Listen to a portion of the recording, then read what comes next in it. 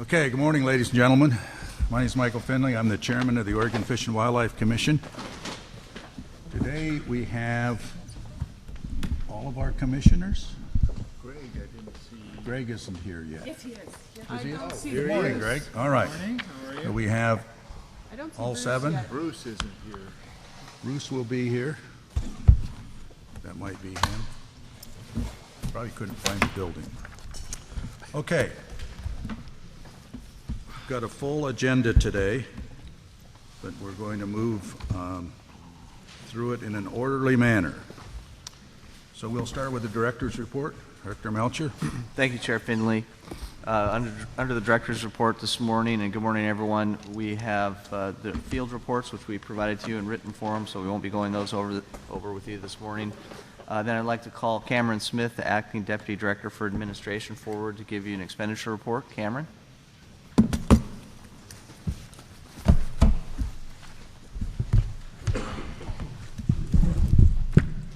Again, Morning, hello, Cameron. I'm Cameron Smith, the Acting Deputy Director for Administration.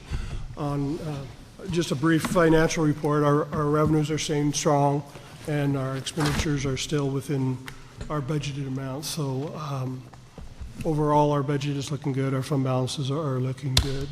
And we are preparing for our Ways and Means presentation to the Natural Resource Subcommittee, which is scheduled to begin on Monday, March 27th, and we should be presenting March 27th and 28th, possibly a little overflow on the 29th, but that will be mainly public testimony.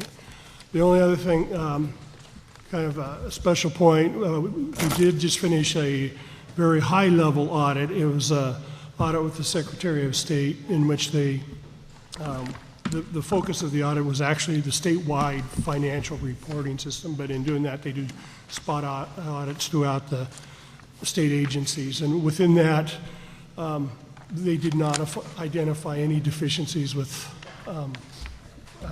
that audit for us. So we came through with no deficiencies or issues. And that concludes my report. Okay, thank you. Commissioners, any questions?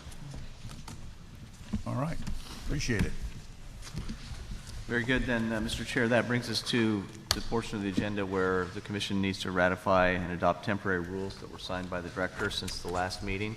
So in your TAN agenda, you will see 10 temporary rules that myself or our Deputy Director has signed since your last meeting in February. Under Oregon law, these require the adoption by the full Commission at their next meeting. So if you have any questions about any of these rules, we're happy to answer them, and we'll call the appropriate staff forward. Commissioners, questions, comments? They're pretty much like the white version that came out. All right, do I hear a motion? Yes, I would move that we adopt the temporary rules numbered 1 through 10 as set out in the TAN agenda. I second that. Okay, it's been moved by Commissioner Weber, seconded by Commissioner Aikenson. All in favor indicate by saying aye. Aye. Opposed? Hearing none, it passes. Well, Mr. Chair, that concludes the Director's report. I did want to take just a moment to thank the staff that put on yesterday's tour. I thought we had a real good tour. The weather that they arranged was spectacular after 4 months of winter, rain, wind, and snow. So with that, I would conclude the Director's report, and we're ready to move into the regular Commission exhibit items. Okay. I just want to comment for the audience. We did spend all day yesterday on a field trip looking at various parcels that the partnerships between land trusts and purchases and removing exotic species, opening up watersheds and treating what you'd call a dogleg patch if it were conifers, and looking at open oak savannas that were created, bringing back opportunities for wildlife. And it was stunning how the group, which represented U.S. Fish and Wildlife and ODFW and land trusts and county watershed folks, genuinely work together. They actually like each other, They can't give enough credit to their partners. There's no I in it. So just on behalf of the commission to let you know that there's so much going on that is it was below our radar, but it's happening, and it's happening in an efficient manner with economy of scale in terms of dollars, but with some real results and some really great private landowner cooperation. So there's some things going on that when you look at the headlines and you turn your head and you moan and groan, there's some other things going on the ground that you should and could be proud of. So with that, we'll get into our agenda. Commissioners, we have the minutes to approve for February 10th. I was in Hawaii, so I can't vote on this, but we'll see about your comments. Any comments, corrections, edits? Okay. Well, mine was just a little technical. Okay. Yeah. Got those, thank you. Okay. Michelle? As always, Michelle, when we approve these, we give you authority to do your technical edits and grammar and punctuation. All right, do I hear a motion? Commissioner Anderson. I'll move to approve the commission minutes from the January 20th, 2017 meeting. I second. Been moved by Commissioner Anderson, seconded by Commissioner Woolley. Commissioners, all in favor indicate by saying aye. Aye. Opposed? Hearing none. Passes. Mr. Chair, I just want to clarify, I wanted to clarify the motion. That was the February 10, 2017 minutes. Yes. That's what the agenda lists. Oh, forgive me, I was reading the date from the She said January, that's right. bottom of I the missed that. page. Okay. Why does it say, why is there a date on the bottom of the page that's different from the? Oh, that's better. We should change that. Okay, thanks. He was looking at this. Oh, I see. Yeah. Instead of that. Since we Okay. passed the motion, then we need to, what do we need to do? All right, well, it still stands approved. I couldn't hear, Laura, did you say, January in your motion? Yeah, I she said January 20th in my motion, but I amend that to February 10th. Okay, thank you. did. Okay. Very good. I just want to clarify that. Yeah, We were on the okay. road. Thank you. No problem. All right. That's Exhibit A. Turning to Exhibit B.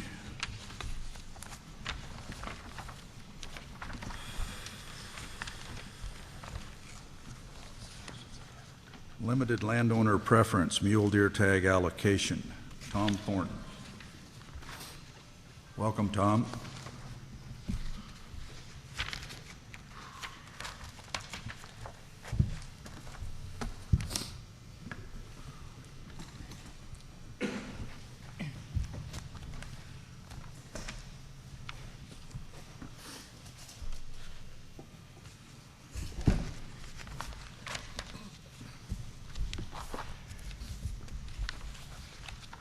Chair Finley, members of the commission, Director Melcher, for the record, Tom Thornton, Game Program Manager. We are here today to discuss the proposal to change the formula used to allocate limited landowner preference mule deer tags.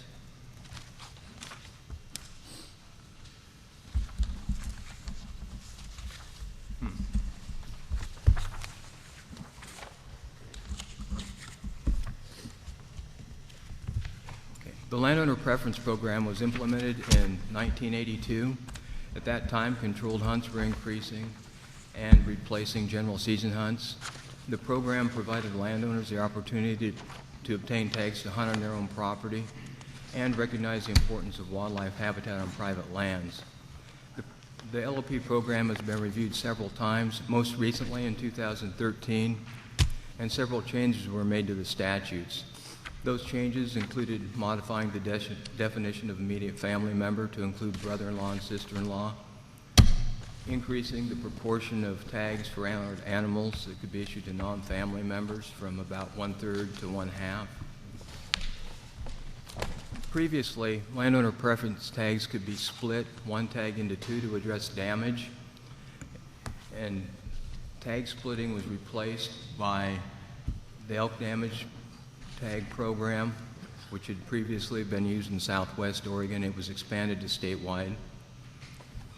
And the change that leads us to being here today was the authorization for the Commission to limit by administrative rule landowner preference tags for mule deer in wildlife management units where the population is below the management objective.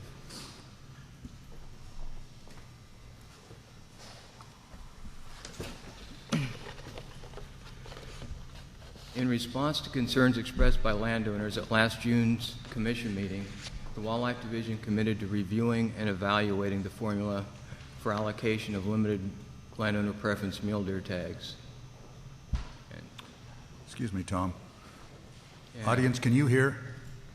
Acoustics aren't good in here. Is it hard to?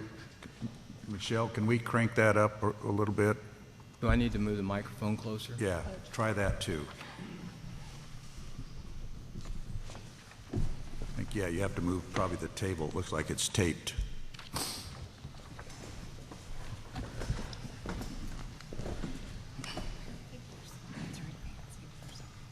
Yeah, they're not when I just click, they're not.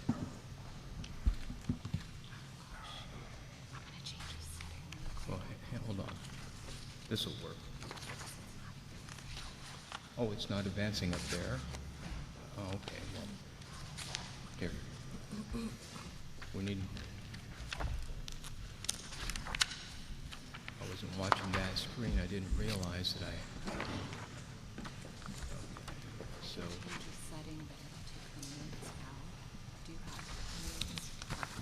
yeah, I do, but I'd rather have it on the screen. Whatever. I'll let you do it. It should have changed just by clicking on the slide.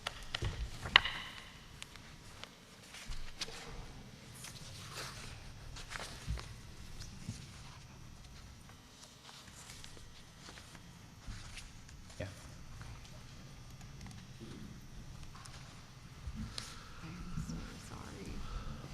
Technical difficulties, and this time I didn't do it. Murphy's Law is alive and well on St. Patrick's Day.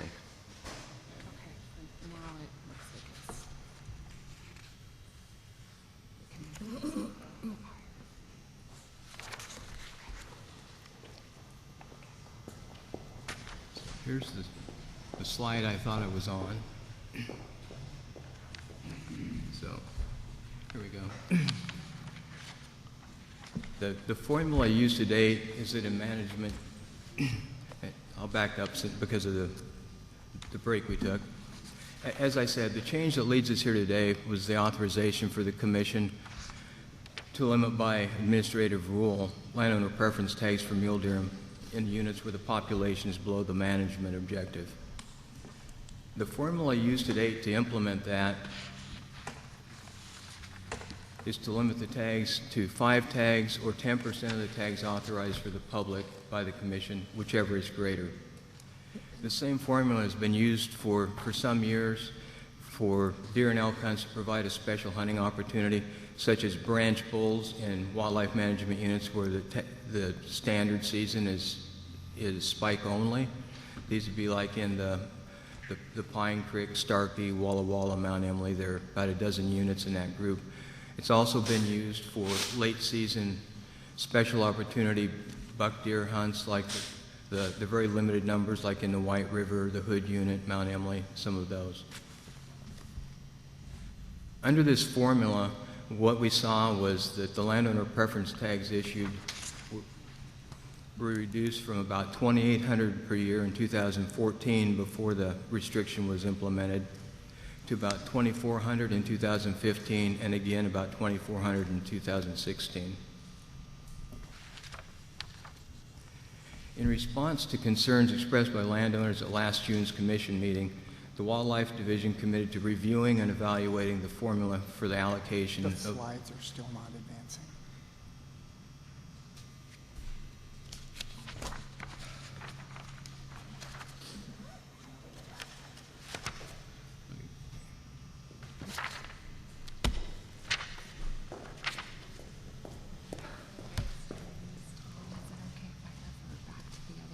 Sure.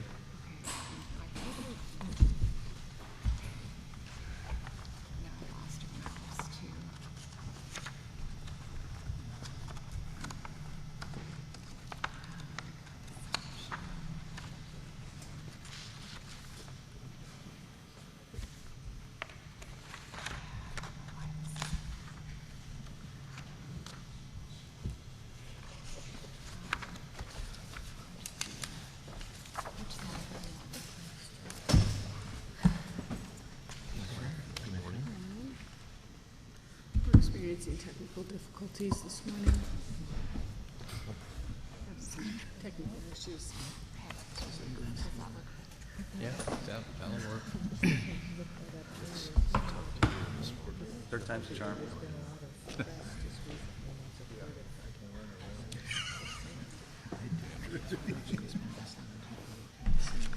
Did you get a tax refund or something? You've been on the right side of life the last couple of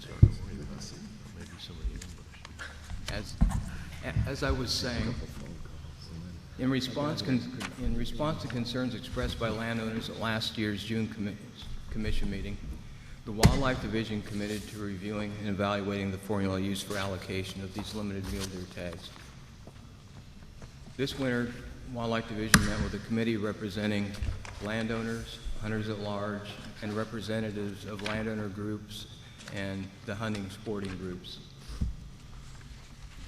There were quite a few concerns expressed, including that some individuals were purchasing property solely for the guaranteed tags. The lack of guaranteed tags also reduced the market value of some properties. And regardless of how many acres a person might own, they could no longer be guaranteed a tag. There were also the impact of the tradition of hunting was mentioned, since they could no longer hunt every year and keep that strong tradition going. And there was the concern that the formula is applied to all of the wildlife management units with populations below MO. It didn't consider the proportion of the wildlife management unit that is private land, which can range from like 6% in the Snake River unit to 94% in the Columbia Basin, and how far below MO the population was, whether it's less than 20% of MO like in the Sprague. There are a couple of units that are actually above the MO, and then there are other units like the Walla Walla that are very close at 95%.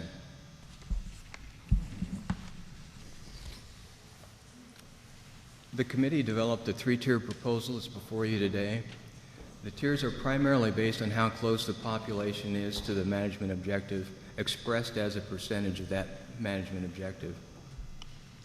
In Tier 1, if the population estimate is 80% of MO or greater, higher, landowner preference mule deer tags would be allocated based on the acreage formula that's already in rule. This table ranges from 2 tags for acres for properties of 160 acres to 14 tags for properties of 160,000 acres or greater. In Tier 2, in the middle group, for populations at 60 to 79% of MO, the buck tags would be limited to 5 tags or 15% of the tags authorized for the public. In the third tier, the lower tier, if the population estimate is less than 60% of the management objective, the landowner preference buck tags would be limited by the current formula, which is 5 tags or 10% of the tags authorized for the public for each hunt, whichever is greater.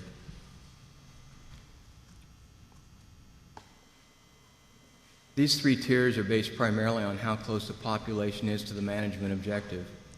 After assigning units to the tiers based solely on the population level, a few adjustments were made taking other factors into consideration.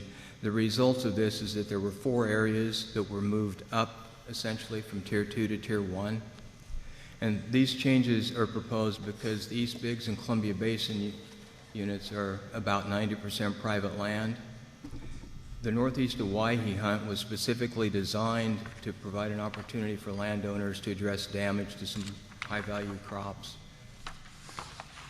And landowners in the Mount Emily, we found looking at the information, the landowners are taking about 40 to 50% white-tailed deer, while if you look at the unit in its entirety with the public hunters and everybody else combined, they're only taking about half of that, about 20% of the harvest is whitetail. So the landowners are more heavily focused on whitetail deer, so they would have less impact on the mule deer buck population.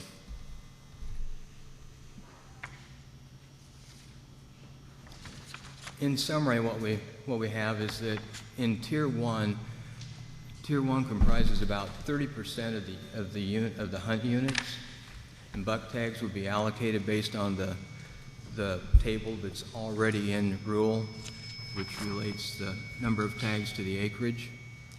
About 30% of the hunts are in Tier 2, where the landowner preference buck tags would be limited to 5 tags or 15% of the tags authorized for the public, while Tier 3 is about 40% of the hunt units, and in Tier 3, the buck tags would be limited to 5 tags or 10% of the tags authorized for the public for each hunt.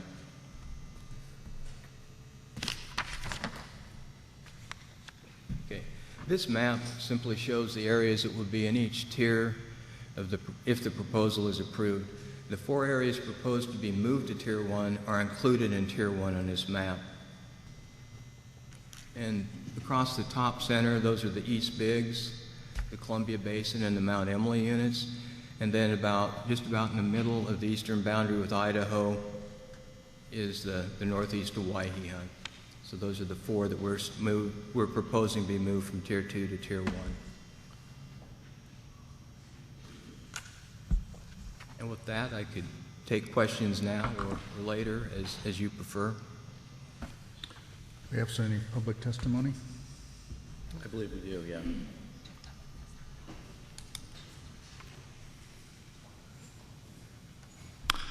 We'll have public testimony, Tom, then we'll call you back up. Okay, thank you.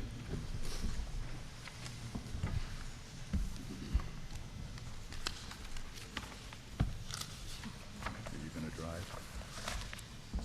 Thank you.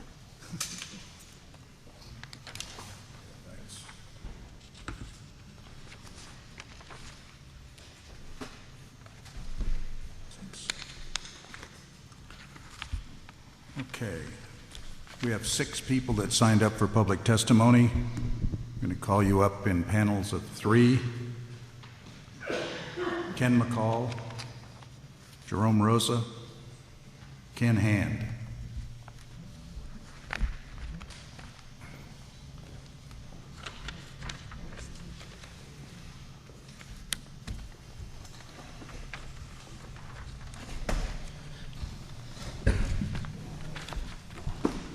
Start with Mr. McCall first. Good morning. For the record, my name is Ken McCall. I'm with Oregon Hunters Association, and I'd like to thank both the director and the chair for giving due credit to the locals from ODFW for arranging the weather yesterday. I wish they would do that more often in Corvallis. I'm here again from Oregon Hunters Association, and we have some concerns, of course. Primarily has to do with the decline overall in mule deer populations over the last decade or two. And also, we're coming out of what is arguably and has been pretty much advertised as one of the worst winters in a generation, going back to the winter of 1993, and the effects of the mule deer population in particular from the weather. We'd like to point out that Oregon currently has the most liberal landowner preference program in the United States. When first developed in '82, as I understand it, we were essentially looking, as we heard earlier, there were 2 tags per landowner, and over the years that's progressed up to a maximum of 14. That 2013 work group, of course, we were at the table and reviewed the LOP program. As you've already heard, there were 2 primary changes that were made there. One had to do with the separation, if you will, of the damage program, and some revisions to that, and more importantly for us in today's discussion, the LOP tag from that agreements were basically put into a scenario where the management objectives and harvest surplus were the keys in terms of the allocations of those tags for mule deers. Well, the process was a good one, we think. During the efforts, though, there was a lot of give and take, as there always are on issues like that. There are a lot of stakeholders in the mule deer interests, a lot of give and take. We fully recognize that the commission here and the department have the ability to change these rules as we go on. We also fully appreciate the contributions of the landowners in these processes and the things landowners are doing for the mule deer population. Our stance, quite simply at this point, is this is not really a good time for increasing allocations of tags overall. There's going to be more competition than ever. We believe going into the spring, we've yet to see what all the counts are for mule deer, but we suspect that things are not going to be very positive, particularly on the east side. So with that, any questions? We'll wait till, Pardon me? did you ask any questions? No, I ask if there are any questions for me. No, we'll wait till the whole panel goes. Okay, If thank you you. stay there, please. Thank you. Okay, Jerome? Chair Finley, members of the Commission, my name is Jerome Rosa, and I'm the Executive Director of the Oregon Cattlemen's Association in Salem. Oregon Farm Bureau and the Oregon Cattlemen's Association submit this letter in support of ODFW's recommended changes to the LOP deer program.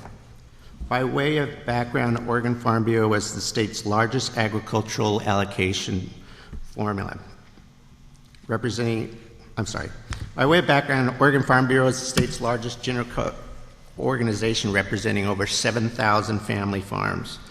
Oregon Farm Bureau's primary mission is to represent these families in policy and legal arenas. The OCA is the voice of the cattle industry in Oregon. The OCA's aim is to grow Oregon's beef industry and promote environmentally and socially sound economic practices in producing beef products sold worldwide. OCA has nearly 2,000 members with cattle ranches in Oregon using 57% of the state's agricultural lands and provide 14% of Oregon's total ag sector. The proposed changes to the existing formula is a result of extensive negotiations between members of a group that was comprised of landowners, hunters, and ODFW staff. Oregon Farm Bureau and OCA believe the proposed changes are necessary to recognize the contributions farmers and ranchers make to the survival of deer and elk species. This contribution was evident during the recent winter storms when farmers and ranchers across Oregon stepped up to feed and provide habitat for the mule deer. We further feel it's important to emphasize that LOP tags are a form of non-monetary compensation for the expenses that landowners incur in providing prime habitat for deer and elk. For these reasons, we strongly reject the idea that landowner tags are an entitlement. The new formula would have a de minimis impact on mule deer population. In 2015, ODFW reported that just under 50,000 controlled tags for the 100 series mule deer hunts were issued to the general public. In comparison, the number of LOP tags for the mule deer hunt was just 2,225. If the Commission adopts the staff's proposed formula changes, an extra 600 additional LOP tags would be issued next season. Given that the historical harvest rates are less than 50%, these would potentially result in the taking of around 300 additional mule deer. Representatives of Oregon Farm Bureau and Oregon Cattlemen served on the work group with representatives from the Oregon Hunters Association and the Oregon Bow Hunters Association. There was a lot of give and take between the stakeholders on the work group, but a consensus was eventually formed by all of the stakeholders. That consensus is reflected in the staff's recommendation. We believe the change is warranted and is a proposal that was sufficiently vetted by staff biologists to ensure it would be consistent with sound conservation goals. Thank you. Thank you, Mr. Rosa. Mr. Hand. Yes, excuse me. I'm Ken Hand. I'm the Regional Director for Mule Deer Foundation for the state of Oregon. Chair Finley, the board. I'm very short. Our mission is to ensure the conservation of mule deer, black-tailed deer, and their habitat. Just reiterating what was said is the landowner preference thing was done to provide non-monetary compensation for the use of their land. Well, I was told, and I don't have the facts in front of me, but I believe about 60% of our winter range is on private land. And I have, in my 9 years with Mule Deer Foundation, have had a number of private landowners ask about doing habitat work on their land. So I'm supporting the landowners. That's about as far as I need to go with it, I believe. Okay. Thank you. Commissioners, any questions or comments of this panel? Commissioner Atkinson. I had a question. I don't remember your name from the Mule Deer Foundation. So are you in support of this proposal or not in support of this proposal? I am in support of the proposal because I believe that the landowners are, and I'm going to use the word because I got a little irritated when it was used earlier because of my Social Security of entitlement. Yes, I am entitled to my Social Security. They are entitled to the tags because of the support they do for our wildlife. Okay, thanks. Commissioner Weber. Mr. McCall, now, I had read the letter from the OHA president. I had talked to Jim Atkinson at a OHA banquet last weekend, and the impression I got was that OHA was okay with the tier system, but you were a little concerned about the tiers and the tags being issued based on outdated information. Would that be correct? Commissioner Weber, I cannot speak to the outdated information specifically. We were at the table, as said, with the other groups, and we are not unsupportive of the concept at this point, other than the timing. With the weather we've had, that's the big key, and the fact that we don't have sufficient data coming into this year to really know what the impacts on the mule deer population have been. Well, I guess I had talked to staff about being able to use the spring counts with the LOP tags in the same way we use the spring counts in terms of the tags that we issue for the sportsmen. Correct. And so that I was hoping that we would be clear that both to the hunters and to the landowners that if we have a really bad winter, that under the tags that we set out in October, June of the year before can be altered because of those circumstances, which would reflect what happens in the spring count. Would that alleviate some of your concerns? We certainly expect some reduction in the tags. The initial predictions on tags, we certainly expect a reduction in those numbers when the allocations actually happen. So I think the short answer is yes. Okay. Thank you. Anyone else? I have a question. Commissioner Biddle. How many meetings were there between the OCA, OFB, and Oregon Hunters as stakeholders to set this system up? From this letter we got from Oregon Cattlemen's and Oregon Farm Bureau, it sounded like it was just more than one. Do you happen to know, and were you at every one? I do not know the total numbers, and I personally was not at any of them, so I guess I would defer to my compatriot down the way. It sounds like Jerome, he was. do you have an answer for that? How many meetings did you guys conduct? Yeah, I'm aware of a couple. Kevin Blakely could answer that question exactly. I don't know, Kevin, could you? Well, I guess the question I have, Jerome, for you was, I was on a couple.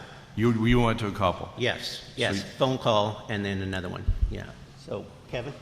Well, just by this letter that I got from you guys, it pretty much states that everybody was in.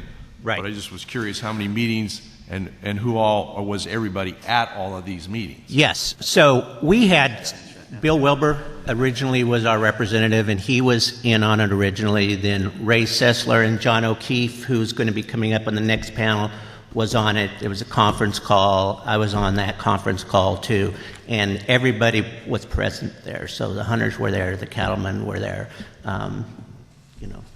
staff was there from We'll have staff clarify ODFW. that for you. So, Okay. yeah, Thank you. yeah. Any others, commissioners? Mr. Rosa, in your letter from the Farm Bureau and the Cattlemen's Association, because some of the other comments that we received were, some I received even on the phone, were some incredulous, why would you do that at this time? But it was comforting to see that you recognized, and I'll quote your sentence, however, this increase would only be foreseeable if the population numbers warranted it. That's because, and we would expect and encourage ODFW likely take actions to limit the amount of tag opportunities if populations were to decline dramatically in the future. That's a comforting statement, I think, for many hunters. Do the other two agree with that statement at the table? Yes, I do. Okay. All right. Thank you. Thank you. Next panel. I saw a gentleman and his wife, I assume, come in late. Carl. Did you want to sign up? Okay. I'll call you after this panel then.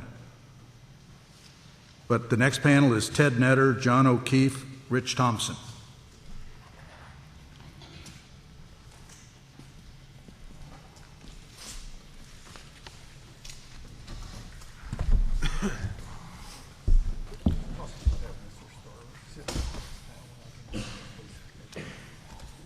We can just have both of you come up.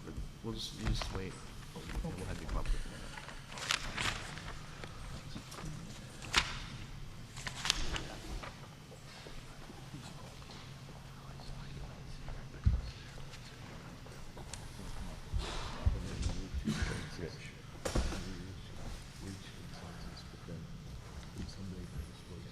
Okay. We're just going to have two. So, Mr. Netter. Ted Netter. I'm a farmer and a rancher in Central Oregon, and I was a representative of the Oregon Farm Bureau on the committee. To start with, I want to thank the department. I believe they were an absolutely fair and honest broker of information through this process. The participants in the committee seemed extremely sincere in the process, but I do have to, voice a little bit of disappointment for any changes since that process is concluded. Overall, to speak frankly on a Farm Bureau perspective, we represent a lot of large and small farms. Myself, I'm a sole proprietor. I make my entire income on my private property. I farm, I do farm some outside ground, but the majority of my income is from my own private land, and it's certainly all from production agriculture. So as a landowner and a sportsman, I love wildlife, but I also fully recognize the economic value of the damage that they do to crops and the value of the habitat that we provide. So to me, the landowner process is extremely important. That non-monetary compensation is a major motivating factor to the continued conservation of wildlife provided by private lands. So I love the fact that we're working towards restoration, because that's what this is. It's not issuing additional tags, it's restoration of the tags that were granted through a very long process of evolving and developing our landowner tags and the landowner program. Separate from the Farm Bureau, I've been involved in the wildlife industry for a long time, and to be quite honest, I own land in a very divisive wildlife unit. the Metolius unit. There's a lot of people that bring a lot of heat towards landowner tags in that unit. We do a lot of management. I've previously testified to the dollar value in our immediate area. The mule deer damage on high value cropland is equated to approximately $53.50 per irrigated acre. Just in my irrigation district alone, that equates to over $100,000 worth of damage a year. So it's there's a lot of importance to this, and I'm very happy to be involved in the process of the committee. Okay, thank you very much. Mr. O'Keefe? Thank you. Chair Finley, Vice Chair Weber, members of the Commission.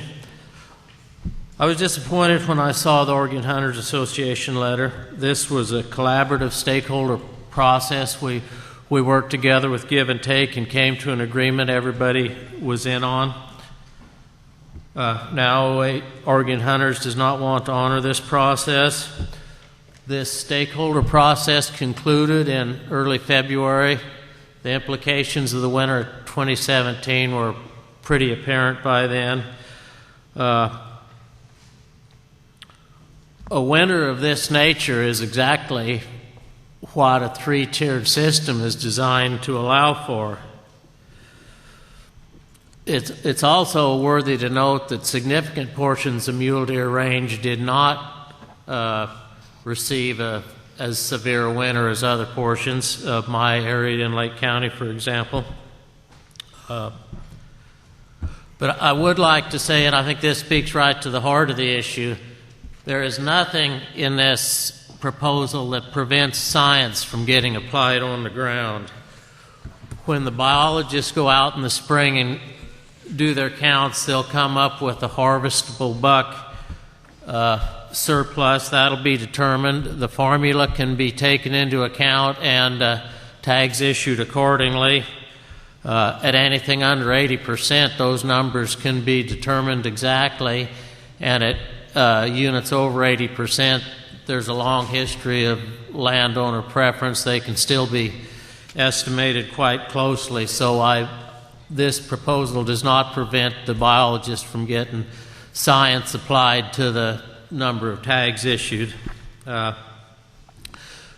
Oregon have the most liberal landowner preference program? I don't think so. There are many programs out there. Some of them are creative, some of them are straightforward. You're not always comparing apples to apples. But what I do know is there are many, many states who have a better crop damage program than Oregon. Cash for crop damage is available in many states. Oregon does not have this. The LOP program from its inception has always been designed to be somewhat of an offset for this. Landowners provide for wildlife every year. The damage occurs every year. As originally designed, the landowner preference program was meant to provide tags to landowners every year.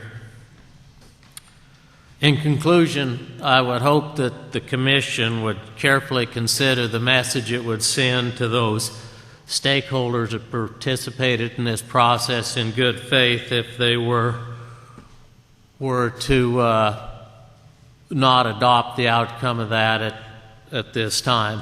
Thank you. Thank you. Commissioners. Commissioner Buckmaster, then Commissioner Woolley. Mr. Netter, thank you. It's not the first time we've seen you, and your testimony is always informative, helps some of us who are not intimately aware of the issues of this particular issue get more information. I'm going to ask staff when they come back up about a line that I highlighted in the Cattlemen's and the Farm Bureau letter. And the reason I'm telling you that is I want to give you a chance to comment on it before I talk to them. It is the one where it says, specifically the contributions to prime deer and elk habitat that the landowner provides and the economic losses farmers and ranchers suffer in feeding vulnerable deer and elk. After all, this is the basic underlying rationale for the LOP program, to provide non-monetary compensation to the landowner for benefits provided to wildlife. Is that your understanding of the basic underlying rationale? I do believe that that is the basic underlying rationale for the landowner tag system. And I believe it through personal experience. We had a pretty harsh winter. My home place is 300 acres. It's 204 irrigated. I wintered over 200 mule deer on my ground. I personally know the winter loss to be true winter loss of 3 and 1 buck that got tagged by a car. One of the mule deer that was lost this winter had a respiratory problem. I dug it personally out of a juniper well so it could get with the rest of the herd, and unfortunately it didn't make it. That's just part of my job as a farmer. That's what I do, and this is what I live. Mr. Netter, I don't doubt that for a minute, and I certainly appreciate the work that you and the other landowners do. The question then that I'm going to continue to ask staff is, if every landowner exercised this option, this program to provide non-monetary compensation in the form of land LOP tags, I mean, how many tags potentially are we approving as opposed to the numbers that we're actually talking about what happened last year and the year before, but we're talking about a policy here. And I'm just curious, is there a whole range, is there a much greater number of potential LOP tags based on this rationale that we are giving tacit approval to? I just want more information on it. So, well, I mean, I certainly understand I think I understand what you're trying to ask, and the truth of the matter is the program's been around since '82. It was increased over the years to increase the number of tags available to landowners. I think that we have a pretty good track record of what to expect. I mean, if you take like my unit, I have a pretty solid 21-year history of the landowner program in the Metolius unit. The number of landowner tags has not increased by any, by any real measurable means in 21 years. We harvest less than 50 bucks on landowner tags in that unit a year, and that's been consistent. There's always potential for change. Heck, there's potential for our mule deer population to go well above the 350,000 that we use as our management objective instead of the 250 that we've been sitting at consistently for years. So yes, there's potential, but if you look at the track history and you look at the responsible stewardship that landowners have done in the past, I don't really see any change over what has become the norm. Thanks. Mr. Woolley. Thank you, Mr. Chair. You said Mr. Nair? Netter. Okay. So you mentioned the Metolius unit. There's there seems to be some conflicting perspectives among landowners. Sounded like you said landowners in the Metolius bring heat to the unit. So I just wanted just kind of, if you could elaborate on that, just sort of the sentiments of your neighbors, if that's what you're referring to. Well, I'm referring to the fact that social media, we become the beating child of the sportsman world at times because there's a late season archery opportunity in our unit, and landowners. And I honestly know personally every major. So anybody that has more than 40 acres of production ag land in the Metolius unit, I know. So, I know what they deal with. We have an excellent rapport with the public when we're on the ground. we let a lot of people hunt private land, whether it's regular archery season, rifle season, elk seasons, because we're a general elk unit. I mean, we have an excellent rapport with the public, I believe. But we do catch a lot of heat from special interests and people that have personal access to grind, mostly on social media or in special interest groups. Thanks. Any other commissioners? Commissioner Biddle. Mr. Nutter, question. You have 300 acres, and you have 204 irrigated acres, and how many tags do you get? I get 2 tags, and I also control some land that has a lot of additional. I mean, I think the total land in Oregon that I have the say over landowner tags, the total landowner tag allotment is 8, and I can tell you that we use 2 or 3. That's it. Is that kind of the norm? Very much so. Okay. Mr. O'Keefe, how much land do you own? About 14,000 acres. And how many tags do you get? I'd be eligible for 7. We normally get 2 or 3. Okay. Thank you. Okay, gentlemen, thank you very much. Thank you. Okay, Mr. Thompson and Mr. Starr. Is there anyone else in the audience that I have the sign-up sheet that wanted to speak to this issue? Okay. Yeah, you got one here. Okay, come on up.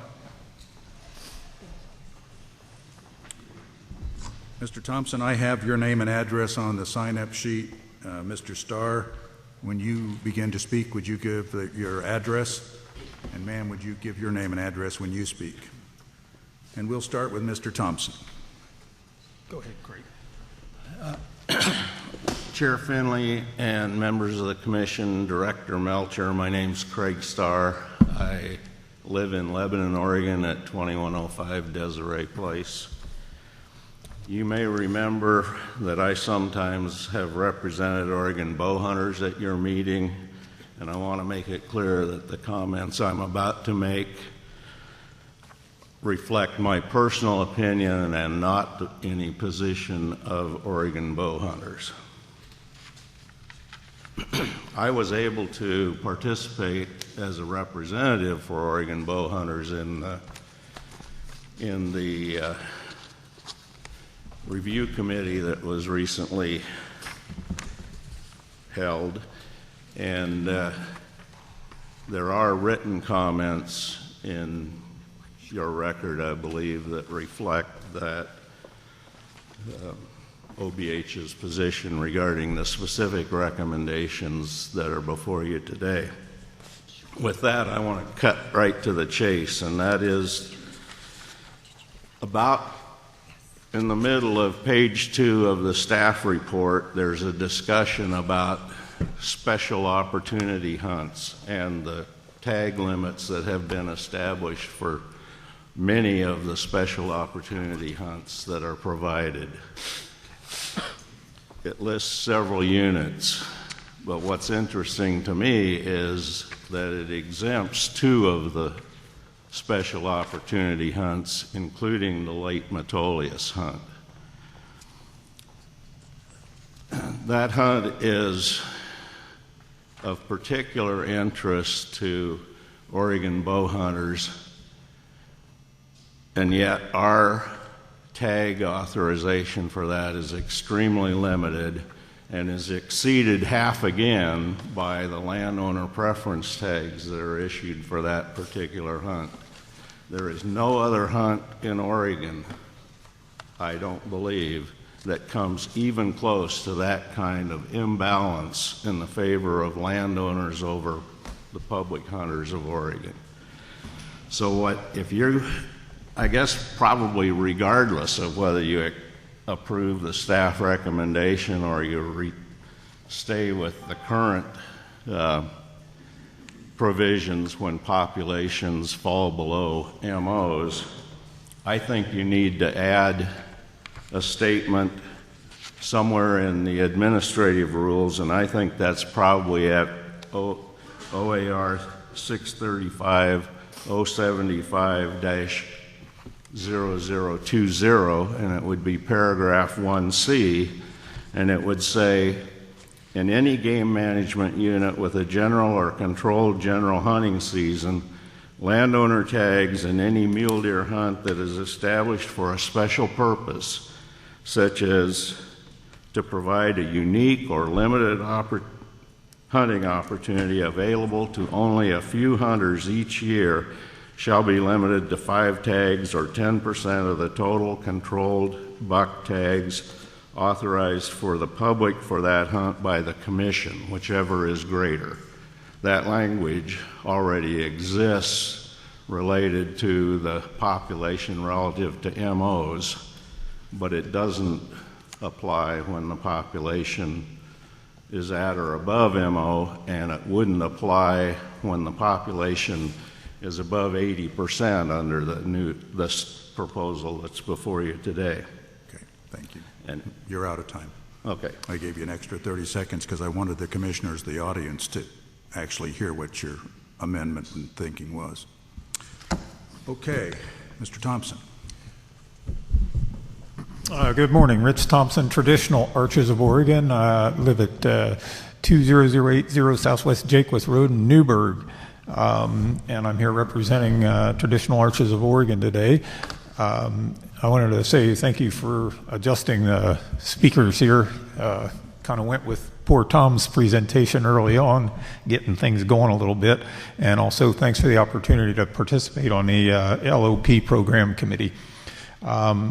Craig covered a lot of the bases here that I have an interest in as an archery hunter, and I too have concerns about the special opportunity hunts and the way tags are issued. It just kind of seems to be totally unbalanced, and I believe that we should get recognition for that from staff. It seems to be left out of the summary material.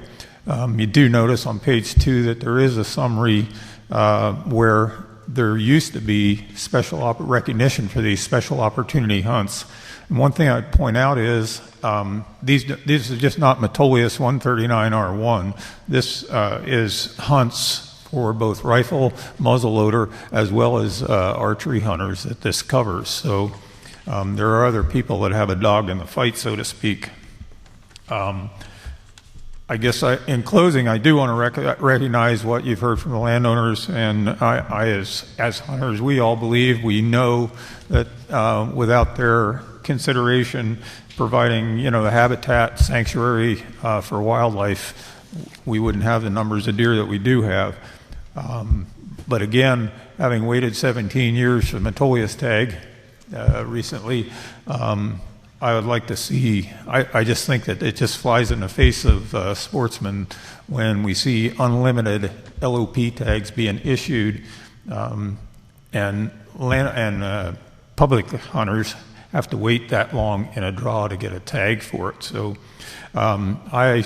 Traditional Archers of Oregon does support the OAR idea that Mr. Starr has presented to you today, and I'd like to ask that you give that due consideration. Thank you very much for the opportunity to talk today. Okay, thank you. Ms. Patrick. Good morning. My name is Amy Patrick. I'm the Director of Forest Protection for the Oregon Forest and Industries Council. You'll have to forgive me if I'm shaky. This is the first time that I've testified to a commission in my capacity. While OFIC was not involved with these conversations and this discussion, I felt it necessary to come and let you know that the forest land owners are aligned with the cattlemen and the Farm Bureau in this, and we recommend that the staff recommendations that were presented be carried forward. Okay, thank you. Commissioners, questions? Commissioner Aikenson. I have a question for Craig Starr. Are there other units besides the Metolius that has a special type of hunting season that should be treated differently that wasn't on that list from the previous time period? I believe, and certainly your staff can correct me if I've missed some, but I believe there are only 2 hunts, a Klamath Falls muzzleloader hunt and the late Metolius archery buck hunt, that don't have the limits that I've proposed here already in place. The Klamath Falls muzzleloader hunt really isn't an issue because the deer population is so far below MO in that unit, the general 10% or 5 tag limit would apply anyway, regardless of this language. But that's not the case with the late Metolius hunt. Okay, thanks. Commissioner Weber. Craig, correct me if I'm wrong here, I think on the late Metolius, there's 20 tags? 20 public tags. Okay, so then if the 10% you're saying that LOPs would only be 2 tags. I say 5 tags or 10%, whichever is greater. So That's, five tags? Yes. Okay. I just wanted to. You want to follow up? Okay. No, I'm good. Okay. This is what has occurred. Commissioner Buckmaster.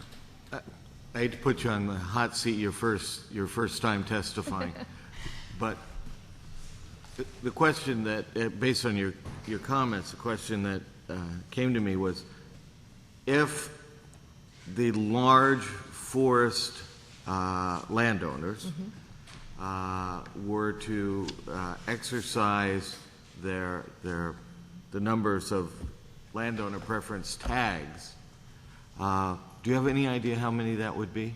I do not, no. Because we've already been dealing with the issue of access, and now we're talking about you're supporting the landowner preference. So I didn't know if this was something that we're going to look forward to. I don't know how many tags that would equate to. I do know, and I can speak to the level of damage, and I know we've been involved in the ongoing elk damage conversations with ODF staff, or excuse me, ODFW staff. And I actually am charged with collecting the damage surveys from our landowners, so I can speak to the amount of damage that happens on our landowners' properties from both deer and elk. And if the ground of the LOP program are in controlling damage, then the forest landowners have an invested interest in continuing to help control that. Okay, thank you. Thanks. Okay, well, thank you, panel. Thank you. All right, Tom.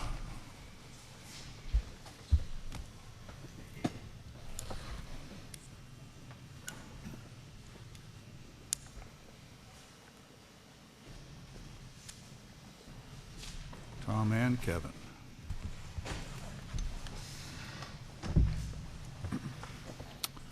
And Commissioners, while you're thinking about the questions you're going to ask Tom and or Kevin, I just wanted to, I know Tom mentioned this I think at the beginning, but I wanted to reiterate and reinforce that if you'll recall back for the last several years, we've had a steady stream, if you will, of folks coming to you and talking to you either under public forum or in the context of our big game regulations.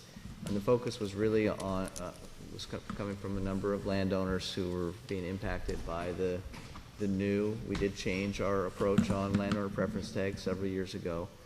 And as a result of that really kind of steady, consistent complaint that we were hearing, and at the Commission's direction, we formed this work group to really hopefully come to some consensus on what the best path forward is.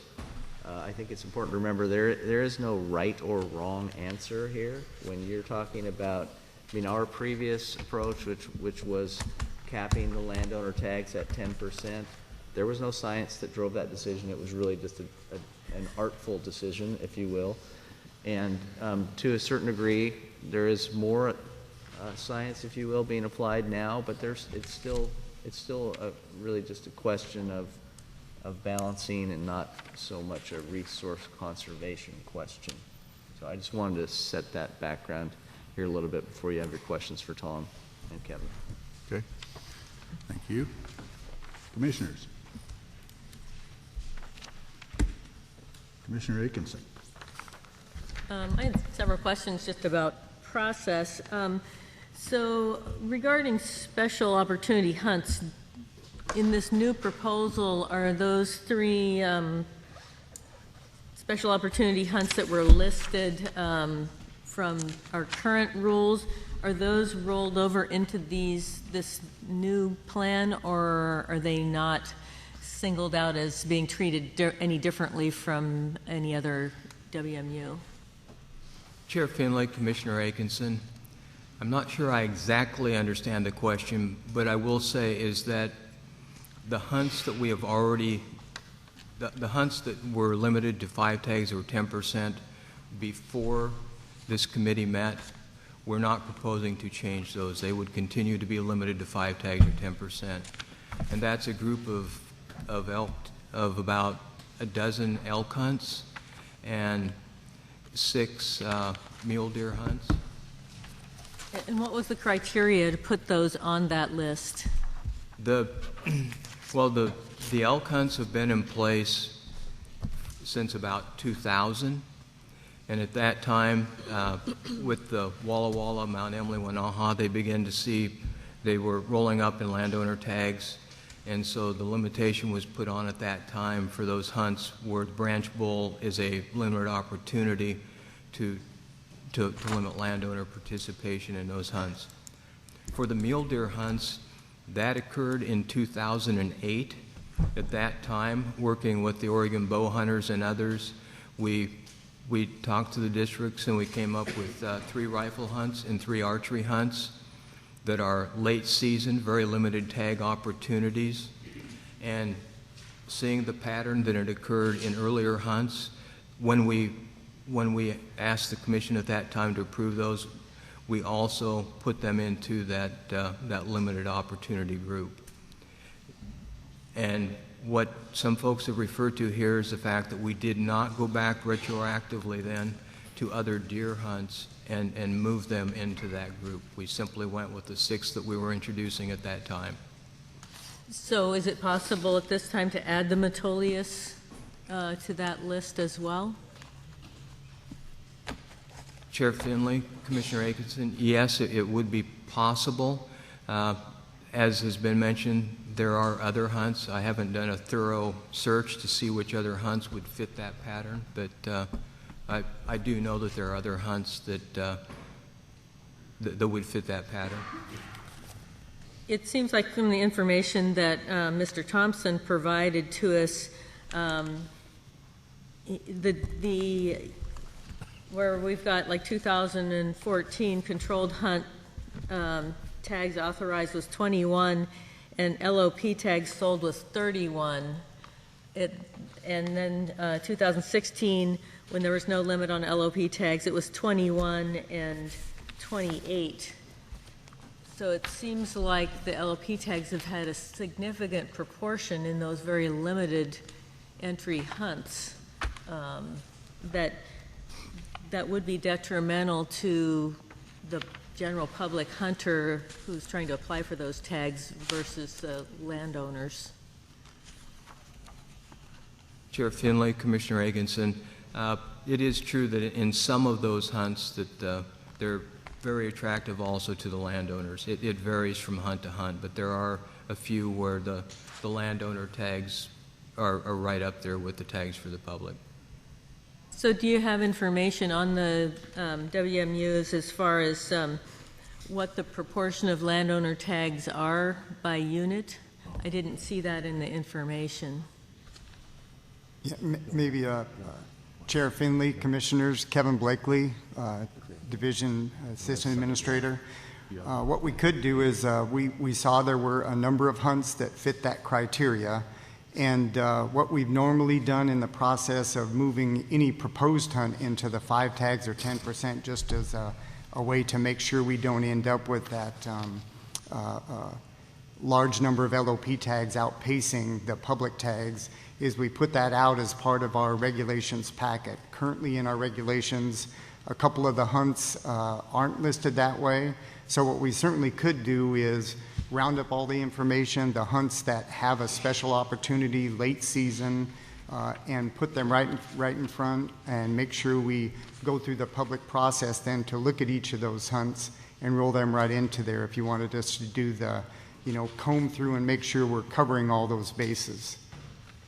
And so would that be a permanent rule, or are you saying that would be what we would vote on each year as far as the regulations? Chair Finley, Commissioner Atkinson, that would be in rule, so it would be part of the hunt packet that you would see in September. That would be the proposal. The advantage of doing it in September, maybe for staff, is give the time to make sure we comb through and then also be able to have it as part of our public meetings. So complete transparency of why those hunts are there, what the history was, and then the proposal then to get comments on all those hunt changes. Mm-hmm. I think that would be valuable for us because it looks like there are some specific circumstances when this new plan for LOP tags doesn't really match with some other goals that the department has.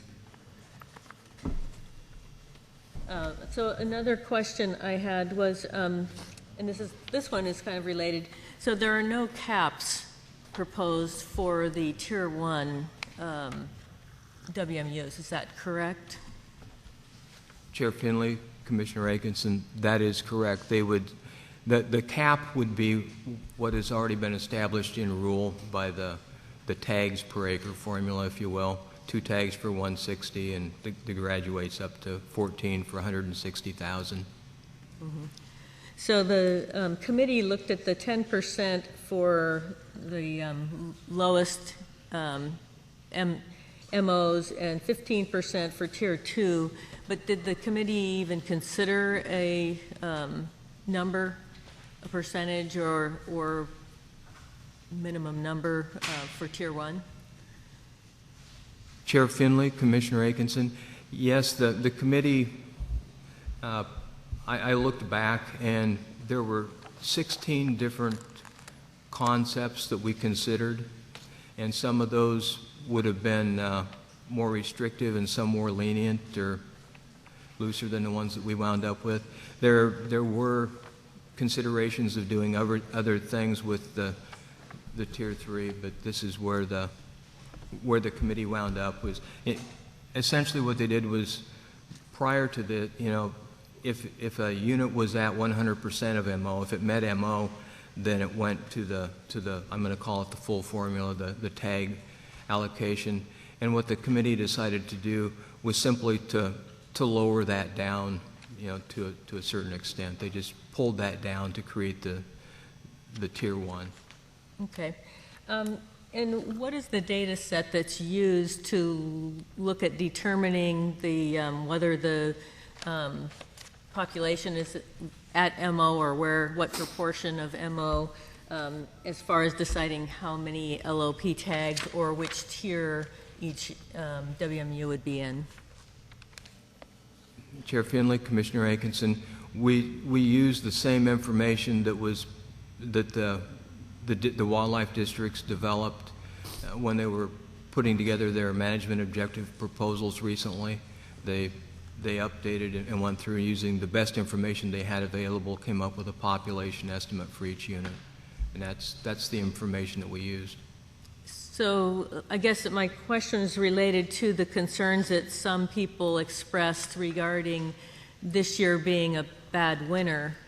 That are we using MO data from an average of 1 to 3 years ago? Are we using last year's data? Would we be using this year's data?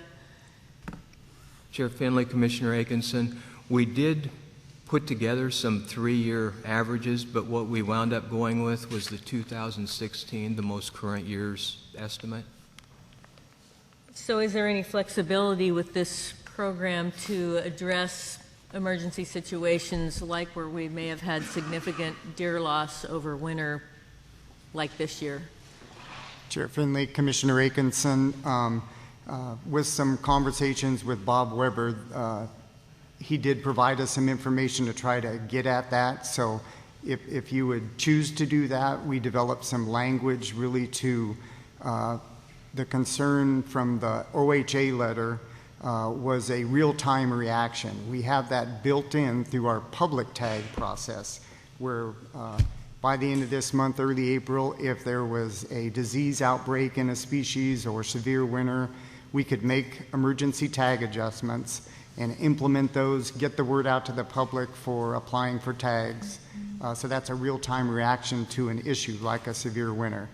Bob had asked us to then look at what it would take to have that same real-time reaction with landowners. And so that is an option. Okay, thank you. Commissioner Weber. I guess I keep thinking about this Metolius late season hunt, which is peculiar in that it's in a limited area. Well, it's in that unit, but it's a late season hunt for the big bucks coming out of the Cascades. And in looking at the synopsis, there's 20 tags and about 2,200 people applying for those 20 tags, which to me would indicate that this has got to be special because of that. And I suspect that you're going to need a lot of preference points to draw that tag, unless you luck out and get one of the 25%ers. And so when I'm looking at that, you said there's 21 tags, 20 high 20s for LOP tags. What are the LOP tags for the rifle season and the general bow season and these other seasons that occur? Are the majority of the LOP tags for that hunt, or are they spread out through all these hunts? Chair Finley, Commissioner Weber, I'm not sure I exactly understand the question, but if you look at the other Metolius hunts, that is the one that has the very high, of the total tags issued for the hunt, that is the one that stands out as having a very high percentage of landowner preference tags compared to the tags for the public. Okay.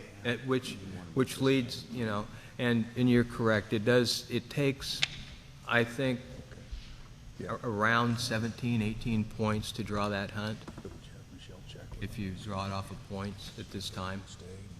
But otherwise we can. Because I'm just thinking that, you know, being an archery hunter, I know that that is a special opportunity because people value it. And having more tags in landowner preference than are issued to the, you know, through the controlled hunt process seems a little out of whack. Kevin, would your proposal fix what Commissioner Weber just spoke about? Chair Finley, yes, it would basically outline where that issue occurs, and we would include in that then that look at the popularity of the hunt by how many preference points it takes. Use that as a measurement of trying to, again, make a consistent decision about why that hunt, you know, might need to be into a place where, regardless of population level, it should be in the 5 tags or 10%, which is what a lot of our other special opportunity hunts are in. Commissioners, are you all comfortable with that, what Kevin's suggesting? That he'd come back to us in the fall with that list. Yes. Do I see all nodding heads? Thank you for proposing that, Kevin. We think that might be, you know, clarify the issue and put sunshine on it. And do we need to do anything else in terms of applying, I guess, what I call the up-to-date information data to the issuance of tags for landowner preference and the regular hunts?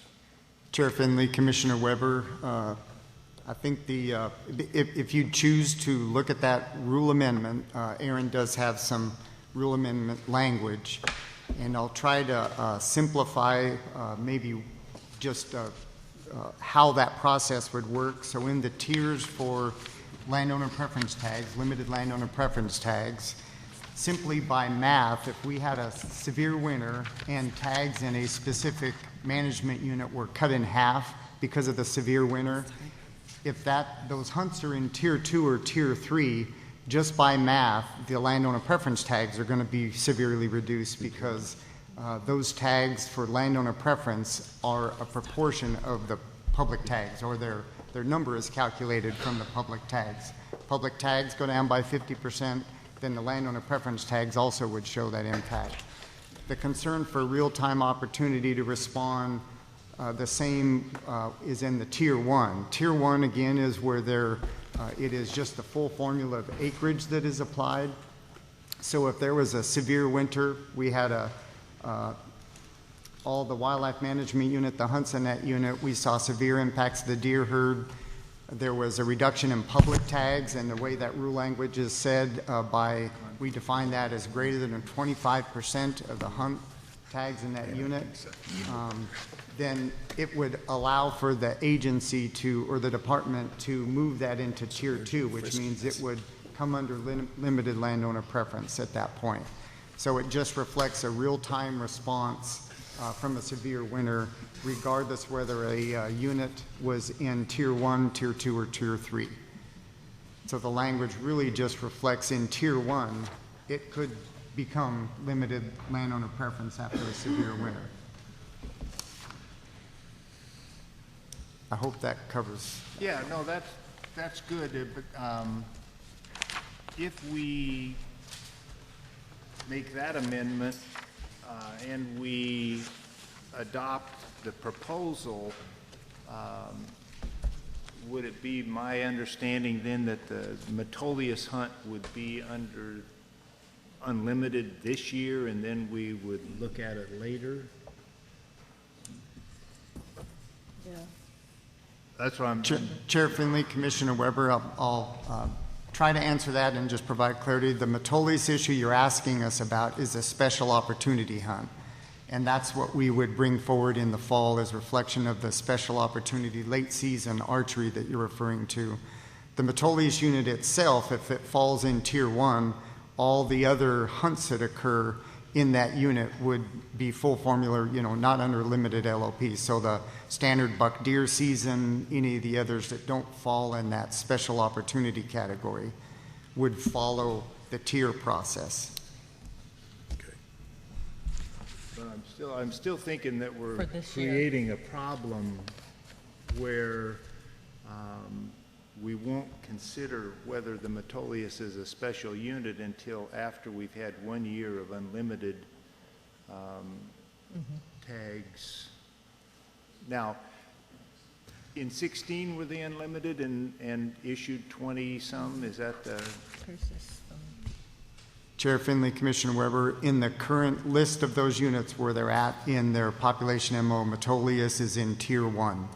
So it would have unlimited. If it had there was a severe winter there and there was a loss of that deer herd by more than 25% of the tags would be how we'd measure that severity, then it would fall in limited LOP. So I guess, but in 2016, were the LOP tags unlimited? Chair Finley, Commissioner Weber, for the draw in 2016, the tags were limited because it fell. It wasn't at 100 on the MO. Well, that's not It was 100%. Oh, it was. It's in the wagon tire. Okay, so in 2016, it fell into the. It was not limited for those tags. So, if we adopted the rule that you proposed along with the harsh winter disease exception, it would just be the same this year as it was last year, and then later this year we could look at it in terms of whether it's a special hunt opportunity. Chair Finley, Commissioner Weber, that's correct. In 2018 then would be that change. It would be reflected from your deliberations in September.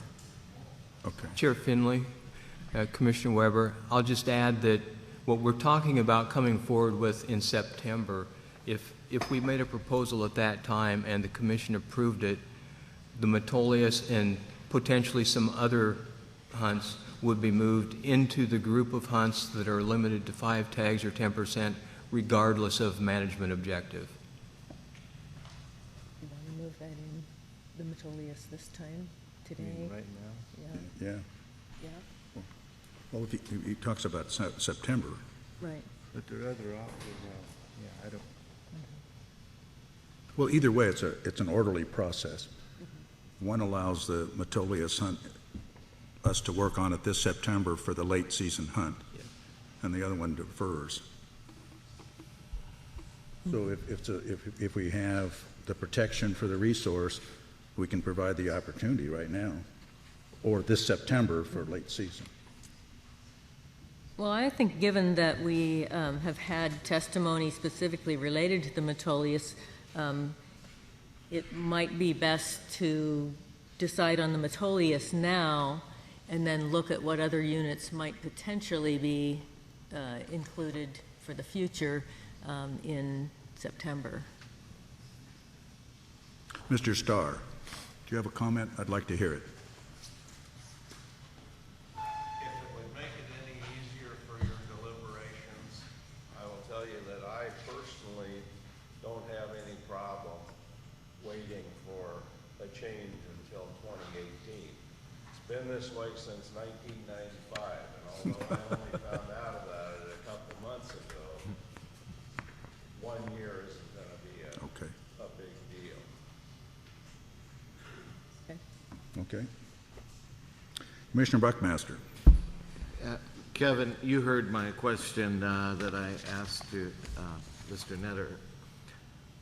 I'm looking at your table 1 in the agenda item summary, and my question, and it is not necessary to have an answer for this meeting or for this vote, but I am curious how many, based on the minimum acreage requirement numbers here, how many entities fall into those, whatever it is, 8 or 10 categories? What are the potential numbers of LOP tags we're looking at in Oregon as we look at policy for LOPs? I think so. Chair Finley, Commissioner Buckmaster, I'm glad you asked those folks before because it gave me time to pull out something that I did have with me. I'll just run through some of the bottom lines, just a couple of things. Right now, in Eastern Oregon, there are about 3,500 properties registered. If all of those folks utilized their full complement of landowner preference tags, we're talking about 10,281 tags. That's if everybody went after their full complement or allotment of landowner preference buck mule deer tags. As we've mentioned, in 2014, before it was limited, we were looking at about 2,800 tags, and currently we're down to about 2,400 tags per year being issued. So certainly some landowners don't participate at all, some take full advantage, so it's a range. Thanks for having that information. Commissioner Woolley. So I know we had a little discussion about inclusion this year versus next year, with the Metolius in terms of policy changes. I know it's a little bit out of sequence, but I was wondering if just any of the landowners in that unit wanted to weigh into that in terms of timing. We heard from one member of the public, during our staff testimony, so I just wanted to give that consideration if anyone wanted to speak on that. Chair Finley, Commissioner Woolley, I think that's, from the division's perspective, that would be the best advantage of having that full discussion through our public meetings. Those are local public meetings. Lots of landowner input would be able to get input for those. So everybody would have the information in front of them. I think we advertise those public meetings, and so I think we're going to get the best response in regards from the landowners as well as sportsmen by doing it through the full process. And because I think there are going to be a range of comments we get in regards to reaction to some of those changes. Does that work for Mr. Nevin, who is about to jump up out of his seat? I would much prefer the Metolius issue was handled in September separate from landowner tags that we addressed, or landowner issues that we addressed with the previous committee. All right, thanks. Well, you probably just get your way. Okay, so we have a sense of the commission that we're going to go ahead with Kevin's process, which will bring us the opportunity to readdress this in September. We have two motions before us. One is to adopt the staff proposal, and then we have this attachment amendment 4 before you. So Commissioner Weber, would you make a motion?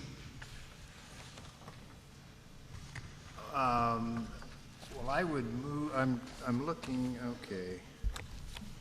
I would move to amend OER Chapter 635, Division 075 as proposed by staff. There's one here, Bob.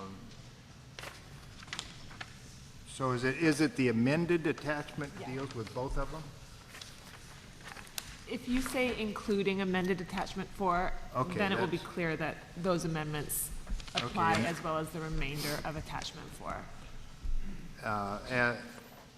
As proposed by staff and amended attachment 4. Do I hear a second? I second that. Okay, it's been moved by Commissioner Weber and seconded by Commissioner Atkinson. Any further discussion? Okay, Commissioners, those in favor of the motion indicate by saying aye. Aye. Aye. Opposed? Hearing none, it passes unanimously. Thank you. Tom, Kevin? Mr. Chair, I wanted to propose to you a change in the agenda order here.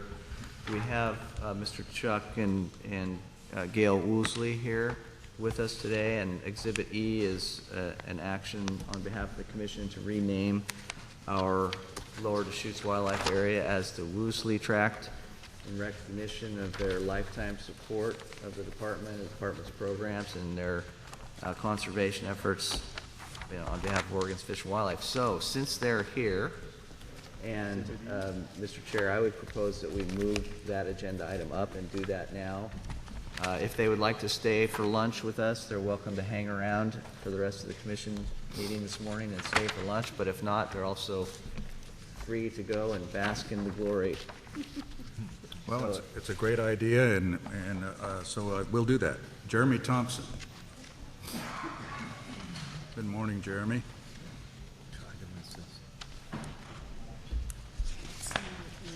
Commissioners, we're on Exhibit E. We jumped. Good morning, Chair Finley, members of the Commission, Director Melcher. My name is Jeremy Thompson. I'm the District Wildlife Biologist out of the Dell's office, as well as the manager of the Lower Deschutes Wildlife Area. I am here today to ask your blessing to rename the River Ranch parcel of the Lower Deschutes Wildlife Area to the Woosley Tract. Chuck and Gail Woosley are longtime conservationists in the state of Oregon. It only makes sense that they've spent so much time dedicating their passion and their energies to the state, given Chuck's career was as the head groundkeeper at Oregon State University. He brought that background in horticulture into his volunteer passions for the state to help with many projects. For these efforts, they've been awarded many awards. It was conveyed to me by one of the former managers at E.E. Wilson that he nominated the Woosleys for an award, trying to figure out the process. And as he did so, he was informed that it's pretty easy to do. They've won that award many times. So they've been recognized throughout the past because of these efforts, and rightfully so. I think it's very notable to mention that amongst these awards, they've received national awards as well. In 2007, they were given the Wild Sheep Foundation's Grassroots Award for their efforts. And in 2008, they were recognized by the Isaac Walton League with the 54 Founders Award, both very prestigious awards that really speak highly to the efforts that have been put forth by the Woosleys for the conservation in our state.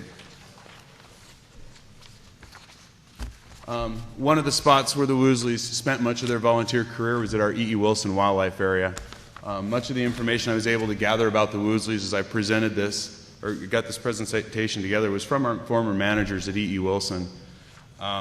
Again, as a horticulturalist, Chuck spent a lot of time helping with vegetation management on the wildlife area. Managing volunteers is difficult, but when you talk about spraying weeds with volunteers, it's really hard to get people motivated to come out, but yet that's really where Chuck thrived. He loved to go out and do the spraying on the wildlife area. He had a favorite tractor on the wildlife area, and at one point his tractor had mechanical difficulties. He went out and had it repaired on his own dime to be able to continue to go out and try to control the Scots broom and the blackberry that is very prevalent on that wildlife area. Outside of helping at E.E. Wilson, he also helped with the local district. Out of the Corvallis district, he went out and he would check hunters. He would monitor the travel management areas. He would go through and do telemetry for the district. I mean, again, above and beyond typically what we see from our volunteers.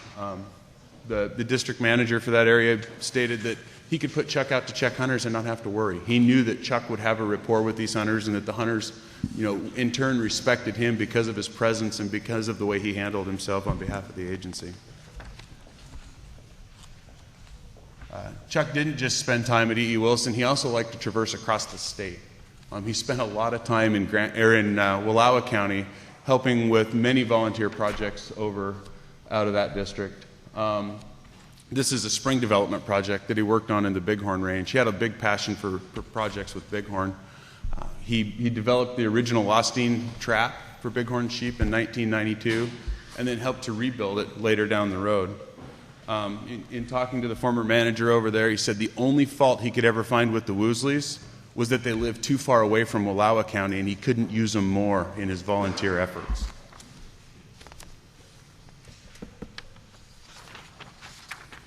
Not only did the Woosleys spend their time on the ground with volunteer efforts, but they also helped us, within the political arena as well. Many times the Woosleys would come and testify on behalf of the agency here in front of the commission, as well as in front of the legislature. They've helped on multiple different land acquisitions. They helped to acquire the Sargent Tract for the Winaha Wildlife Area, directly donating money to help bring that into department hands. They were a critical piece of getting the Coffin Butte Tract for E.E. Wilson Wildlife Area. That acquisition took place in 2000. And then most recently with the tract that we're proposing to dedicate to them today, again, they donated their time and money and effort towards that acquisition.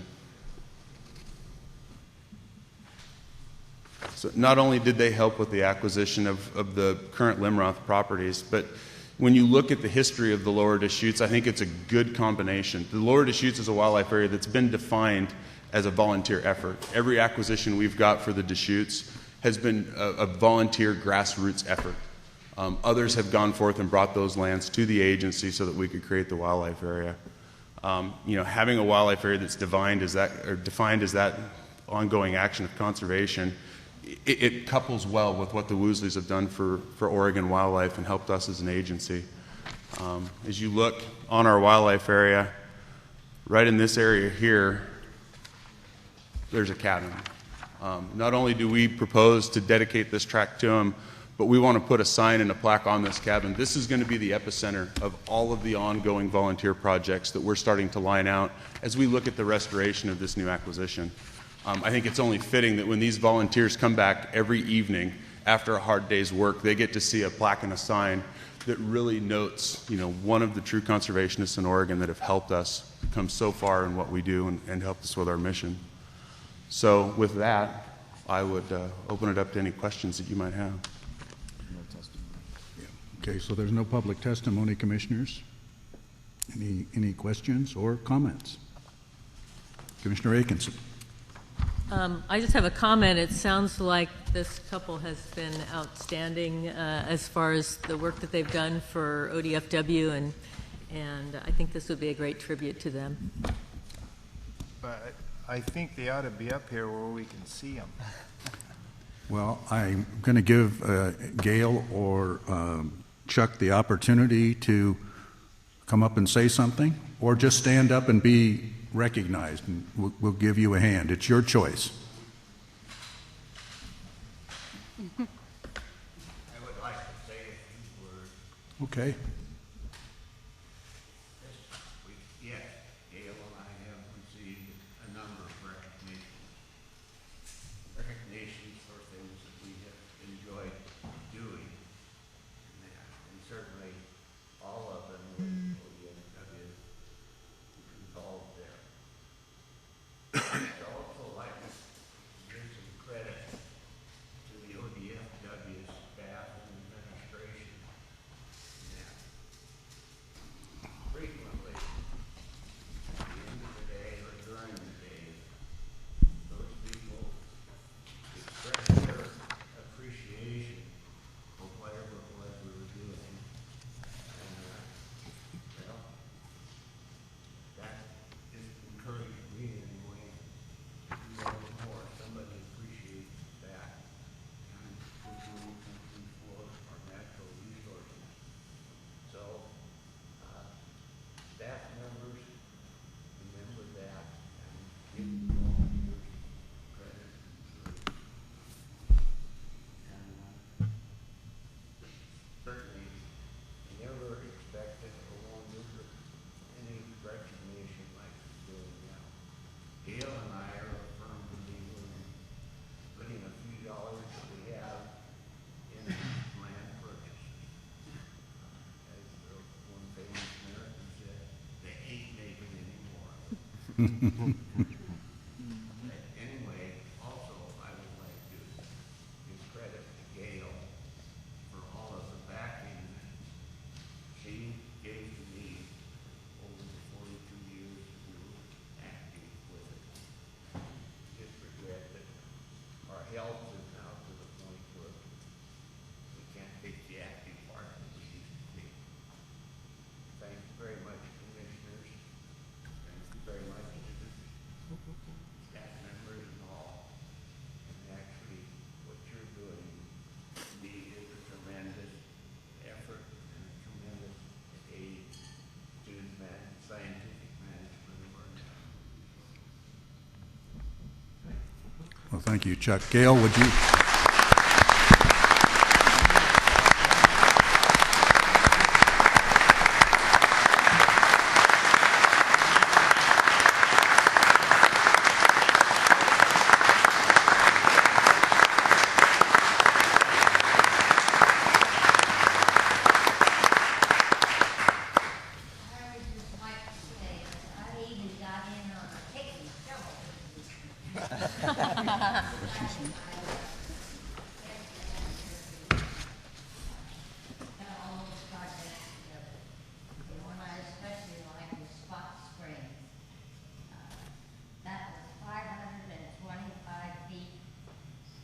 Digging a ditch for the pipe that took the water out to the fall, out in the open, so the sheep and animals can drink without being closed in an area where the water was.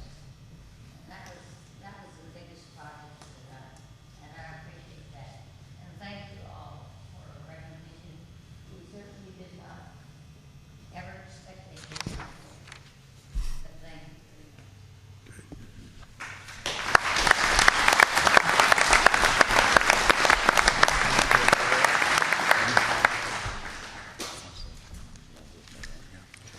Okay, well, first of all, before we move on, I wanted to just... Yeah, you will need, definitely will need a motion, but I wanted to just thank Chuck and Gail for being here today. And I think in my 10 years in the director's office, or maybe it's 11 years now, every year we receive a check and a note from Gail making a donation to our conservation programs, and always it's just always so thoughtful of them. And then when we had the Lower Deschutes acquisition, recall that Chuck showed up. I thought he was showing up to just support the acquisition, but he actually showed up with a check, too. So, unbeknownst to us, Chuck, he puts his money where his mouth is, and it's greatly appreciated. So, best to you both. Yes, we do need a motion, and then afterwards, I think at least the chair, if not other commissioners, would like to have a little photo opportunity with the Woosleys, and I want to be able to send that out on Twitter so my Twitter followers can see it. Yeah, careful with your Twitters. So go ahead. Okay, further comments? Commissioner Buckmaster. Mr. Chair, thank you. It was one of my earliest meetings as a commissioner when the Woosleys were recognized for their contribution to the acquisition. And so I was introduced to them and heard about their accomplishments, and this is a small recognition for the lifetime of work. It humbles all of us to see what you have done, the contributions you have made. You have not just supported the natural resources of Oregon, you are the natural resources of Oregon. Thank you. Commissioner Woolley. Just a comment in meeting you, Mr. and Mrs. Woolsey, it reminds me of myself as a young lad, about 22 years old, and I had the privilege of meeting a man named Newton Drury, who was the founder of the Save the Redwoods League. And he was probably about 90 years old then. And I think we were at the 100th anniversary celebration of California State Parks. And I felt such an honor to meet him because of all the work that he had done to save Redwood Forest. And meeting you today just reminds me of that, and I feel the same honor of getting to see you and meet you. So thank you very much. Okay. Well, thank you, Commissioners. Gail and Chuck, thank you on behalf of the entire Commission. And we're going to take a break. Oh, we have to do a motion, then we'll take a break. All right. Do I hear a motion? Yeah, I would move to amend OAR Chapter 635, Division 008-0123, as proposed by staff. Okay. Second? I'll second. Okay, it's been moved by Commissioner Weber, seconded by Commissioner Anderson. All in favor indicate by saying aye. Aye. Aye. Opposed? Hearing none, passes unanimously. Now, we're going to take a 15-minute break. We're going to do a photo opportunity with the Woolseys, and then we'll see you all back here at about 5 after-ish. Good job.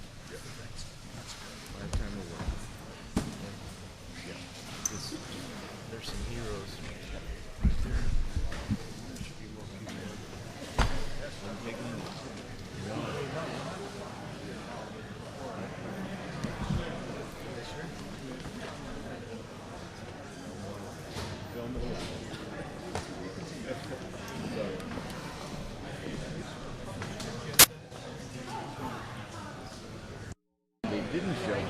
Well, thanks for presenting. Thanks for speaking. Thanks for coming. Okay, ladies and gentlemen, we're back in session. It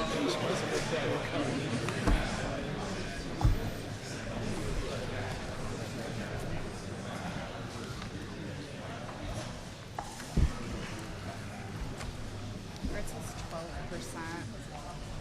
It's plugged in. Okay, we're ready to begin with Exhibit C. Lundquist Land Acquisition Buena Vista Boat Ramp on the Willamette River, River Mile 106.5. Heard this yesterday, those of us who are on the field trip. And we're going to listen to Holly Hutchko do a presentation. So Holly, it's all yours. Good morning, Chair Finley, members of the Commission, Director Melcher. I'm Holly Hutchko, the Sport Fish Restoration Coordinator for ODFW. Today I'm going to be presenting on a land acquisition that we're proposing that's adjacent to the Buena Vista boat ramp on the Willamette River. So the site we're talking about is between Salem and Corvallis. It's just below where the San Am comes into the Willamette River. And the property that we're calling here the Lundquist land acquisition is just the property seller is Mr. Lundquist. And the property is just adjacent to the current Polk County Buena Vista Park that exists at that location. The Buena Vista Park currently is used a bunch by anglers. There's salmon fishing, steelhead fishing. In the summer, there's bass fishing, as well as sturgeon fishing at the location, as well as it's highly used by the Valley residents in the summer for non-motorized kayaking, canoeing, floating the river. There also is some occasional use at the site by waterfowl hunters. And the specific property that we're looking at is shown here in orange. So the Lundquist parcel is right here. It's 3/4 of an acre that we're considering buying under this project. Shown here in yellow is the existing Buena Vista County Park. It's operated by Polk County. They own and maintain that current park. And I just wanted to be clear, there's kind of this little gap right here in white.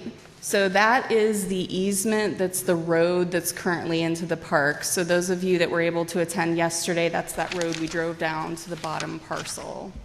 So that white part right here is already part of the current existing park. And the road in that I'm discussing in white is shown right here. The parcel that we're looking to buy is this 3/4 of an acre just next to the road. So with the property purchase, ODFW would hold title to the new property, and we would immediately enter into an agreement with Polk County for them to manage and maintain that new property as part of the existing park.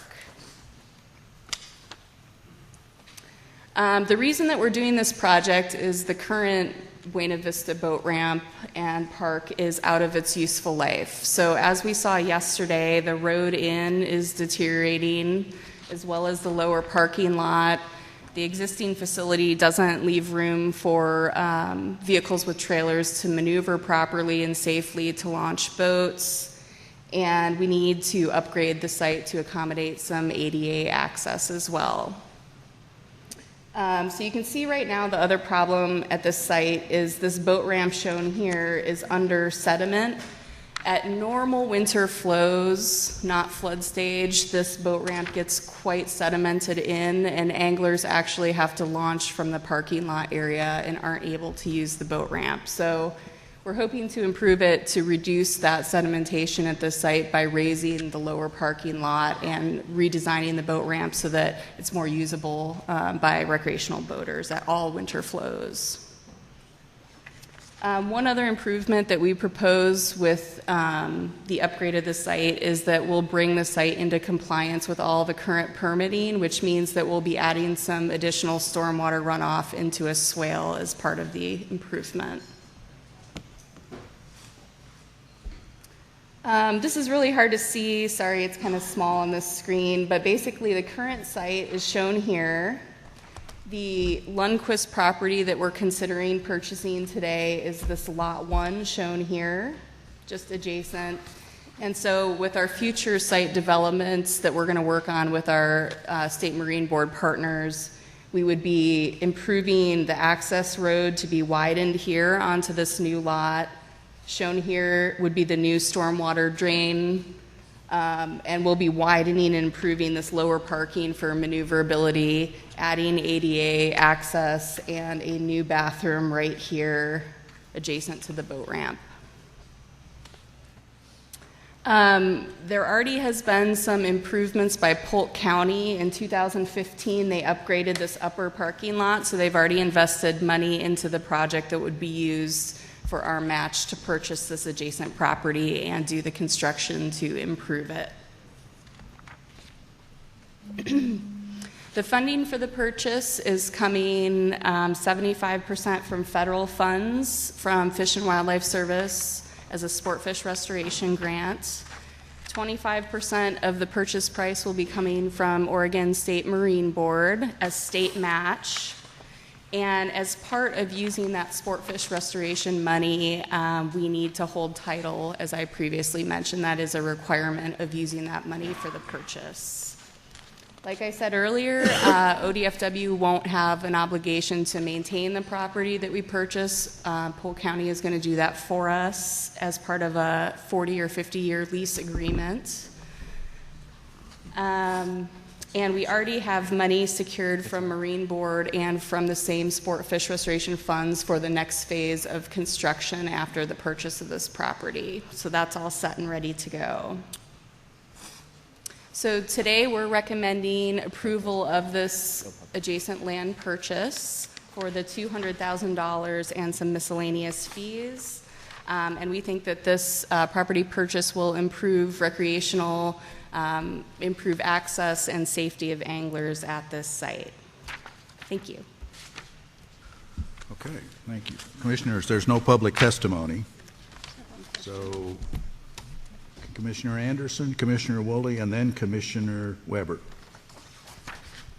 I just have one question for you. The 40 to 50-year lease agreement with Polk County, how does that handle or address liability issues in terms of the department's ownership of the property if there were a liability issue in the future? So the way the lease agreement works is that we are deferring all maintenance and improvements on the site to them, but we are still the property landowner, so we would technically be liable. And I want to defer part of that answer to Dick Duncan. Are you able to answer that? I think I can help. I'm Dick Duncan. I'm a realty specialist with the Department of Fish and Wildlife. Commissioner Finley, or Chair Finley, Commissioners, Director Melcher. I think the answer to that, these agreements generally, and this agreement has not been drawn up yet and will be approved by DOJ before it is signed, but they generally include a clause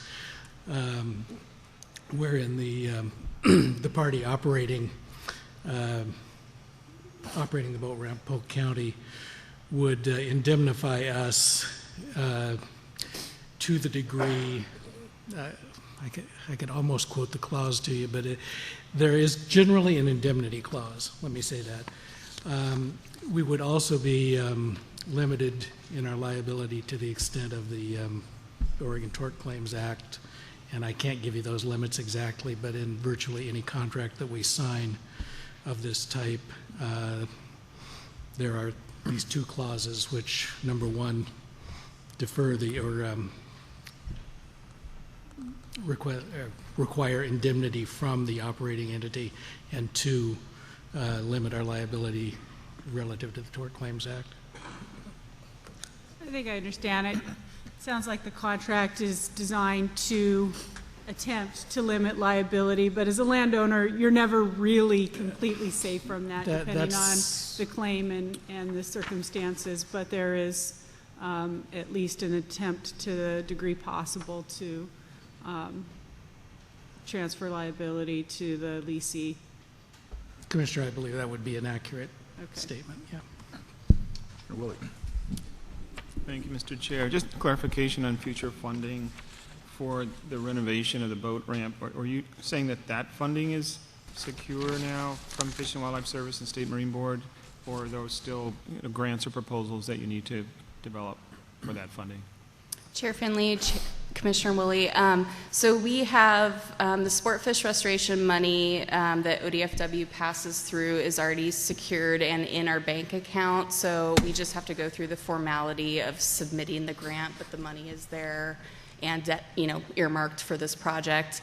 And since we've been working on this project since 2013 with both Marine Board and Polk County, we have commitment from them that they also are holding the funds, so it's the same situation. We just have to put in the grant to formally get those funds, but they've earmarked them for this project.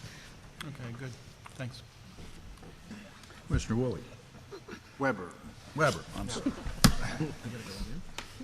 I was looking at the chart that showed the ownerships, and what I was wondering about is, you said the strip between the property we're proposing to purchase and the counties is an easement, and my question is, who owns that?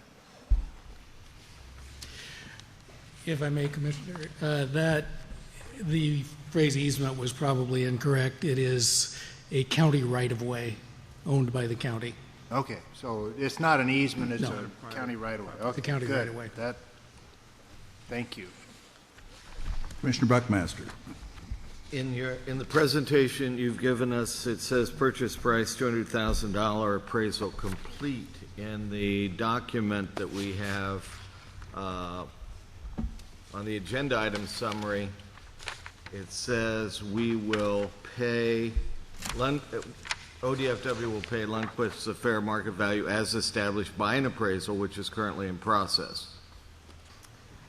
Chair Finley, Commissioner Buckmaster. So in the time that we submitted this package to you for consideration and today, we have completed the appraisal as well as the review, appraisal, and environmental assessment on the site. So I didn't have time to update those in the process, but the appraisal is finalized and the fair market value that we will be paying is the $200,000 here. The miscellaneous fees that I show on this slide will be for the appraisal costs, the review appraisal, the environmental assessment, and then just any closing costs. So, thank you. So the agenda item summary is a blank check. You filled in the number. Yes, and so here you can see that we show that our federal funding and state funding, we overestimate on these projects and make sure that we get enough money to cover any of those miscellaneous fees. So we have secured the funding for up to $290. The actual appraisal came in at $200, and we expect the final price to be around $250,000. Okay. Another question. Commissioner Woolley. So I've been in situations where local municipalities have applied for funding for land acquisition and bought the land and didn't have the staff capability to perform the maintenance on the land. And so I just wanted to check in terms of Polk County and their maintenance staff. I mean, are you going to need to hire any additional staff? If so, is there funding for that? You know, what sort of assurances do you have in terms of maintenance? Sure. Chair Finley, Commissioner Woolley, I actually confirmed with the county last week since we're finalizing this project, and they said that that is one of the sites that they expect to keep open in perpetuity, and they're already managing the adjacent property. So they assured me that they will be maintaining this in the long term. Part of the maintenance they do on the existing county park, they get funding from the State Marine Board as part of their MAPS program at the Marine Board. So they apply and get maintenance money from the Marine Board currently to help them with the maintenance of that property. Okay, thanks. Commissioner Atkinson.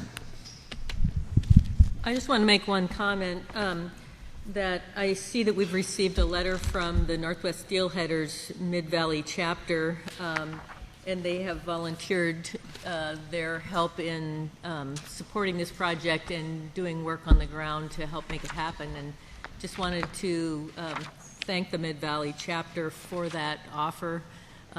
It's partnerships like that that really help us move forward more, and it's very much appreciated. Okay. Any other questions, commissioners? Okay. Good presentation. I just make a comment. Those of us that were on the field trip yesterday, I think saw the value of this, particularly when you consider the distance to the boat ramp below and the boat ramp up distance, and the existing design pointing upriver, catching all the silt and so forth. It really does need to be corrected, and it's a perfect marriage to have a county park next door, and particularly they're going to have to take over the maintenance. So without other ado, is there a motion?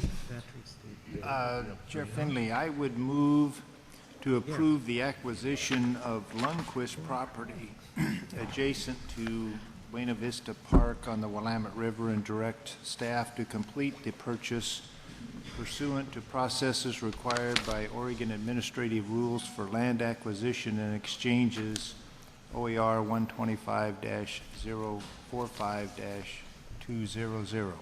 I would second. Okay, it's been moved by Commissioner Woolley, seconded by Commissioner... Moved by Weber, second. I'm sorry. It's been moved by Commissioner Weber, seconded by Commissioner Woolley. Last bit of discussion. Hearing none. All in favor indicate by saying aye. Aye. Opposed? Passes unanimously. Thank you both. Thank you, Commissioners. Okay. We're moving to Exhibit D. Kevin Herkamp. Restoration and Enhancement Project Approvals, Salmon and Trout Enhancement Program, R&E Program Budget Approval, STEP, and R&E Annual Reports.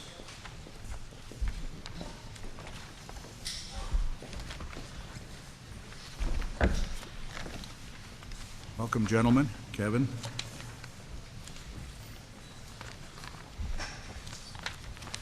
Good morning, Chair Finley, Commissioners, and Director Melcher. For the record, my name is Kevin Herkamp. I am the Restoration Enhancement Program and Salmon Trout Enhancement Program Coordinator with the Department. With me today are Rich Heap, R&E Board Chair, and Jim Phelps, STEP Advisory Committee Chair. I will be presenting R&E projects for your review and approval from Cycle 7, which is the last cycle of the 15-17 biennium, Cycle 1 of the 17-19 biennium, and the R&E STEP program budget. Rich and Jim will be presenting the annual reports for their respective programs. At their meeting in Salem on January 13th, the R&E Board recommended 11 projects for funding, 5 from Cycle 7 and 6 for Cycle 1. Of the 11 projects, 2 were restoration projects and totaled $168,000 for Cycle 7 and $2 million for Cycle 1. The example of the restoration projects before you today include the 2017-19 hatchery maintenance bundle. This is a proposal that our propagation staff and myself have been working with the board over the last couple of years to develop a proactive approach to address priority hatchery maintenance needs, reduce the deferred maintenance backlog, and address the Secretary of State's audit findings. This nearly $2.1 million request bundles 4 top priority projects into one application. Having this approved at the beginning of the biennium will allow staff to dedicate time and energy into completing them. The 4 projects will collectively address nearly $1.5 million of the $21 million in identified deferred maintenance at state-owned hatcheries. The remaining $750,000 in restoration funding will be available for passage restoration, liberation, and smaller hatchery repairs. The plan is to assess this approach over the 2017-19 biennium, modify as necessary, and continue it into the future while making tangible strides in reducing this maintenance backlog. Of the 11 projects, 9 were enhancement projects and totaled $40,000 for Cycle 7 and $136,000 for Cycle 1. I do want to point out that 2 of these projects occur or have elements that occur in both the 2015-17 and 17-19 biennium. An example of one of these projects is East Lake chub removal, Eastern Oregon chub removal. East Lake, Paulina Lake, and Lava Lake are popular family fisheries because of the excellent fishing history, good campgrounds, resorts, and aesthetics. When chub levels are high, the game fish are negatively impacted and the fishing experience declines. This partnership with OSU uses interns to provide a cost-effective method to trap and remove chub and collect data. Removing the spawning chub on a regular basis has been shown to provide a good to excellent trout fishery, which results in high angler satisfaction. With regular management, all of these lakes have the potential to provide excellent trout fishing opportunities for anglers of all abilities.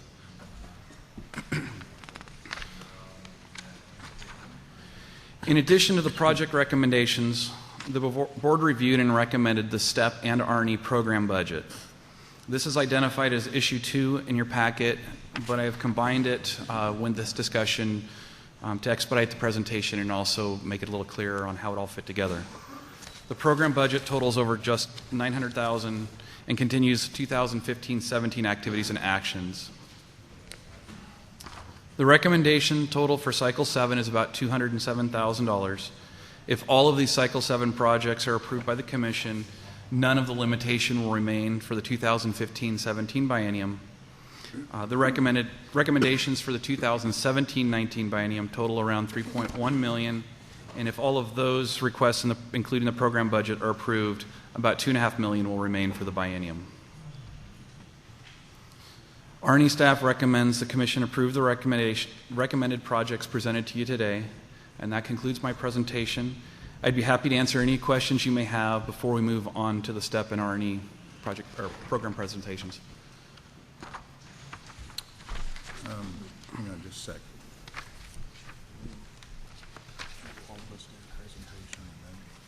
What's that? Okay. Commissioners, we only have one person for public testimony, and we'll have them come up after the complete staff presentation. So if you have any questions, go ahead. Commissioner Atkinson? I had one question on the recommended restoration project for the Liberation Truck replacement, and it says project sponsor is the ODFW Leeburg Hatchery. And don't we have issues with that Leeburg Hatchery being closed due to the Army Corps making changes to their funding? Yes, Chair Finley, Commissioner Atkinson. The plan with that truck is it will probably be relocated to Willamette Hatchery. We have a much broader need. There's 38 Liberation trucks around the state. Recently, again, working with the board, the propagation manager, Scott Patterson, has been looking at those statewide and coming up with a fleet management plan. And there are quite a few trucks that need to be replaced. And so that truck will still just get rotated into the fleet and an old vehicle will come out. Okay, thanks. Is this the time to ask about, excuse me, is this the time to ask about individual projects, or should we wait for the other presenters? I'm not sure. It was about Archibald Creek. So just wondering, I mean, this is a over a $400,000 project to put woody debris in the stream. So is that, are there a helicopter cost, or I'm just trying to get an idea what the costs are involved with that size of a project? If you give me 1 minute to look at the project presentation, I believe that included some fish passage, culvert removals that were outside of the R&E portion.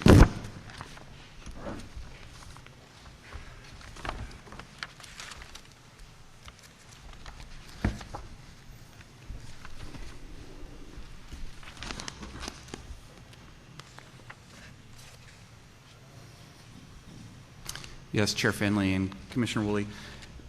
About $400,000 of it was for contracted service from funding from other sources, which included stream road crossing replacements, which would be culvert replacements that were upstream and downstream of the project. R&E was specifically paying for equipment and materials to place large wood in between those two barriers. Okay, so that's on the ground work. Yes. Yeah. Okay. And then just one other project. So this wasn't clear.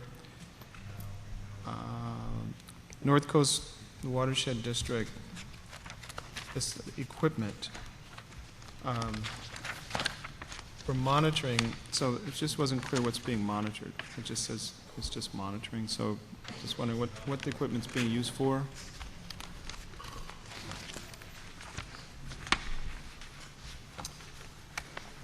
Chair Finley and Commissioner Woolley, the project budget on that included a new liner for the acclimation site at Huey Creek, which is for some of the STEP propagation program there with their steelhead. There will also be dissolved oxygen meters, liberation hoses for implementing the coastal conservation plan and some of the new stocking that goes on, as well as dry suits, fish totes for carcass placements, and an oxygen diffuser for moving fish around. That was the breakdown of the budget within that proposal. Okay. Okay. Thanks. Yeah, a lot of our information is pretty brief. And, Absolutely. So I appreciate that. Thanks. Okay. We have two other presentations. Good morning, Chair Finley, Commissioners, and Director Melcher. I'm Richard Heap. I'm the current chair of the R&E board. Today I'll be presenting a summary of projects awarded during the 2015-2017 budget. The 7-member RNE board is made of individuals from across the state who represent the interests of sport fishing, commercial fishing, and the public. The RNE board has awarded over $50 million since its inception in 1989. You will note on this slide there are 8 people shown. We have had a change. Kay Brown replaces Greg Silvernagle for this year. Our most recent estimate shows the revenue forecast nearing $5 million. The board awarded around $5.6 million, or nearly all of the limitation allowed this year. Of the nearly $4.1 million received, the board did approve projects nearly in proportion to the funding and project type. 10% of the awards were for commercial projects that benefited commercial activities compared to 7% of the funding. While not a perfect 50-50 split, projects were awarded more or less evenly between restoration at 55% and enhancement at 45%. The RNE board strives to support the department in promoting fiscal responsibility. The board has worked with staff on several ways to reduce costs. The board is working with a reduced number of meetings per year and has provided conference call and go-to meeting formats as a way to save staff time, travel, and program expenses. Other efforts include supporting the new RNE grant management system, which reduces both applicant and administrative staff time and expense. The board also continues to develop policies and guidance to ensure consistent and effective project approvals. Following the audit recommendations of the Secretary of State, we began working with the department on the development of bundle grants intended to fund prioritized repair and improvement to hatchery facilities and replacement of fish liberation units. In addition, the board is working on new guidelines and procedures to help improve board efficiency. The RNE program awards are concentrated on project types that make up the RNE name. Restoration is for restoring our investment, in other words, deferred maintenance and brick and mortar type projects related to hatcheries, fish passage, and screening. Enhancement is anything new to enhance or improve fisheries. These projects range from access to aquatic inventories and include habitat improvements. These slides show an examples of the various projects funded by RNE grants.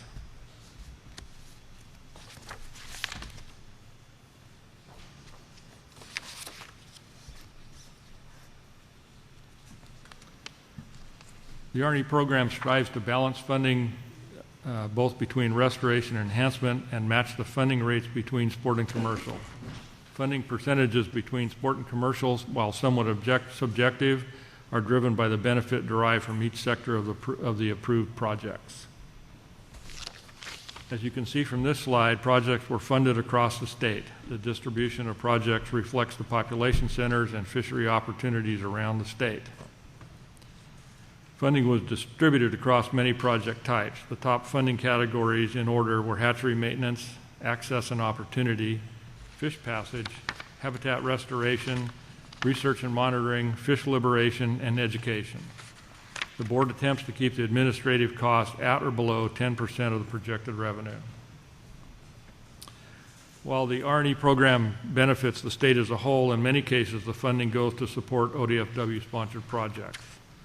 Restoration funding, by definition, the restoration account primarily applies to ODFW hatchery maintenance and passage projects.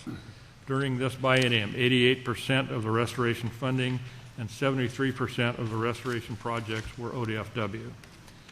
Enhancement funding. The enhancement account has a much broader applicability to outside organizations. This is apparent when you note that 56% of the funding and 54% of the projects were ODFW. As you can see, the RNE program makes a significant contribution to the department and the fisheries of the state. To continue with this success, the RNE board would like to ask the department for the following. The board will continue to work with the department to find a few highly visible showcase projects to benefit anglers. We will continue to work with the department and applicants to develop prioritized project bundles, and we will continue to provide timely information to the Commission regarding board activities. This concludes my presentation. I'll be happy to answer any questions that you might have. Commissioners, any questions? Okay. Thank you very much. Jim? Jim?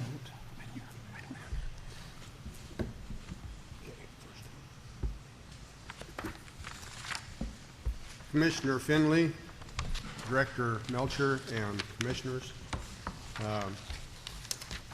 I'm Jim Phelps, present chair of the STAC Committee, reporting on STEP activities. These pictures that you see represent several of the STEP activities that we're going to cover today. As you can see, volunteers provided over 40 FTEs, full-time equivalent, value of $2.3 million.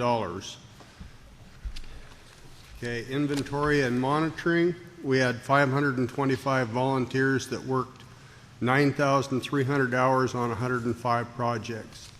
Some of these are doing things like valuable long-term data sets that our department would not have been able to do. Habitat enhancement, 3,000 hours on 100 projects, including carcass placement and that invasive fish removal that was mentioned to you earlier. One of the lakes was East Lake, which is shown there.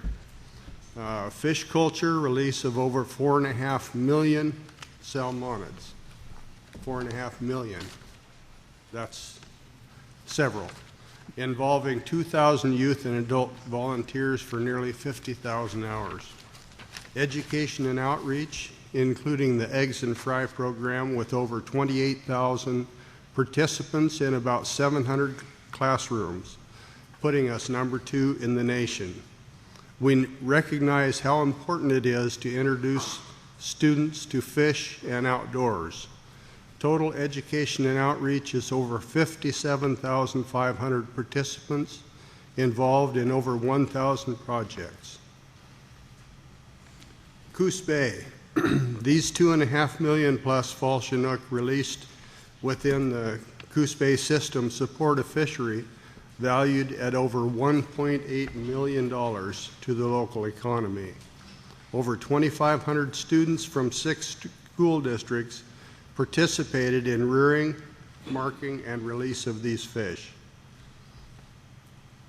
Okay, these high school hatcheries provide education in fish biology, marine biology, and fish technology. Many students go to further education at Mount Hood Community College or OSU, preparing them for careers in hatcheries or fish biology. Kokanee Carnival in Central Oregon is a partnership with ODFW, U.S. Forest Service, U.S. Fish and Wildlife Service, parks, school districts, and local fishing clubs. This is a great outdoor experience for 4th and 5th graders to support a much larger curriculum about our outdoors and streams. STEC includes some angling libraries where youth can check out fishing gear. Angling events, access, and support are also provided. No one ever goes fishing a second time if they aren't provided a first opportunity. These are examples of data sets made possible by volunteers. In addition to return on dollars and time, STEP's work results in soft returns, including increased revenue, better management, informed public, more anglers and opportunity, and increased support for agency and fish. STEP focuses on people, while most ODFW programs focus on the resource. STEP's important contribution to agency goals include recruiting, educating, encouraging, and involving the public, improving fish access and opportunities, and collecting data when ODFW cannot. Okay, we've been at this point several times. I understand about the last 10 years we went through a very similar presentation and left you all with warm, fuzzy feelings, but the result was we didn't get any increase in the request for funding to help with volunteers. We have several fish biologists throughout the state that their job is to work in STEP activities. and they have not had increases in their S&S for 10 years. So figure out how that would work in your budget. We would really ask that as opportunity arises, we replace that money or at least keep up with cost of living for those people. We had some great examples of volunteers, the Woosleys that were up here earlier, and we have that kind of volunteer in the fishery side too. And we really want to be able to facilitate those people being able to volunteer, and they not only volunteer like for them in case of work and in case of money. Think of the people that they influence to be our friends. And so we also have requests in the administration. A few years ago we got a half-time person instead of a person in Kevin's position. Well, he's a whole person, but he's split between the two now. And that affects how we can work with our volunteers too. And we have some underserved areas in the state that we've talked about before. Northeast Oregon, the nearest step biologist is 5 hours away. So you can figure out how effective a day would be of working in Northeast Oregon. In Klamath Falls, kind of the same story, and in the mid-Willamette Valley, a very different story, just lots and lots and lots of people and lots of opportunity for volunteer projects. So those are some areas where we could use more people. So those are kind of in priority things that we would like to be able to invest in. Thank you. Commissioners, questions, comments? Commissioner Woolley. Just a comment. The STEP program is a great program, and I've always been a proponent of what I call the career pipeline, working with kids when they're young, getting them excited about science. They see role models in the biologists, and it does affect their career. So I've spent a lot of my career working with youth and exposing them to natural resources, careers, and professionals. So I think that's terrific. So you mentioned adding more step biologists. I know that some of the more remote areas of the state are very underserved. You mentioned there are a lot of step biologists in the Mid-Valley. So what about the North Willamette Valley, or just specifically urban areas or Portland? And I know that a number of schools have been involved in STEP programs, but do you feel that they're adequately staffed as well? I think that whole area a person would need to decide where to position that person to help, but that whole area from the Willamette Valley down, to Roseburg or somewhere mid-state is an awful lot of people for our ability to serve. So I think at least an additional person somewhere in there to fill in would really be helpful. Okay. Okay. Yes, sir. Can I make one more comment? Sure, Rich. I would not like this opportunity to go by without pointing out that the programs you've seen represented here are probably the gold standard nationwide for angler license fees based contributions back to the resource and for the volunteer program. To the best of my knowledge, there is nothing else that is like that, and that's a great credit to Oregon. No, both of your presentations credible, meaningful, and valuable.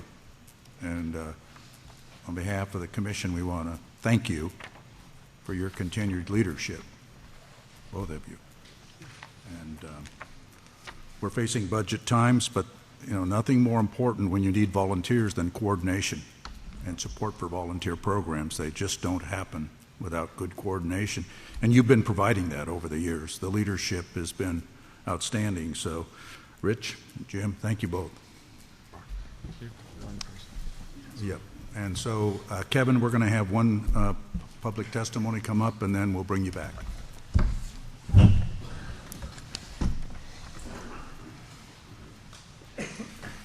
Bill Whaley.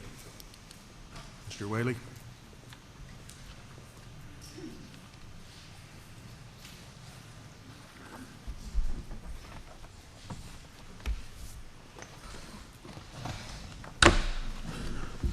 Go ahead, sir. How are you today, gentlemen? My name is Bill Whaley, 2535 Clay Court, Albany, Oregon. I've been involved in some aspects for many years with the STEP programs. I log when I'm not being a millwright. I do kind of everything. But, I replace culverts and left wide buffers when I log timberlands along streams. I've logged a lot of in the Five Rivers drainage, which we all know that Five Rivers is a good part of that river is designated to index fish for the Pacific Northwest out of the middle of the state. As a matter of fact, Cascade Creek is one of the streams that I log against. And I've left large buffer areas, but I believe that we need to start thinking about enhancing streams by taking culverts out and putting them at the right depth, dealing with the county, didn't state when they built the highways, because when they put the culverts in, they did not leave it fish passage access, which is a big hang-up.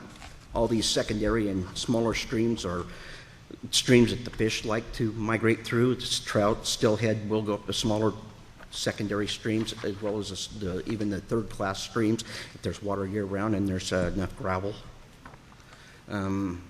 I would like to see something going on there, but I would like to see more private property owners with STEP program permits to start putting fish back into the system. You guys want to go through the hatchery programs. The hatchery programs are fine, but the STEP program needs to expand where it was 25 years ago when we could have hatch boxes and run fish. It's taken it out of the private person's hands to help the fisheries in those rivers and tributaries throughout the state. There's a lot of places that could use fish enhancement, even if we go to wild brood stock as the basis for the eggs, which would probably be the best way to go about it.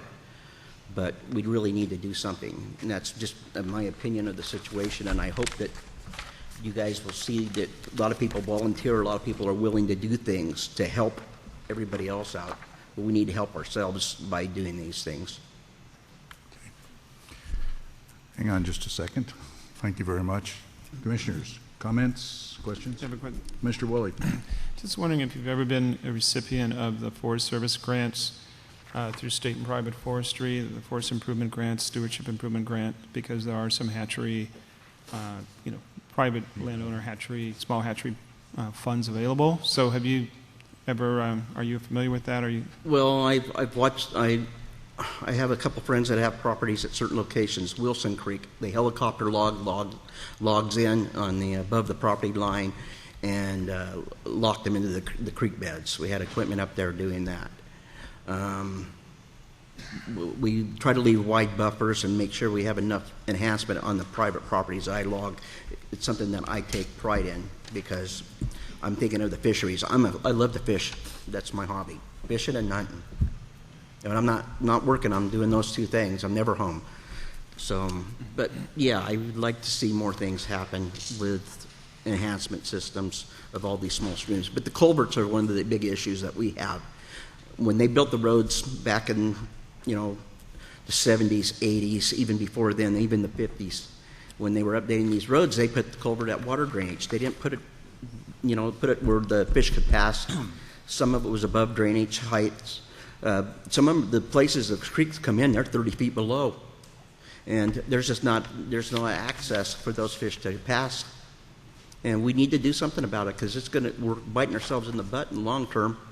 Ocean fisheries, everything is affected by what we do on enhancing our systems. Okay. Well, I can tell you, offline more about those funding sources if that could be helpful. to you? 'Cause it sounds like maybe you're not familiar with them and you haven't applied for any of those. So Can you speak up a little bit more, please? yeah, I will tell you more about the funding sources that I mentioned, maybe on a break or something, okay? Thanks. Okay. Mr. Whaley, thank you for taking the time. Come see us. You guys have a good day. Okay, you too. Okay, Kevin.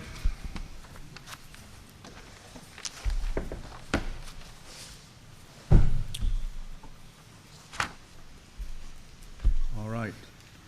We're going to take the R&E project approvals first. So any discussion, any comments? Kevin? Just a question. Okay. Just a Commissioner Woolley? question. I know that a lot of the applicants tend to be, kind of our usual applicants. It's our watershed districts and watershed councils and so on like that, which is, of course, totally appropriate. Just wondering, do you ever get any applications from conservation organizations, like the Nature Conservancy or local land trusts or any of those? And is the program promoted to those organizations? Chair Finley, Commissioner Woolley, we have in the past, generally speaking, the ODFW applications have been between about 60 and 70% of our projects and funding both. Obviously, as was mentioned earlier, the restoration side of the account is much more limited on the external side because of how it's identified. But we have given out funding on that side to some of the county groups like the Clatsop County Fisheries and several of our STEP organizations. On the enhancement side of it, we're running more about 50% ODFW and 50% non-ODFW funds. We have had a broad range of entities come in from local parks departments. We had several conservation organizations over the years have come in. I can't think of any off the top of my head right now, but it has been primarily in the more recent past. Watershed councils have found us as a funding source, and Habitat has been one of the priorities of the board. We're starting to move a little bit more toward, I'll say, some of the access projects and some of those types of things and promoting that. And so it really reflects on who we're having that dialogue with. But I will say, generally speaking, on the larger kind of nonprofit, typical conservation organizations, they're probably a fairly minor part of our applicants, but we have had several come in. Mr. Buckmaster. Kevin, thanks.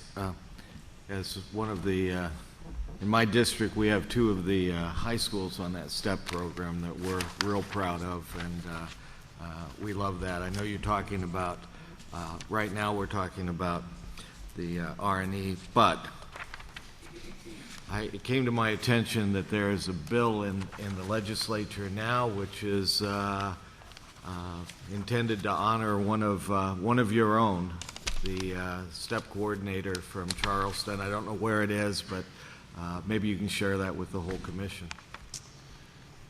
Yes, Chair Finley, Commissioner Buckmaster, I have not been following it very closely as far as what the status is.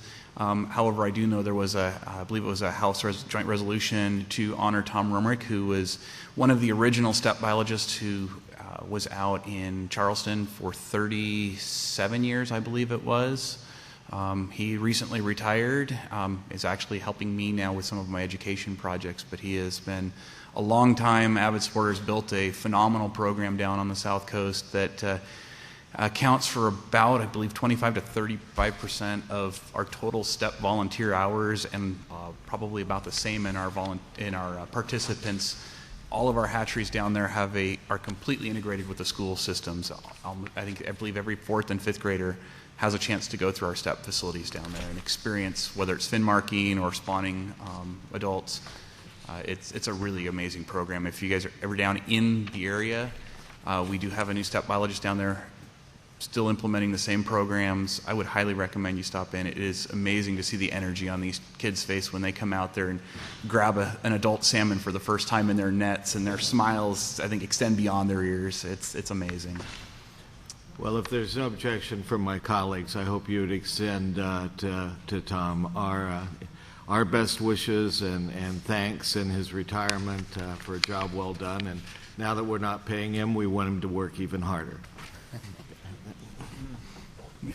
Sure.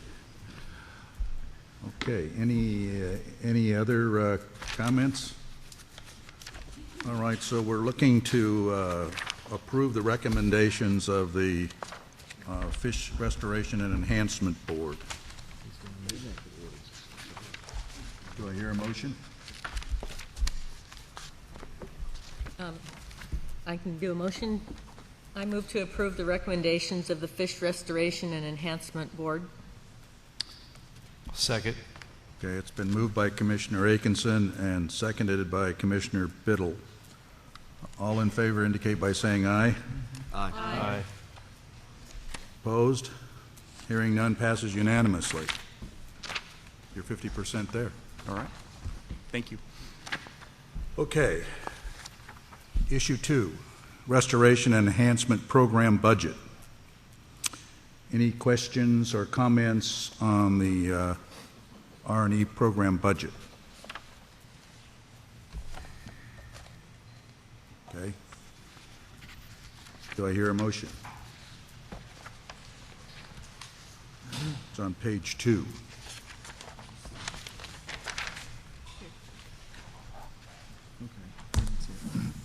I'll make a motion. Okay. I move to approve the 2017-2019 STEP and R&E program budget recommendations of the Fish Restoration and Enhancement Board. Okay. I'll second it. So it's been moved by Commissioner Woolley and seconded by Commissioner Finley. All in favor indicate by saying aye. Aye. Aye. Opposed? Hearing none, passes unanimously. You're 100% there, Kevin. All right. Thank you. Thank you very much. Yeah, we did E, so we're gonna go to F. Okay. Exhibit F, 2017 Ocean Salmon Fisheries Informational Briefing. Chris Kern.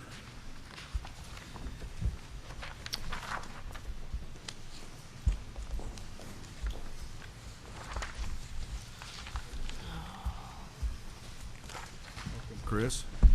Good morning. Find my place here, please.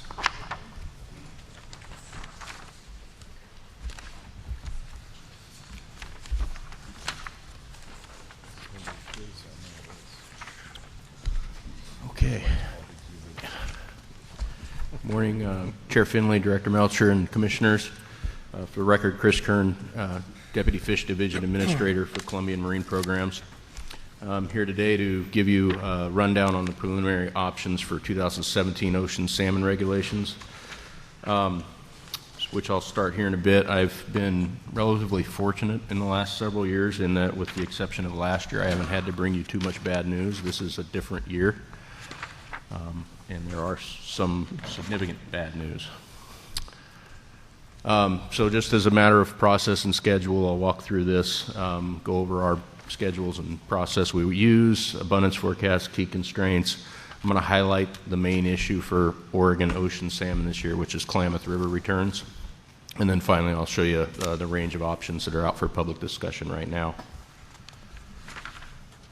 Just a real brief overview of schedule. This is in your packet, so you shouldn't have to spend time trying to read it on the screen. But we typically start our ocean salmon scheduling process with the Ocean Salmon Industry Group meeting in Newport at the end of February. We did that, and we moved into the first round of Pacific Fishery Council actions this year in Vancouver.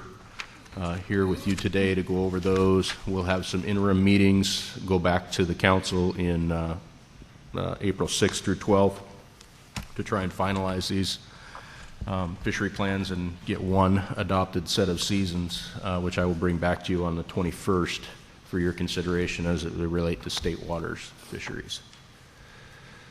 Just as a reminder, the PFMC arena for fisheries is split up by area, and I'm going to primarily be talking about the southern portion of this map, the fisheries south of Cape Falcon. I'll touch on some of the north of Falcon issues as well.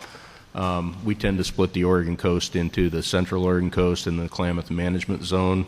which does extend into California. And while I've got some information on the California fisheries packages in your materials, I'm not going to spend much time on those today during the presentation. Okay, so for forecasts, these are just some of the key ones. They're not everything, but it's useful to give you a sense of how last year's returns were and what the forecast is for this year. A little bit more fish expected for the Sacramento, but that's still towards the moderately low end of the range. It's not a bad number. It's just not a particularly high number for Sacramento. Klamath River, what you see here as 67,000 last year and 52,000 this year are the total numbers. The number of prime concern this year is the natural component of that, which I'll get to in some more detail in a few minutes.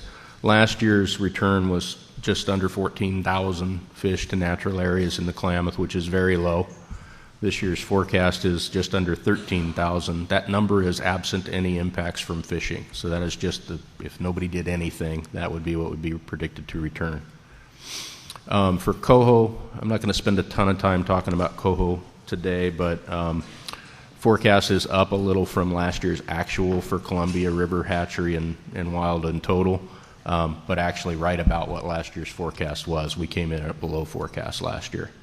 And then the two natural components that we also manage around Lower Columbia Naturals and then the Oregon Coast Natural, which is a little forecasted at a little higher than last year's actual return, but last year's forecast was actually, I think, 150,000 or so, so we came in short of that. Not nearly as bad as in 2015 when we came in at 30% of forecast. There we go. Just a graph here. I don't think I've usually shown this, but I think it's useful to get a sense of the precision and not the precision, the accuracy of our forecasts over time. And so this is just a time series of the comparison of the OPI hatchery coho forecast, which is almost entirely made up of Columbia hatchery fish for all intents and purposes. You can consider it to be that. The blue line is the forecast. The bars are the actual postseason estimate. And you've got some years where we are off on the forecast, but they're actually not too bad in terms of at least going in the right direction and predicting downturns when they occur and upticks when they occur, if not the exact number. You see some error in here, but relative to some other stocks, is actually pretty good in terms of accuracy. This is the Oregon Coast Natural coho forecast. So these are our wild stocks. Less accurate overall. We've had some fairly large misses. It's just a harder forecast to make. I'll point out that in 2007, which is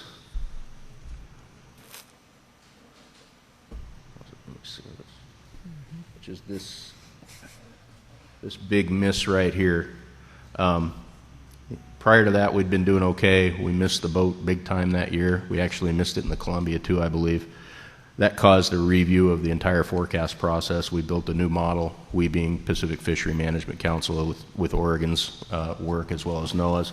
Worked pretty well for a while. Last couple of years, though, we've had some pretty big misses again. So nothing to report on anything on the horizon for changing that, but I think it warrants looking at it again here soon.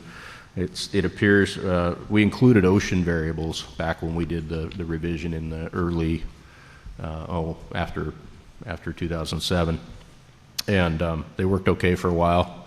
Typical for forecasts, they seem to fall apart after a while too. So we'll see what happens going forward. Just a little note on the allowable impacts relative to coho. The Lower Columbia Natural and Oregon Coast Natural are both listed under ESA, and so as a result, they have an allowable maximum exploitation rate limit. For this year's fisheries, those are 30% for Oregon Coast Naturals and 18% for Lower Columbia Naturals. So we anticipate that the north of Falcon fisheries, which are heavily coho dependent, will be mostly constrained by Washington coho stocks, but also to some degree by the Lower Columbia Naturals. South of Falcon, probably mostly by Lower Columbia Naturals. And by that I mean that the allowable rate for that stock is less than it is for Oregon Coast Naturals, so it somewhat constrains your ability to access the allowable impacts for the other stock. Washington is still seeing some issues with coho in terms of abundance this year. They had if you may recall, they had a really bad year last year for coho. Turned out to not be quite as bad as expected, but still bad. They're doing a little better this year, but still not great. So we'll see some restrictions there relative to what you might consider a normal season. Won't spend too much time on the Columbia Falls Chinook. Again, these numbers should be in your packet as well. I'll just hit a few of the highlights. The lower river Tule component you see that's shown in parentheses there, that's the driver for the lower Columbia Wild Tule matrix harvest rate that we've talked about before. I think I have another slide that talks about it again, that is used to set harvest limits for both ocean and river fisheries relative to the impacts on that stock. And then the bright stocks, the upriver bright component, is there just to demonstrate that it's not at the large numbers that it has been for the last several years. That 260,000 is actually a pretty decent number. 10 years ago, that was a high, moderately high number until we went into the record-breaking returns over the last several years. So just a little perspective, it's of course a significant downturn from where we were, but relative to long-term, that's middle of the road to actually pretty good. And then the balance of stocks is other things that we can get you the individual numbers for if you're interested, but I wasn't planning on going into. The harvest matrix for Lower River Tule Chinook, we're in the high box again, so we're at over 85,000, so an allowable exploitation rate of 41%. Last year's was also in this box, but the forecast came in at less, the return came in at less than forecast. The allowable rate postseason actually dropped to 0.38. We did remain under that with the combination of ocean and river fisheries, so everything's okay there. But again, this year at 41%. So now the discussion of Klamath River, I wanted to try and provide some more information for you this year on. The escapement goal for Klamath Falls Chinook is 40,700 natural area spawners. That's under the council's fish management plan. As I mentioned earlier, our forecast is just under 13,000 this year, which is significantly less. And that's absent any fishing. So under the council's fishery management plan, there are what we call de minimis rules, which is when the stock is, for certain stocks, not all, when this stock is below that goal, there is a step down allowable harvest that's allowed in those conditions. We were actually in that situation last year, just not nearly as dramatically. We were just under the goal last year, and so there was a de minimis rule, but it wasn't as significantly less than what you might consider average as we're going to experience this year. At this 11,000, well, at the projected return, and I'll go through the graph here in a minute that describes how this is derived, our target minimum is 11,400 spawners. So basically that means fishery impacts can't be any higher than the difference between the 12,383 and that 11,379, which is right about 1,000 fish. Coastwide, including Klamath River, commercial, recreational, tribal, all in combination. And council has some guidance for even going below that. So just a little bit on forecast for Klamath. They actually tend to be fairly good. This is an aggregate. They do age-specific forecasts. They show more variability, but when you add them together, as this graph shows, it's actually pretty accurate. And in particular, I would note that when the forecast says the return is going to be down, it is almost certainly down. You may not get the right number, but it predicts the direction quite well. And it predicts down for this year, again. This is just a plot of the natural component, so this is the number we're truly managing to this year. And the red star is last year's return, which is one of the lowest on record. Lowest, by my count, the lowest since 91-92, which was another down cycle, also I believe associated with El Nino. Okay, so this is just a graph of the control rule that we're using for Klamath Falls Chinook, and just to orient you, along the x-axis from 0 increasing is the projected spawner return of natural fish, and the y-axis is the allowable exploitation rate. And so the spawning escapement goal is the 40,700 mark. This is where we're projected to be this year. And so the harvest rate I told you earlier is actually, it's an 8.1% harvest rate that's associated with that predicted point on the graph. So that's where that number comes from.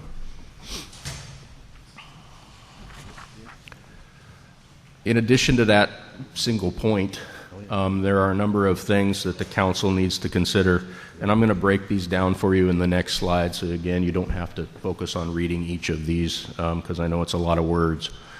The council's de minimis rules also state that the council needs to consider additional circumstances when they consider how to apply that de minimis rule.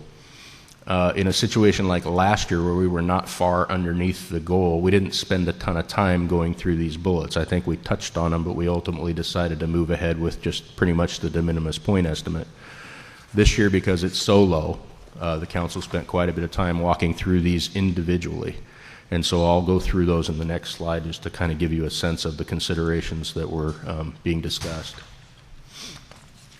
The first is the potential for a critically low spawner abundance, including considerations for substocks that may fall below crucial genetic thresholds. In this regard, for this year, the modeling the salmon technical team did indicated a greater than 83% chance that some of the specific populations within the Klamath would fall below their critical level thresholds, which I believe is 720 fish in 3 key streams. Second is spawner abundance levels in recent years. As I said earlier, 2016 return was the lowest since 91-92. The forecast for 2017 is actually the lowest forecast we've seen. Another factor is indicators of marine and freshwater environmental conditions. There's several items here. We've had the discussions over the last several years of the ocean blob of warm water. We know we are just coming out of an El Nino. The red light conditions I'm referring to is some work that NOAA does annually now to summarize a bunch of ocean variables and put them together in a red, green, yellow sort of format, ranging from bad to good, to give us a sense of how salmon stocks off the Oregon and California coast might be doing. Another indication I should throw in here is that we've got drought, or had drought, for several of the years in the Klamath area when these fish were being produced. They've also had some significant disease issues over those same years. Another consideration is minimal needs for tribal fisheries. In the last year, the various Klamath tribes had substantially reduced ceremonial and subsistence opportunities and are expecting worse for 2017. And then the other is whether the stock is currently in an approaching overfished condition. I'm going to talk a little bit about what that means here in a bit. It doesn't quite mean what you might think. But the council meeting this month did notify the parties that the Klamath is approaching an overfished status. And so I'll walk through, I believe my next slide is trying to explain what that means. So just in brief, everybody has a definition in their head probably of what overfished means. Overfished in terms of the council's operations and Magnuson-Stevens Act is a very specific set of definitions, and it isn't exactly what you might think you understand it to be. In general, the overfished designation refers to the size of a stock compared to some threshold based on its biology. It does not imply or refer to the cause of the decline. It simply means the stock is below a certain threshold regardless of what put it there. So this is not attributable necessarily to fishing mortality, although it could be. And these definitions vary in terms of the metrics used to define them. They vary among stocks and species, but in general, this reference to a threshold is pretty constant. But I am mostly focused on how it's being applied to salmon, in particular Klamath salmon this year. Okay, Klamath fall Chinook are approaching an overfished condition, and I've put these in italics to give you, that's the actual term as it's used in the management plan.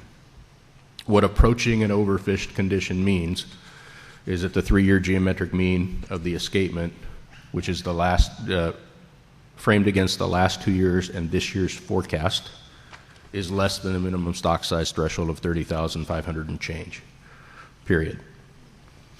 That defines approaching an overfished condition. The stock would be considered overfished if the 3-year geometric mean of actual returns is below that threshold. So if the forecast for this year is accurate, that stock will be declared overfished next year. Again, independent of fishing action or not, just based on the abundance. The calculation based on the last 2 years, this year's return would be over 73,000 natural fish in order to avoid being listed as overfished next year, which is highly unlikely. It's about 600% of the forecast. So in 2018, the council will be faced with constructing a rebuilding plan for this stock, because that goes along with the when you reach an overfished status, you are required under the Magnuson Act to begin a rebuilding plan. There's a final definition, which is called subject to overfishing, and we have had a couple of stocks in recent years that have hit this trigger, and that's the primary reason I wanted to bring it up, because this one, you might say subject to overfishing means it is continually being overfished. Not what it means. It means that there is a single year or more, but it doesn't require any more than a single year, in which the exploitation rate on the stock was higher than a target rate that's in the FMP, which in this case for Klamath is 71%. We've not approached anything near that.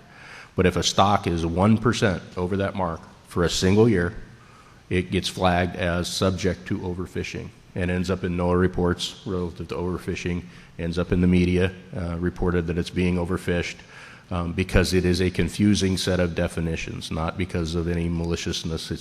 It's a confusing thing. People think they understand overfishing, and you commonly think you would, but these are very specific definitions. So I wanted to I didn't mean to get too far into the weeds, but I think it's good time to touch base on these so that you understand them going forward. Back to the issues at hand with the Klamath. All of the discussion of those varying additional bullets, in addition to the de minimis consideration, the low abundance, the continuing environmental conditions and such, led to consideration at the March meeting for some alternative out of the 3 that was as close to zero impact on Klamath Chinook as was possible. And so in alternative 3, you will see, as I go through this, proposals to have zero, let me back up. For the recreational side, we don't show any catch of Klamath fish in Oregon in March and April. So as part of this zero option, we didn't have to remove that fishery. The recreational alternatives in 3 include no recreational salmon fishing after May from Cape Falcon all the way to the U.S.-Mexico border. Now, that's a combination of 2 things, one being the Klamath, the other being an issue with winter run Sacramento Chinook that is almost entirely restricted to California. But they get hit in the north with Klamath and in the south with winter run Chinook, so they had to take this action statewide. But the southern part from about San Francisco down is more relevant to the winter run Chinook issue than the Klamath. For Oregon fisheries, we were able to include for some of the alternatives an option that would have a coho fishery only but non-retention on Chinook as sort of an in-between, where it's very low impact on Klamath but does provide some fishing. On the commercial side, the alternative 3 for zero is essentially closed. No salmon fishing in 2017 from Cape Falcon to the U.S.-Mexico border. So again, similar situations. For Oregon, it's Klamath. For California, it's a mix of Klamath and winter run Chinook.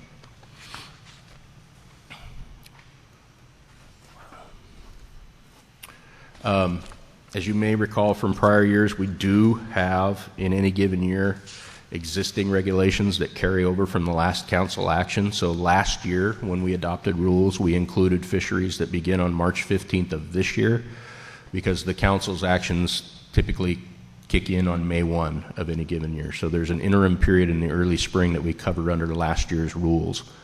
Those current rules for the recreational fishery have it open March 15th through April 30th. For Chinook, and as I said earlier, that's a zero impact to Klamath, so we left that in place at the March meeting. However, because there's a zero option on the table for consideration, a closure after May 1 is still possible, and it's still under consideration for public comment in particular, but we'll know a little more when we get back in April. We did take in-season action on the commercial troll fishery for falcon south to the Oregon-California border. We almost always delay the season from remove the March 15th through the end of March season because it's a very high Klamath impact period.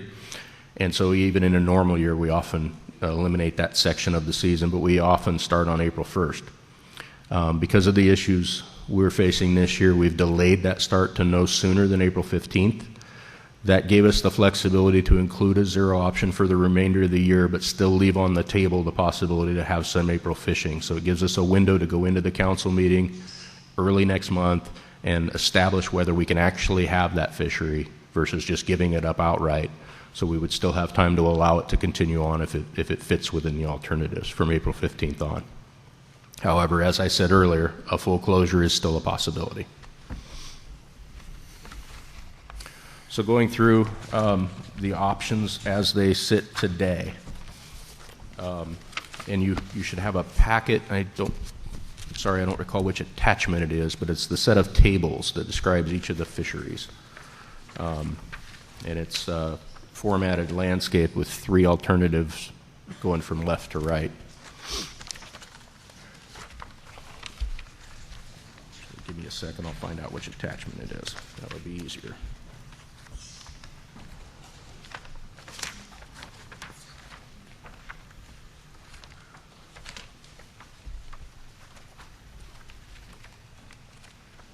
Not seeing it.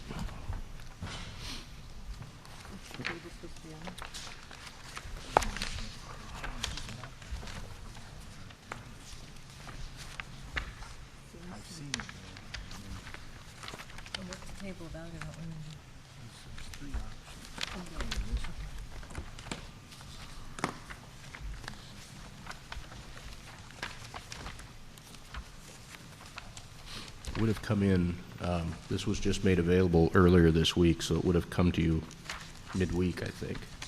I'm not seeing it in my packet. Did it not get out? It's supplemental. It's the supplemental, yeah. It should be. Supplemental here. For this? That's it. Okay. Supplemental. Apologies for that. I'll wait till I Looking get for the head chart nods. like this, Chris? It's got the same information on it, but that's. 2016. It's actually not in a chart. We do have one of those, but it's a tabular format. So isn't this that we just got today? Okay. What we just got today? That's probably it. Yes. Just my apologies. Oh. I'll wait until folks have found it because you'll need it. Yep. The information is also in, well, no, it hasn't been published in preseason 2 report yet because that's not out. So this is it. Okay. So as I go through these, I'll point you to which page I'm referencing. There's a ton of detail in these tables that I'm not going to go through unless you have questions. But I'll start with the commercial, and I generally start north and move south. I won't spend much time on the north of Falcon commercial fisheries. Again, I could go back to that if folks would like. Thanks again. Those are on page 1 and 2. There's varying quotas and fishery dates for that fishery.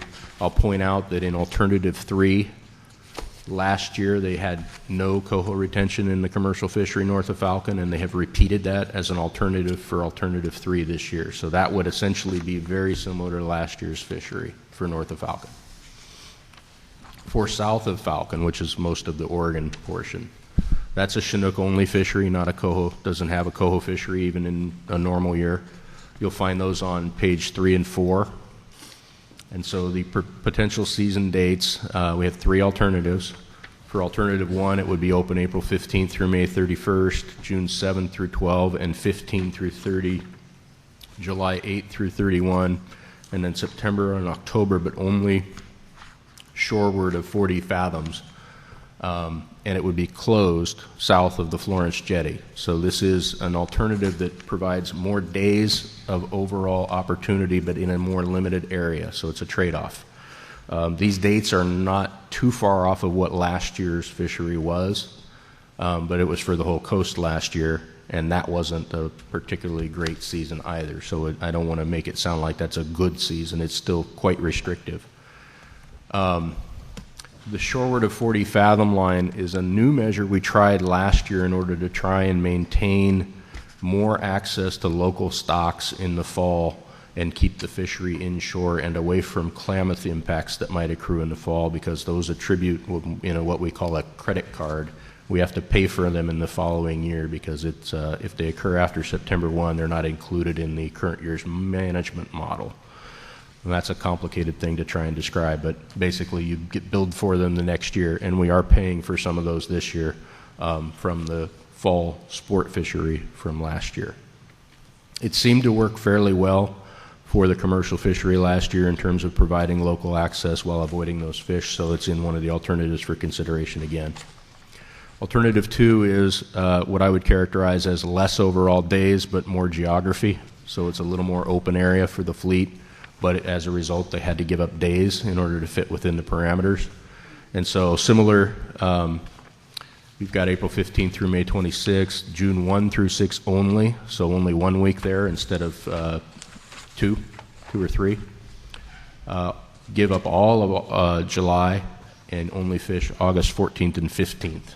And those 2 days are in there to maintain a bookend so we can consider that late summer fisheries in April. Pointing out that the August portion of that option is also only north of the Florence Jetty. We didn't have enough room to have the southern cell in that alternative, so we had to limit just in that one period, August 14th to 15th, for being north of that mark. The rest of it's from Cape Falcon to Humbug Mountain in its entirety up until August.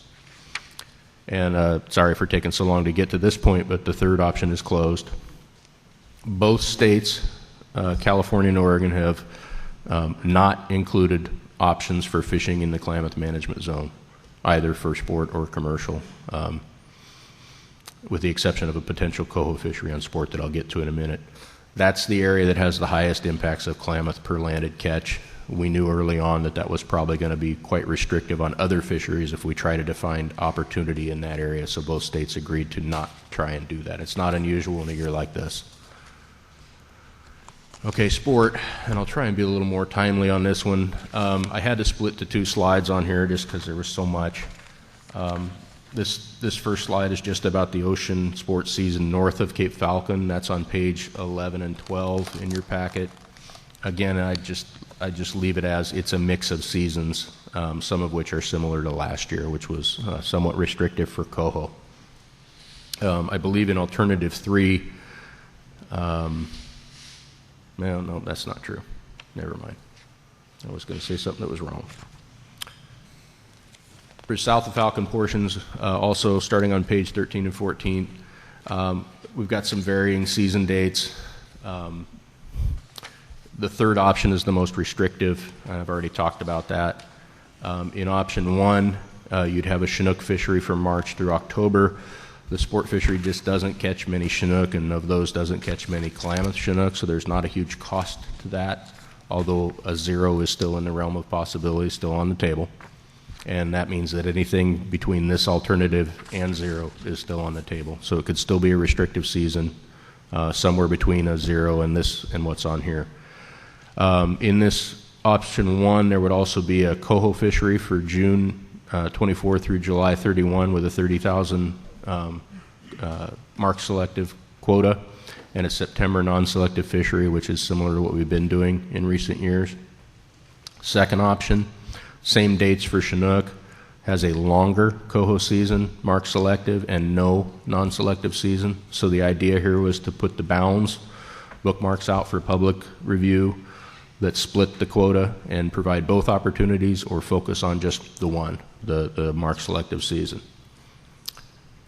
South of Humbug, closed in all 3 options for Chinook retention. We've left ourselves the possibility in alternative 2 to have a mark selective only coho season with no Chinook retention, and that would overlap with alternative 2 for Falcon to Humbug with the same quota, so they'd operate at the same time. They'd both shut down when they hit quota.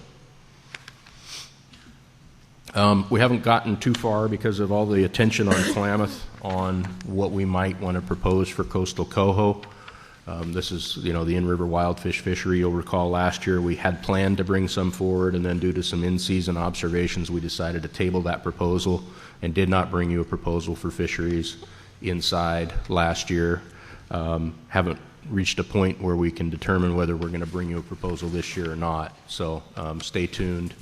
That would happen later. We generally bring those in June or so for your consideration after the April stuff is done. We will need to make decisions on the non-selective ocean season in April at the council for your consideration back as the state waters fishery when I come back. And so we'll be weighing, and I'd welcome any input you may have on this. Last year we ended up with a non-selective ocean season because it was set under federal rule that was already set. It's managed by the federal rule. We couldn't alter it, but we could alter the in-river fisheries.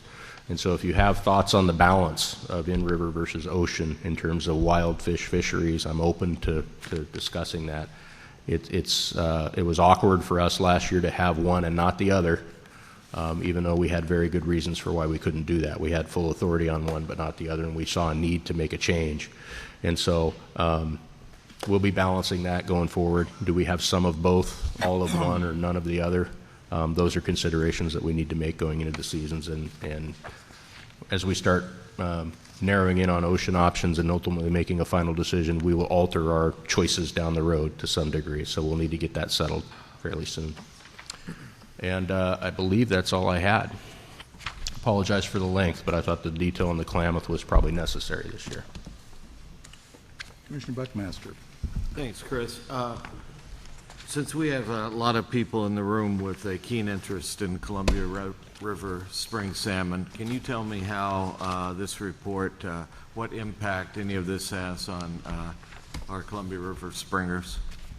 For springers only?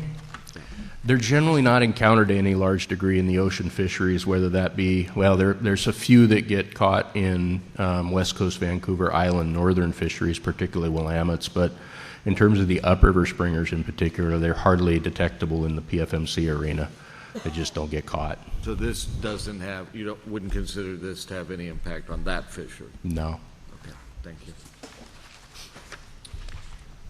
Commissioner Weber.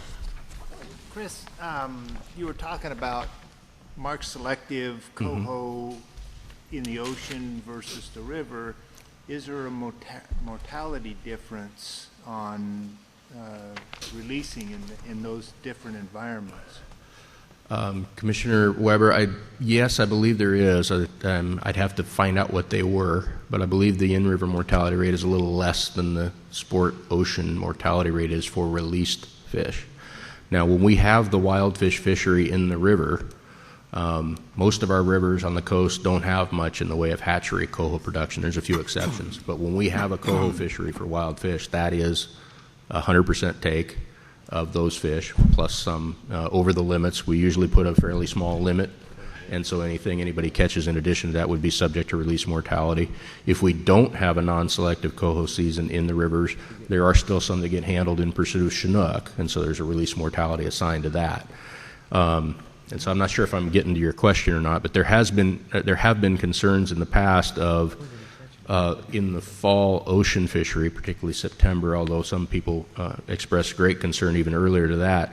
One of the reasons we've been doing that fishery as non-selective is that the mark rate gets pretty low as the Columbia fish have largely headed home. And so you're left with not just wild fish, but much more skewed to wild fish.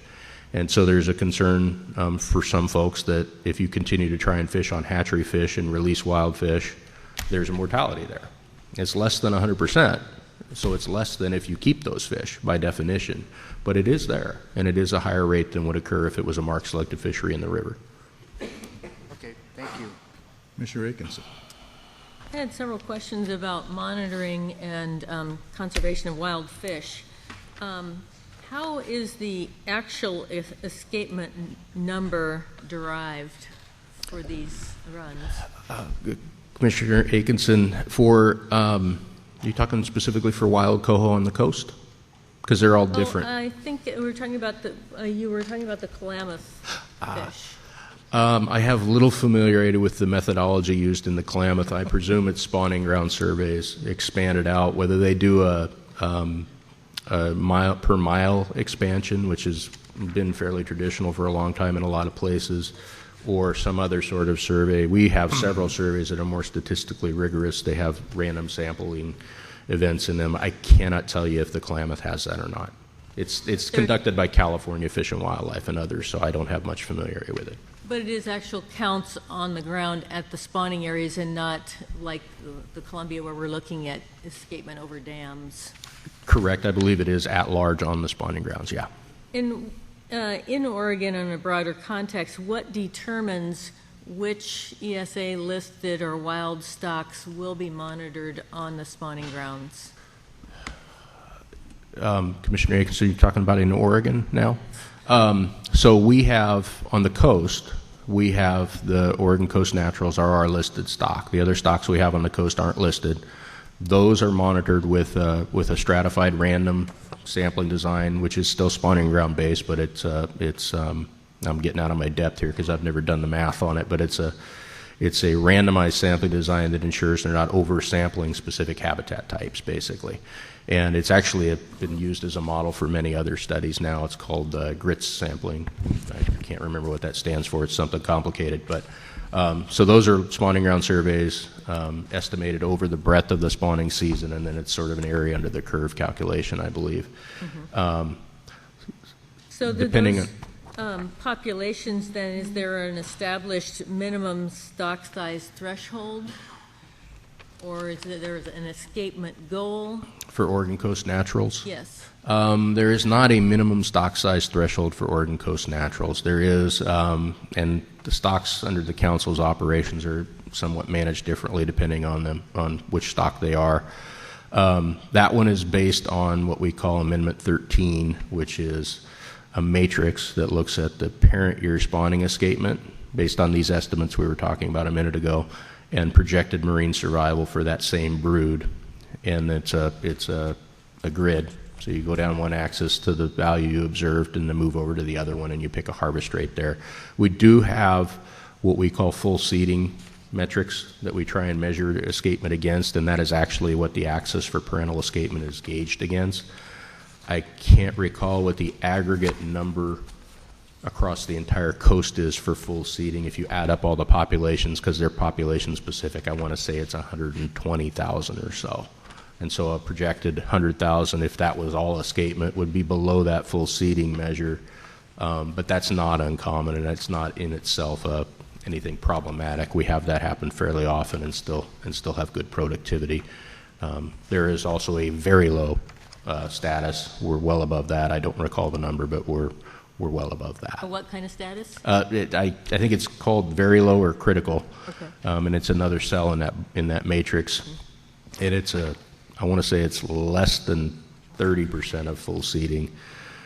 With the numbers we have in hand today, I expect that once fishing is accounted for, frankly, even if we didn't fish on OC and Coho, we'd probably be in the 65 to 75% of full seeding, somewhere in there. So do those measurements contribute to those decisions about fishing seasons? They do. In the case of Coho, you establish the allowable harvest rate directly based on those measurements. And that's a maximum rate.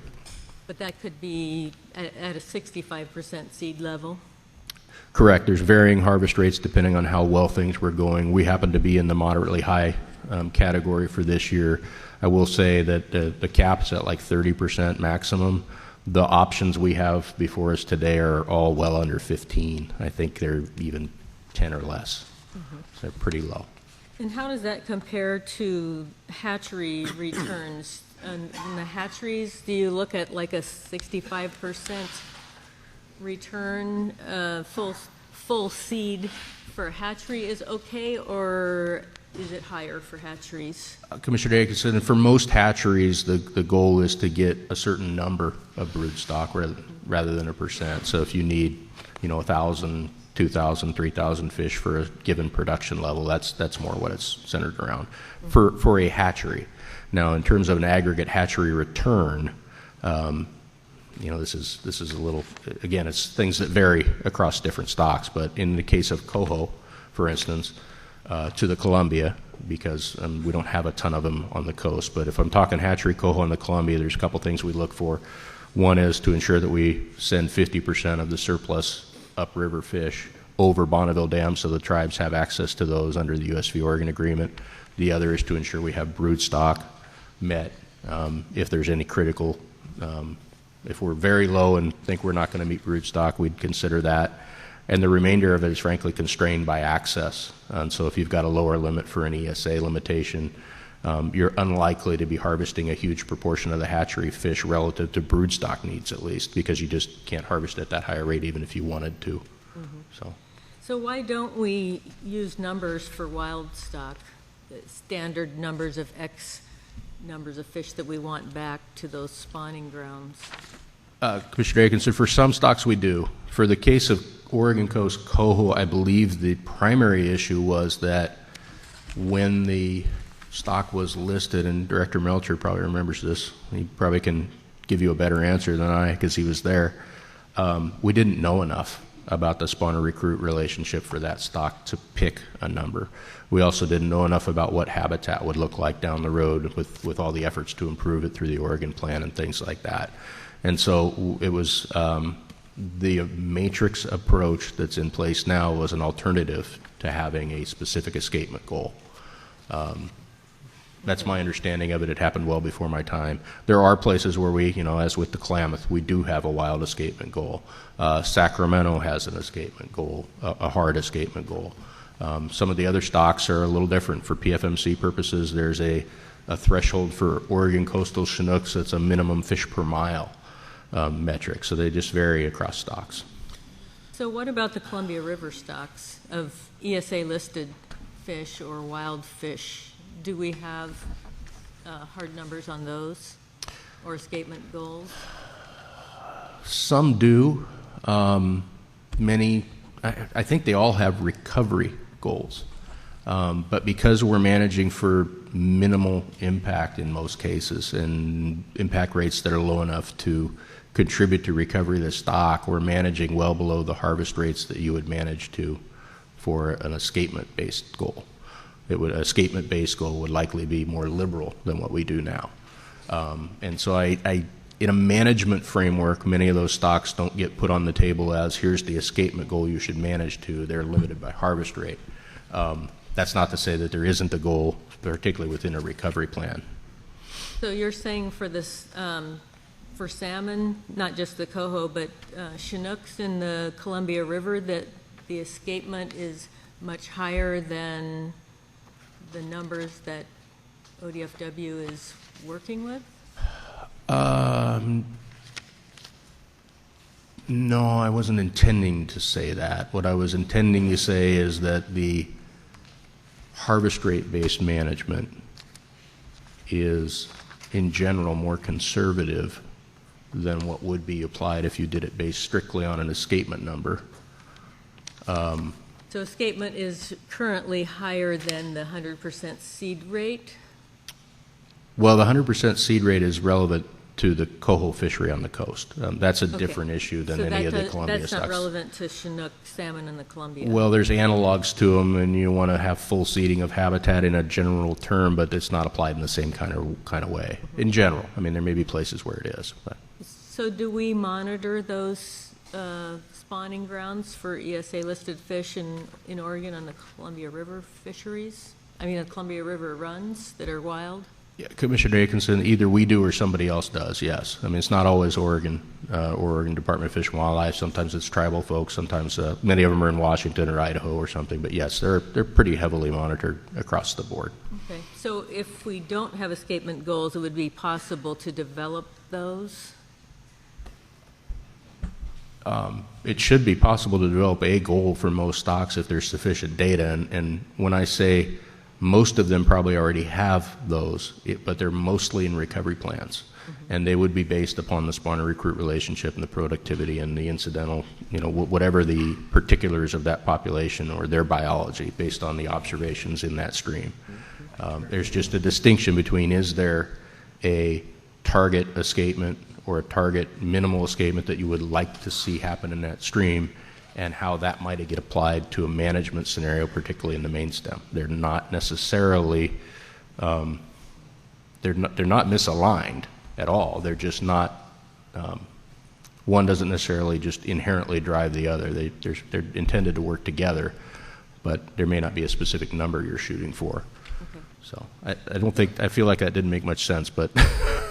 Well, yeah, my question, I guess, because I was more interested about the Columbia River, but just as far as whether we're doing the conservation we need to do on those wild fish, and is that management of wild fish tied to our fisheries management? And I would say that it very definitely is.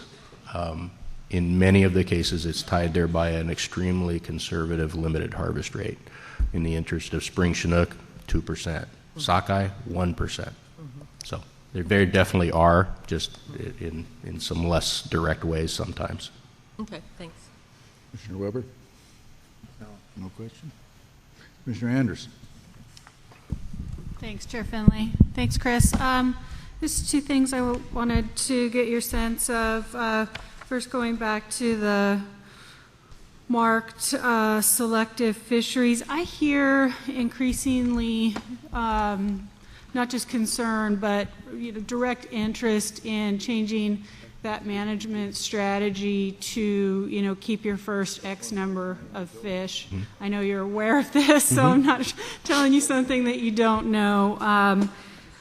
We hear encounter rates of 5, 6, 10 fish being returned. So even though it's not 100% mortality, I guess I'm just wondering, are we moving the bar on that? Are there impediments to that?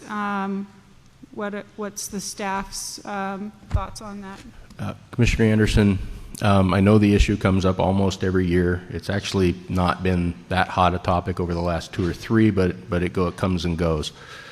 As far as I know, every time that approach, let's just say it's a 2-fish bag and just keep the first 2 fish no matter what. Every time that's been analyzed for ocean fisheries, in which they look at the encounters, the mortality rate per encounter, the proportion of wild fish and hatchery fish, it always results in higher mortality per day or per landed catch than the way we're doing it now.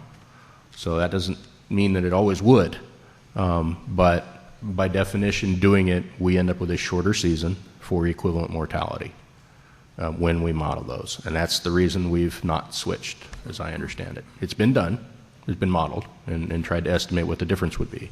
And so it's a choice that could be made, would result in a shorter season and equal mortality is what the estimates tell us so far. Yeah, I could see where there could be variability in that depending on what parameters are used for the hooking mortality, which, studies are limited on that, but also water temperatures and ocean conditions and just the general health of fish. So I know it's a complicated issue, but we'll probably keep revisiting it.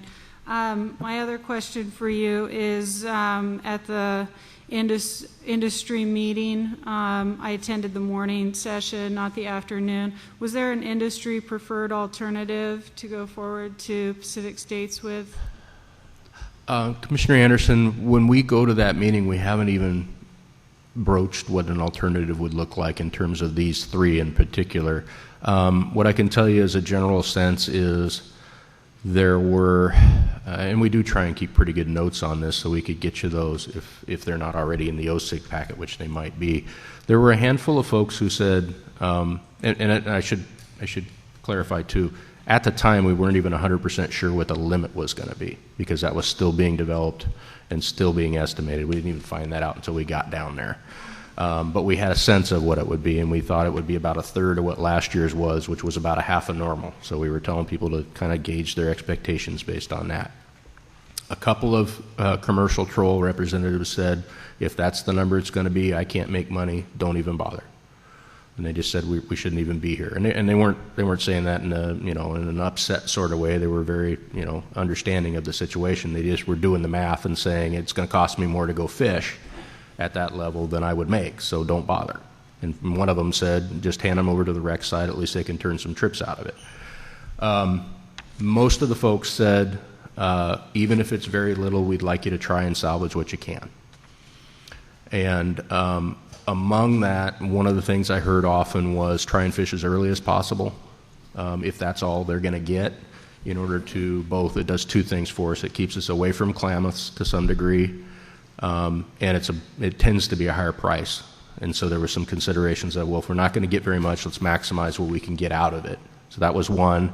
There were some folks who advocated for fishing a little more north, as opposed to the whole coast, and for the same reason, to try and get more out of it. I may be missing a few, but that's sort of the sense we got in terms of the range of things they were considering. Some support for a fall fishery with an inside line at 40 fathoms like we did last year, because there was, some sense that that was okay and might be a reasonable thing to look at. I'm trying to think if there were any other large, significant recommendations they had. But those are some of the ones that I remember. So I guess I just don't recall in my previous years of having this briefing, does the commission or the department have a recommendation that they make at the Pacific Fisheries Management Council meeting generally, or not, based on the alternatives? So does our representative there have one of the three in their recommendation? So generally, just as a process, the way this works is we start the March meeting with the, unveiling of the forecast, discussing the limits, and our advisory panels, which are the public advisors that work for the council, will put together a set of 3 alternatives for the first day, the first salmon day. We will run those through the fishery models, see how they perform relative to the limits, and then we will start making changes on the council floor. Those changes are generally made or proposed by the state representatives, and so for us that was me, but I do it in consultation with the advisors as we move forward on those alternatives. If we know we need to cut, where do we want to cut? They try and keep in touch with folks back home. We also had some folks from the Salmon Commission that attended, at least, well, I thought there was 2, but there may have only been 1. I think there was 2. And so we try and bring them in a little bit, even though they're not officially advisors, so we get some sense. And then we reach the point where we send these out for review. What happens from today on is the council will receive public comment, both email, letters. Some people may choose to come to the meeting. Excuse me, there's also a public meeting in Coos Bay on the 27th, I believe. And so we'll solicit public comment there. The council, everybody, will consider those recommendations, try and pick an alternative that seems to be the best balance for the year. And at that point, yeah, I would probably be one that would recommend, I think we need an alternative. We very rarely recommend a single alternative in its entirety. The purpose of the 3 alternatives is to get the breadth of things that could occur so people can comment on the pieces and parts. And we almost always tear those pieces and parts together and put them into something else. So our first goal in April will be to tear these 3 down and craft them into a single set of alternatives that incorporate all the parts we think are valuable from each, but it'll be one. And at that point, I would be the one that would recommend, here's the pieces and parts, again, working with the advisors. Okay. I guess I asked that question because, Chair, I wonder if the commission is in a position to or interested in sending a letter in support of one of the alternatives.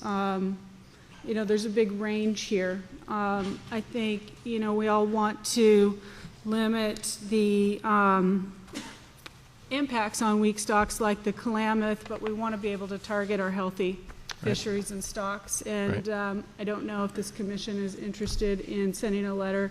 In my opinion, the first alternative provides maximum number of days, even though it is concentrated in the northern part of the state to the detriment of the southern fishers, but it does protect those weak stocks and it allows for a good distribution. I would just offer that for consideration. Okay. Well, we'll poll your colleagues and Okay. see. Chris? Thank you, Chair Finley. On the note, hopefully early next week, the salmon technical team will release what we call preseason 2. which is a report that summarizes these alternatives and how they fit, not only relative to conservation, but I believe there's an economic analysis that happens in that report as well. And that'll give you a sense also of the economic return potentially for these fisheries, which may be helpful as well. So, Chris, does a letter from the commission carry any weight? I think it would. Sure. I mean, you know, if the parameters and the outline of what has to be done, you know, to save these fisheries dictates that there's narrow movement, then that's one thing we can encourage, but we'll find out. I encourage our stakeholders at our meeting to not only give us what their preferred alternative is, but why and which pieces of it are their highest priority so that we know what to cut first if we have to cut. And so those kinds of approaches are extremely helpful. Okay. Director Melcher? Oh, thanks, Chair Finley. I guess I just wanted to add that, over the years, we've had these briefings in March where we received some feedback from the Commission, just generally or specifically. We've had situations where we received no real feedback, really just proceed. But I just want to remind the Commission that as the Council, with I think it's 14 voting members, of which only 3 of them are from Oregon, so it is a process where we don't unilaterally get to decide what happens in Oregon, and so sometimes we've had very specific directions that we couldn't deliver on because we couldn't convince our colleagues to the north, south, and east, Idaho, that that our option was the preferred option. So that's just a disclosure, if you will. Any more questions, Commissioners? I would just comment, Chris, that's not good news about the Klamath. Since I live in Southern Oregon, I fish it quite a bit. But there is some good news on the Klamath. Some of us, many of us have been working on removing the 4 dams on the Klamath for 7 years for me, others 14, 15, or 20. We now have a Klamath River Renewal Corporation formed with a board. The dams from Pacific Corp owns the dams. Power generation didn't pencil in terms of the economics of Fish Passage and getting relicensed by FERC. So those dams are, I don't know where the process is right now, but they're going to this nonprofit. The nonprofit, Pacific Corp, just says, we don't want the liability, take the dams. 4 of them, okay? So there's a board. Oregon appointed some members, California appointed some members. The chair was appointed by the state of Oregon, the vice chair was appointed by California, the secretary-treasurer was appointed by Oregon. There's actually money. There was a bond in California, there's $250 million. It's not like you get the dams and then you have to hold them. There's actually money to remove them. Oregon has 150 million? Yeah, 150 million. So what you have now is a renewal corporation with a board of 12 that is hiring engineering firms. What I'm trying to convey to you is you own the dams, you're hiring engineering firms, you're you're vetting them to see their experience. The beautiful thing is the one they're about to select is the firm that took the 2 dams off the Elwha River in Washington State, which opened up 70 miles of spawning habitat up into the Olympic Mountains in Olympic National Park. And guess what? The fish came booming. Now, we have to speak to ocean conditions. But taking out those dams, and now you have a company that actually has the expertise and did it. They're going to take them down simultaneously, all 4, just because of the siltation issues and some of the complexities. So, Commissioners, I wanted to share that with you and with the audience that, well, what you delivered is bad news. There's some hope on the horizon. Chris.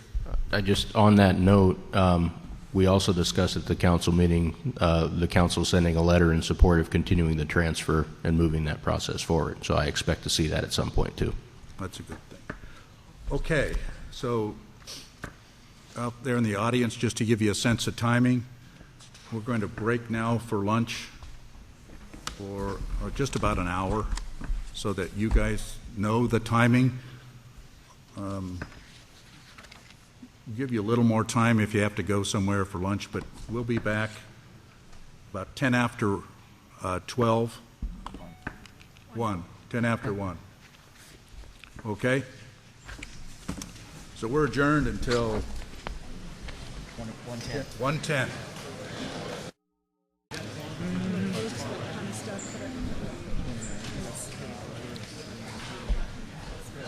We're back in session. Our next exhibit is Exhibit G, Columbia Fisheries Reform. As I look out in the audience, many of us have been to these before. Black sweatshirts, and, red hats. So, Mr. Chair, while the staff's coming up, I believe it's going to be Chris, Tucker, and John, I believe. I wanted to say a few things here before we got going, and just as you all know it, after our January meeting, you all had directed me to begin discussions with Washington to look at ways that we could narrow our options to reach concurrence. We did have some of those discussions, but then, of course, as you know, we did receive a letter from Governor Brown then in early February asking you all and us to reconsider the January 20th action. So, you know, with those thoughts in mind, we brought this agenda item to you today. Really basically outlining the two scenarios that were highlighted in the governor's letter to Mike Finley, Chair Finley, as well as asking staff to compare those to the rules that you adopted in January. And of course, those rules that you adopted in January are the law right now. And so we wanted to evaluate the governor's range of options in the context of the current law that's in place. And then and you all know that we have had some communication with Washington, and we continue to have that communication and hope to have more of that in the future as we continue to work this issue and hopefully achieve concurrence between the two states. So with that, unless there's any questions of the commissioners of me, we're willing to proceed with the staff presentation. Okay. Chris. Thanks. Director Melcher, Chair Finley, and Commissioners. Chris Kern, Deputy Fish Administrator again. I'll start this off, and then I'm going to turn it over to Tucker. Partway through. See if I can move this a little better. Is that any better? Yes. Seems quite sensitive to where your head is. So, all right. So go ahead to the next slide, please. So, as Director Melcher outlined on background, just go through a few items related to that. We've got, excuse me, it's just not working for me. Review the Washington and Oregon Commission actions. We're going to highlight some of the areas where it's currently not concurrent between the two states. For reference, those are spring, where Oregon policy allows main stem tangle nets, Washington's does not.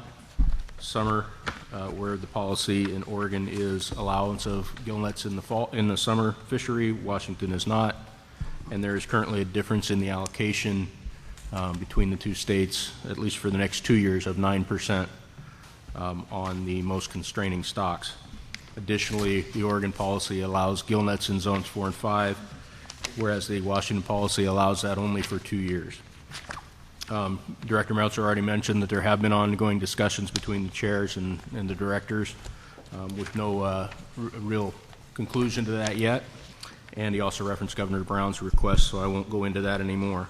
If you could go to the next one. So in general, I want to highlight a few of the risks of non-concurrence. Many of these were discussed in January. And at that time, we did focus mostly on the aspects of orderly fisheries as well as the enforcement issues. We did not focus on economic effects because at the time we didn't know whether there would be any and how to assess those, because that had to wait for policies to be adopted and put on the table. In regards to gear non-concurrence, really ends up being a situation where if you are non-concurrent on gears, you basically split the river. And each state would fish their own side with their own allowable gears, would not be able to fish in the other state's waters with gears. We're not allowed in the other state. The allocation non-concurrence, in the past we have had some examples where we've had small non-concurrence, in particular spring fisheries. Several years ago there was a 5% difference between the allocation policies of the two commissions. Oregon and Washington staffs left that on the table and went to the lower allocation for each user group among the two policies. So whichever one had the lower sport, we took that, and the lower commercial, we took that, and we left the difference unallocated, which was 5% at the time. So we've got some, I think we talked to you about this in January as well. We've got some background on how to do that. However, currently we're facing a pretty large difference in allocations. It's 9% right now, and on the Washington policy, I think it's projected to get bigger, a bigger gap 2 years out. I want to be clear that the states, even if non-concurrent on allocation, do still need to be in coordination on how many ESA impacts are being used and how total catch is being used relative to the U.S. v. Oregon Management Agreement. And what I'm trying to say is that neither state can conduct activities that result in both states exceeding 100% of either of those, because by definition that will be a violation of either the agreement or the ESA criteria or both. So there's got to be a way to manage the fisheries such that that doesn't happen, which is one of the outcomes of leaving the 5% on the table several years ago, is it allowed us to do that. And then finally, essentially the economic impacts, which we'll talk about today, stem from the fact that neither state can fully implement the policy that they adopted on both sides of the river unilaterally. And much of the economic modeling that was presented to both commissions in January did just that, because it was intended to reflect a full policy. So we're going to go through and show you some of the results of that. In essence, the larger that difference is, the more the economic impact is if it's not resolved. Go ahead. Okay, thanks. We've also done some updates on the models. A few updates here to go over. We've implemented an estimate for for-hire trips based on some creel data we were able to analyze to give us some input on that. The model we have been using for local personal income impact from the PFMC process, called the IOPAC model, includes some updates on the commercial side. Essentially, that model, as I understand it, gets rerun basically every year when the PFMC does their assessment of the prior year's fisheries. And so this was just published in March or maybe very late February, the updated model. So we've included an update for those values. There were no similar changes on the sports side. It was a commercial issue only. But we have also, our economists also updated both of those for inflation, because the values apparently in the tables didn't reflect a 2016 dollar value. They reflected something earlier than that. So those have both been done. The changes are on the screen there for your reference. And then additionally, the other aspect of the economic modeling we've updated is to reflect the potential risks of the risks of non-concurrence under a couple of potential scenarios for how you would evaluate that. And so we've got a way to at least characterize that for your consideration today. One more. Okay. And so we've tried to organize the outputs you'll be reviewing today to reflect two basic overall approaches. One is running the models without consideration of a concurrence risk. In other words, assuming the policy was applied across the board in both states, basically. Or any risk of funding. We did talk to you in January about the potential, and there have been some public comments received from legislators and others, as well as I think a reference in the governor's letter to the potential risk to funding under the current approach. And so we've we've tried to characterize that as well. And then the second round of model outputs we've generated do incorporate non-concurrence. In other words, each state managing to their policy, but only in part because of the inability to manage as a total under that. And so there are economic impacts from that for both states. And so we've tried to do that, and also the potential for funding risk, which I think we may have presented some aspect of that before, but we've done it again here in a little more detail for you. And with that, I'll hand it over to Tucker to walk through what those are and the rest of the presentation. Chair Finley, Director Melcher, members of the Commission, for the record, Tucker Jones, Ocean Salmon and Columbia River Program Manager. Thanks, Chris. I'm going to take over from here, walk through sort of each of those scenarios as outlined in the previous slide. So Oregon Commission action, Washington policy, and I guess the current staff recommendation. When looking at these modeled outputs for the Oregon Fish and Wildlife Commission rules, this is modeled as spring 80-20 with main stem, tangle net opportunity, post-run update, summer, an 80-20 split with a priority to being able to prosecute off-channel fisheries, and the main stem fishery being with large mesh gill nets. Fall Chinook at a 66-34 split on the most constraining stock preseason. Remembering that there's sort of two constraining stocks in the fall, Snake River Fall Chinook and then the Lower River Fall Chinook. So whichever of those is going to be most constraining would be at the 66-34, and then the other one would be sort of less than or greater than equal to accommodate that. An implementation of a reduced fall conservation fishery, safe releases in accordance to the Mitchell Hatch reductions, and as we talked about last times, allowing barbed hooks and off-channel sport fisheries in the Willamette, the Youngs Bay sport closure still in effect, intensive commercial observations for those fall fisheries. And then as likely implemented. So when we show the other version of that, it's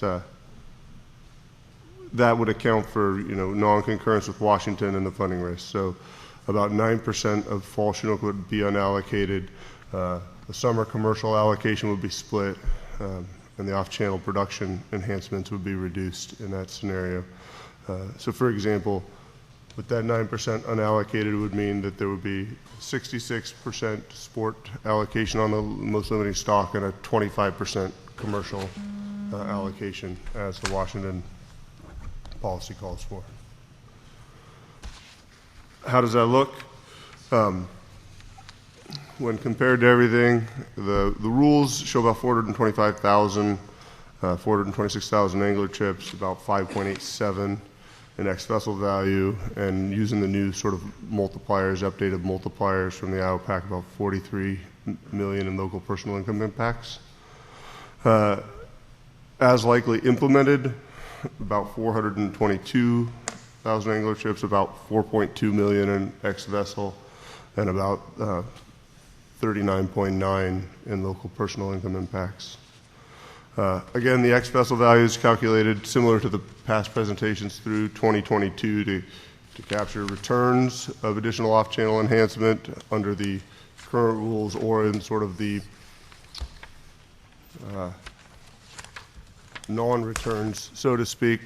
Sorry, my microphone in and out there.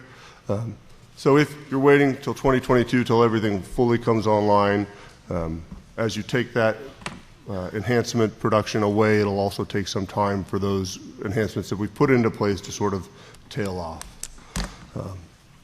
In the over the course of the intervening time, those values obviously are going to vary in between there. How do the rules compare to the adopted versus likely implementation?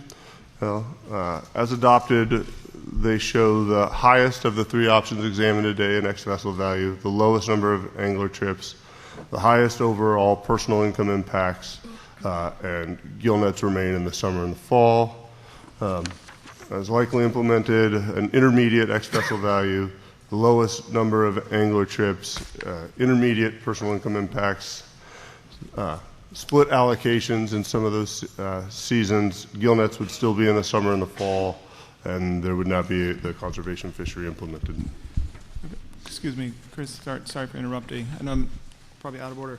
So you're assuming a decrease in funding, right, with this implementation. Is that correct? Is that what you have built into your models? That as a result of continuing with our January policy, that there would be, the result would be a reduction of funding, and you're factoring that into these numbers? Is that correct? Chair Finley, Commissioner Woolley, that is correct. Okay, I just want to make sure everybody in the room knew. Yes, that's correct, Commissioner Woolley. Yeah.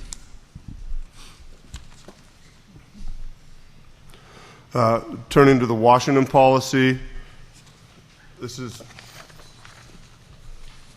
modeled as an 80-20 in the spring, off-channel gillnet fishery with no main stem commercial opportunity, with no commercial run size buffer. That would be applied to most of or all of the options actually, to summer an 80-20 sport commercial split with no commercial gillnets. So that is an as yet unidentified gear which we would be hopefully developing or trying to develop with the commercial fishery and agency assistance.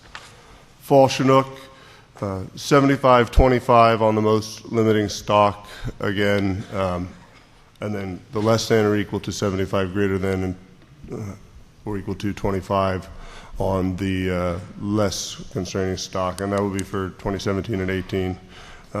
Coho tangle nets in zone 1 through 3.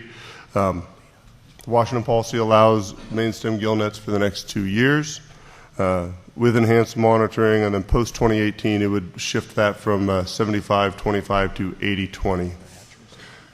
There's also continued alt gear research with a presumptive replacement of gill nets after 2 years. And so after that period of time, we model this as sort of mark selective beach and purse seine fisheries for about half of that commercial allocation, and then non-selective non-mark selective purse seines just in zone 4-5 for the other half of that allocation. Safe releases in accordance with Mitchell Act reductions. They also, in their policy, have an aggressive pursuit of a commercial buyback. As implemented, I guess if you guys adopted the Washington policy, it would be just as we discussed above. But as implemented, if you guys, the Oregon Fish and Wildlife Commission, existing rules were in place and accounting for a non-concurrent, then 9% again is unallocated. The summer commercial allocation is split, and off-channel production enhancements would be reduced.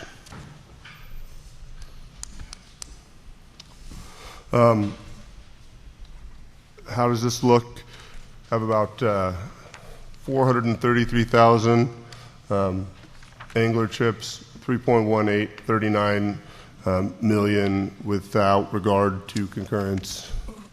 About 421,000, 3.2, and 38 million when sort of considering the risks of concurrence and funding. Again, those are sort of intermittent.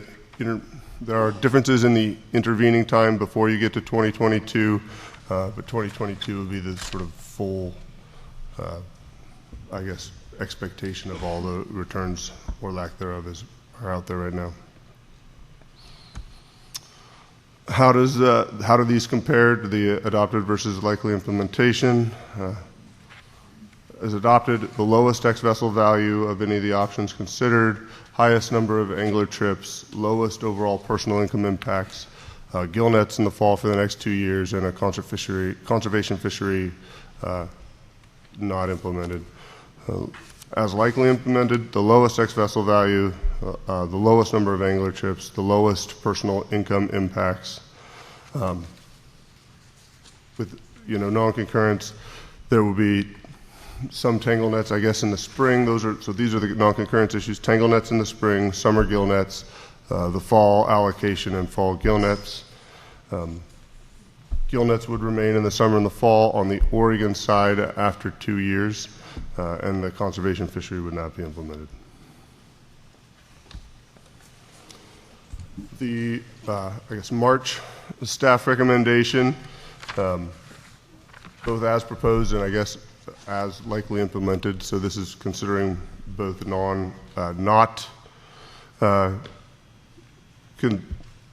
without regard to concurrence or funding risks, and then also considering those risks.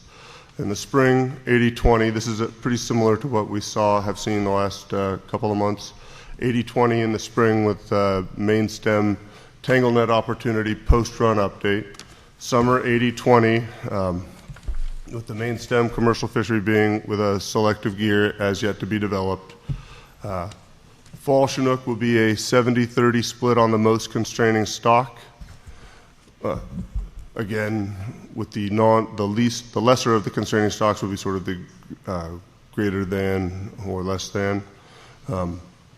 Assuming non-concurrence with Washington would likely be implemented as a 70-25 split on that most constraining stock, with 5% not allocated, though we would propose using that as a conservation fishery. So instead of just parking that 5% to use that for a targeted conservation fishery to remove hatchery fish from the lower river.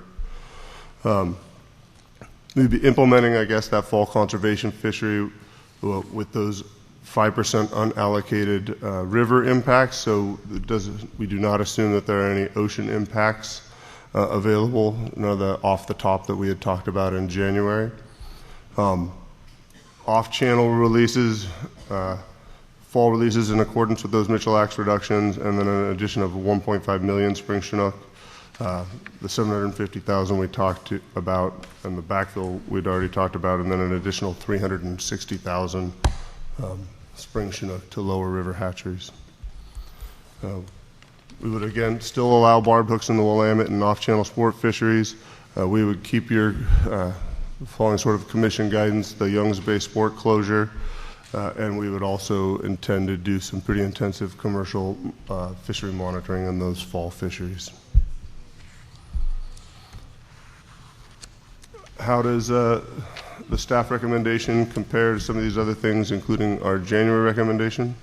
The January recommendation with those ocean impacts gave us additional angler trips, additional X-vessel, as likely implemented. So this is as likely implemented, about 426,000, 5.14 million in X-vessel value, and about 41.9 million in local personal income impacts. Again, similar caveats with regards to full prosecution of those hatchery returns. And again, just pointing out that the conservation fishery in this March recommendation is using those river impacts that would likely be parked under a non-concurrence scenario. If concurrence was reached with Washington on that, those impacts would not be available.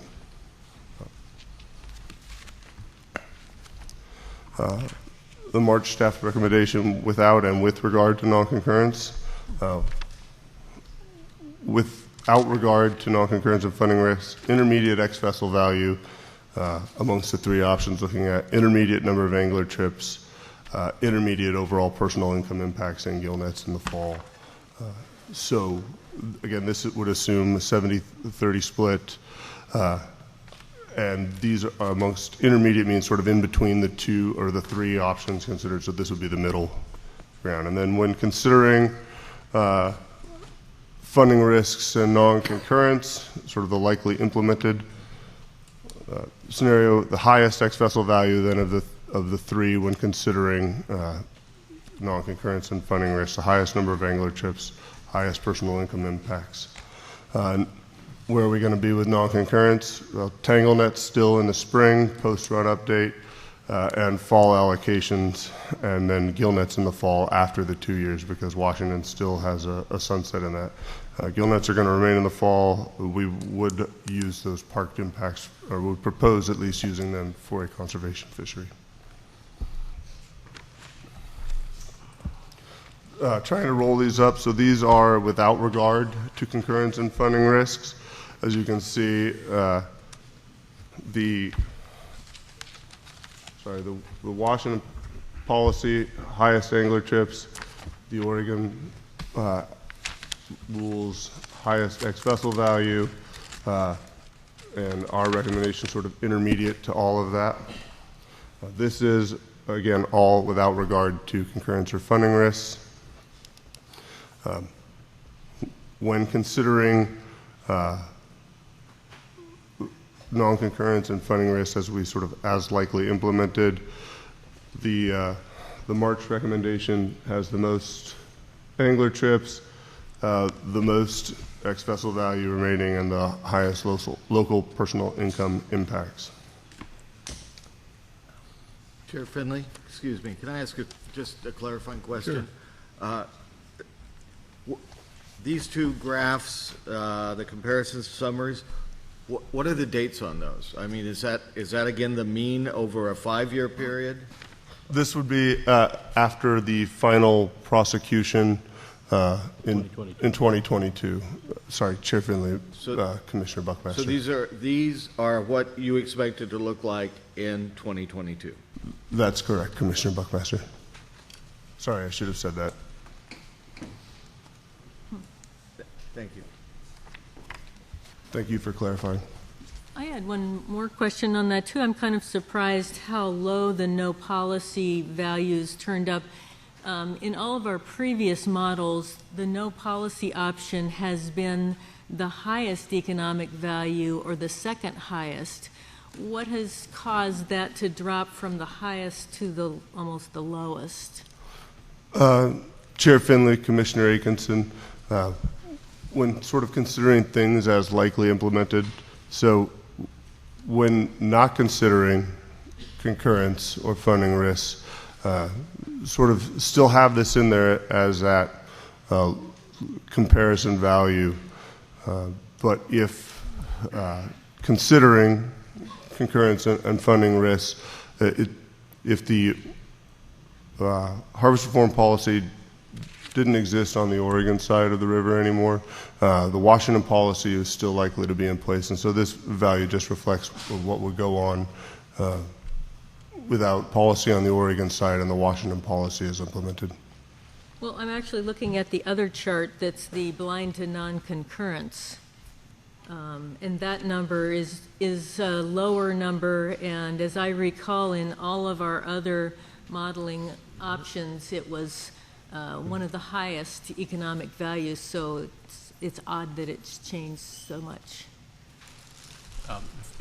If I may, Chair Finley, Commissioner Atkinson, I think what you're seeing is that, as you recall, the Commission action in January adopted what we called the enhanced commercial rebalance, which was intended to yield a value that was higher than the no policy option. Mm-hmm. And so prior to that point, the comparison where the no policy was the highest in the values you're speaking to was absolutely true, but the option that was adopted by the Commission was intentionally supposed to be at least a little bit higher than that. So I think that's what you're seeing in the graph. I don't think so, because in January we had a minus 5% economic value compared to no policy for the action that we adopted until 2022, and in that year it was plus 2%. Well, that's what this is, but right? the no policy, I think there's bigger than a 2% difference between 41.3 million and 43.04 million. Commissioner Atkinson, I was more looking at the differences between ex-vessel between no policy and the action, which is a difference of 5.75 and 5.87 when I made my statement. That I don't know if that's 2%, but it looks close. It may not be, but that's what I was basing my statement upon. Yeah. Chair Finley, Commissioner Atkinson, I think that both the enhanced rebalance and the January staff recommendation, as I recall, were higher than no policy when looking at the combined local personal income impacts, but under the ex-vessel value, they were not. Only the enhanced rebalance had a higher ex-vessel value. The January staff recommendation did not, and it does not here as well. Yeah. was just going to take a quick look. So this one I think is, this is March. It's just hard to compare because our numbers keep changing because we're adding and adjusting things. Chair Finley, Commissioner Aikenson, there's also, with regards to that, especially the local personal income impact, the adding in the for-hire component to the trips has changed that to some degree. Certainly that for-hire component added about $5 million in combined personal income impacts to each of them. And that doesn't account for whether that funding, that money that was spent on Columbia River fishing would have otherwise been used somewhere else in the region. Because I understand the economists say that that's a big factor, that if we're actually looking at real numbers, we need to factor that in. But since we don't have that piece of data, we're not acknowledging that if someone fishes on the Willamette River instead of the Columbia, the net result is the same as far as impact to our economy, even though it would be a different number for our Columbia fishery itself. That if someone chooses to fish in another place, then these values for recreational fishing or for commercial fishing are actually significantly smaller as far as the true impact to the region. Because the impact is actually additional money coming to the region. So if someone has disposable income and spends it fishing the Willamette instead of fishing the lower Columbia, you can't add that as new money like you would if someone came from New York to fish the Columbia River. That's new money coming to the state that's not disposable income locally that would have been used otherwise in that region. Chair Finley, Commissioner Aikenson, that's correct. So with regards to sort of the disposable income question, this is just looking at the effect of the Columbia River fisheries. So there's no way to account for if that money would be spent on fishing in the Willamette or golfing. But it is a direct look at the sort of impact that Columbia River fisheries has. But that is acknowledged that these numbers aren't like hard and fast numbers to say this is the actual impact. This is the actual impact in the absence of any other opportunities for people to spend their money. Chair Finley, Commissioner Aiken, yes, this is the absolute impact with regards to Columbia River fisheries. It doesn't take into account other things. Okay, I do see on this where that ratio is similar then on the policy, no policy and the action. So I'm good with that. That's reassuring. Okay. So I guess in concluding, staff believes that our March recommendation is the best option under consideration as likely implemented. So with regards to concurrence and funding risks to meet the overall objectives of ORS 508.980, so that's SB 830, more likely to enhance sport and commercial economic viability, higher ex-vessel value, and optimal economics for the region than the Washington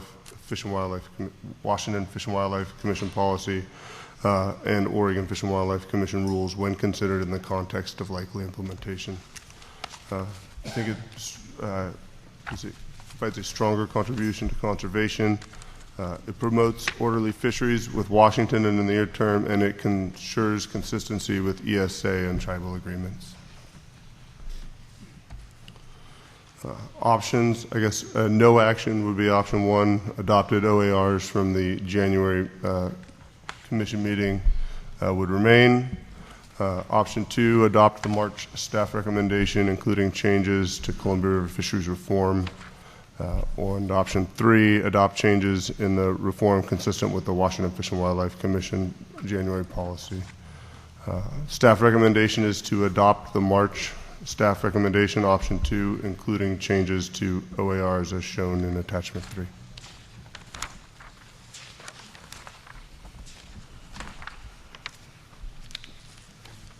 And that concludes my presentation. Okay. All right, yep. We'll get to public testimony. We'll bring you back up.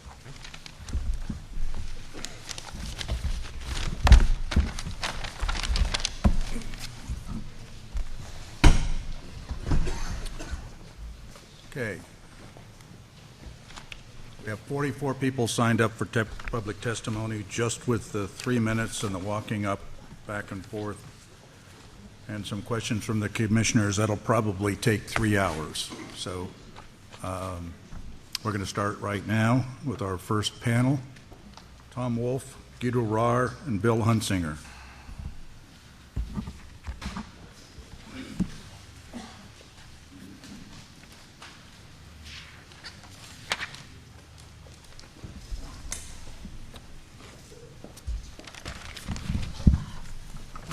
Can I signal when it comes up? Or you? I actually have to pull it up. Do you want me to just go Go ahead and pull it up. Sure. I'll go first. Go ahead, even though I was here first today. You go first. I'll follow you.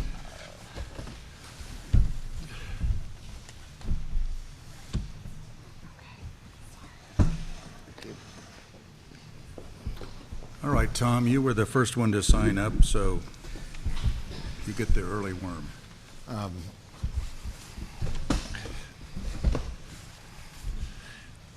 Chair Finley, Commission members, Director Melcher, for the record, my name is Tom Wolf. I'm here representing the 3,200 members of Trout Unlimited here in Oregon and 155,000 nationally. We, after January 20th, the Oregon Council, working with national staff, wrote a position paper on this. We've always been supportive of removing the gill nets in this whole action, but we wrote a position paper saying that we would like the January 20th decision reversed and have the commission look at it again. And I'd like to say that had an impact on the governor's letter, but it didn't, because we released our letter like 1 hour before the governor's letter came out. So, but we fully support the intent of the governor's letter. We feel that harvest has a major impact on the runs in the Columbia, and believe that our members believe that it is best to eventually remove gill nets. But for what the options are today, we support either the modified staff proposal, which is the staff recommendation, or doing concurrence with Washington Department of Fish and Wildlife. We think either of those proposals would work for us.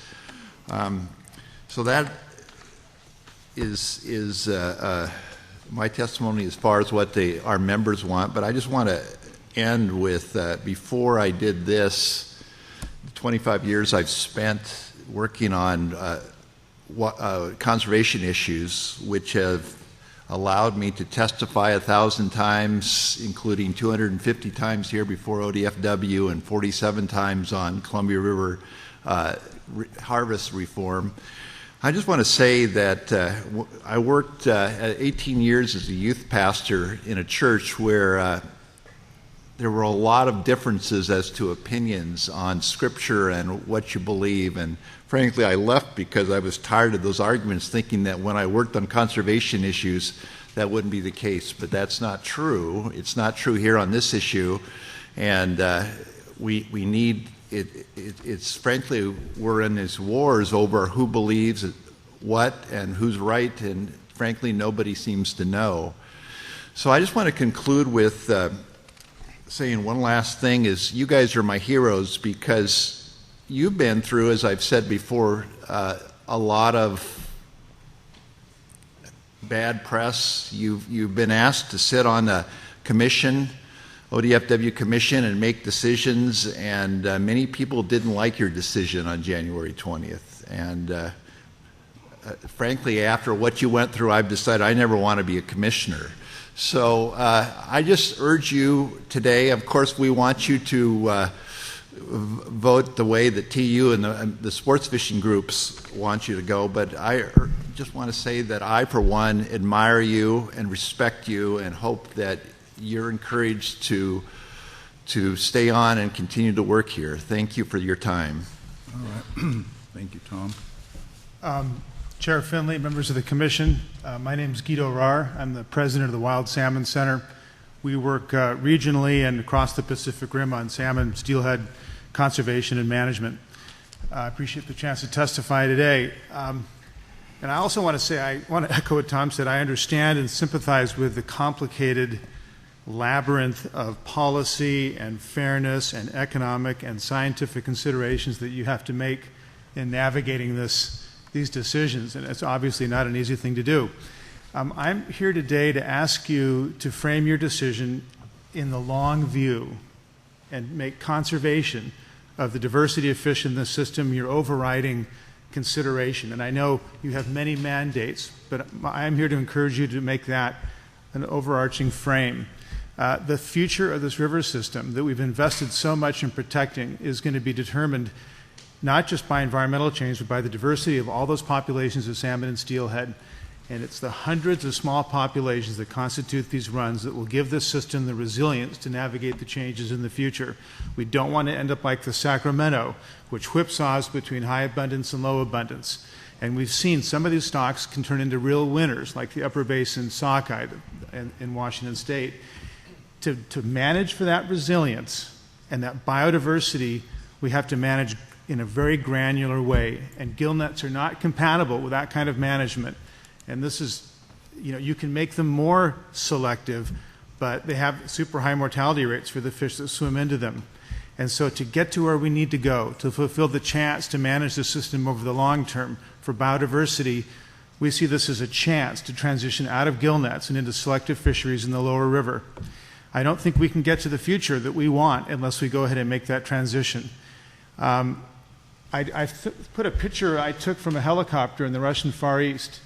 And I don't know if you can see that, and the audience can see that, but that's obviously not one that's going to fit perfectly for the Columbia. But there's a line that comes out from the coast, which is a net.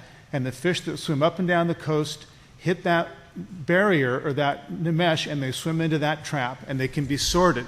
The target fish from the non-target fish, and the non-target fish, in this case sockle and taimen, can be released.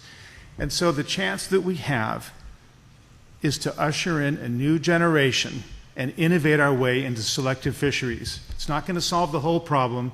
It's not going to change how many fish die right now in the recreational and the commercial fishery. It's true, we're not going to save any more listed fish right now by making the transition. They'll get mopped up. But it'll enable us to go onto a trajectory so that we can turn the dials and manage more selectively and with kid gloves to enable the smaller populations to persist so they can grow and adapt to the system. So my encouragement to the Commission is to go for concurrence with the Washington's position, and especially to give a fixed time for the phase-out of the main stem gill nets to reduce the uncertainty that is causing a lot of anguish, obviously, in the recreational fishing community, but also to give us a bounded time to accelerate and really push for the adoption of alternative harvesting methods in the lower river, knowing that it's going to take some trial and error. Thank you. Speaking of time, you're out of time. Sorry, Guido. Mr. Hunsinger. Yes, I'm Bill Hunsinger. I'm a Port Commissioner, Port of Astoria. Chairman Finley, members of the Commission, I really respect what you guys have went through. This has been a long road for all of us. We've seen each other quite a few times. But I want to recap how we got here. Measure 81, which was one of 4 voters' measures that was put on a ballot to get rid of gill netting on the Columbia River. None of those have passed. 75% to 80% of the people have voted not to get rid of gill nets in the Columbia River. Those are the voters.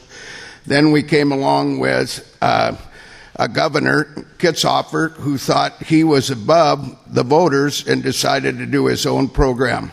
That program hasn't worked in any way, shape, or form, and we know it. All of us know it. The next thing is that our vote doesn't seem to be important anymore. We live in a country that's a democracy, and our vote should count. And the members of this commission voted.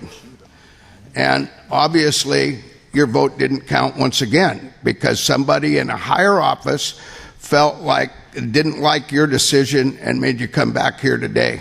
We've driven to Salem, Olympia. Now we're in Corvallis in a barn, for Christ's sake. And we're trying to settle something, and we're not getting it done. You're taking away, they want you to go against the voters of the state of Oregon on how they voted. They want you to go against that vote. And I think that's unfair because what's going on here is a fish take. We got 5% of the people who buy sport fishing licenses, or 7%, whatever it is, that 95% of the people that are out there that are entitled to that natural resource to be on their table or in their restaurant or bring tourists into the state of Oregon and Washington so they can sit down and have a spring salmon dinner. If you take a look at your select areas, you've caught 122 fish in almost 2 months in 4 select areas. That hasn't worked at all. You haven't enhanced anything. So in my opinion, you're going to take away these 150 to maybe 200 small businesses. And is that what we want to do in today's environment? We want to keep those jobs, and each one of those jobs brings a bunch of money into Clatsop County that I represent as a port commissioner.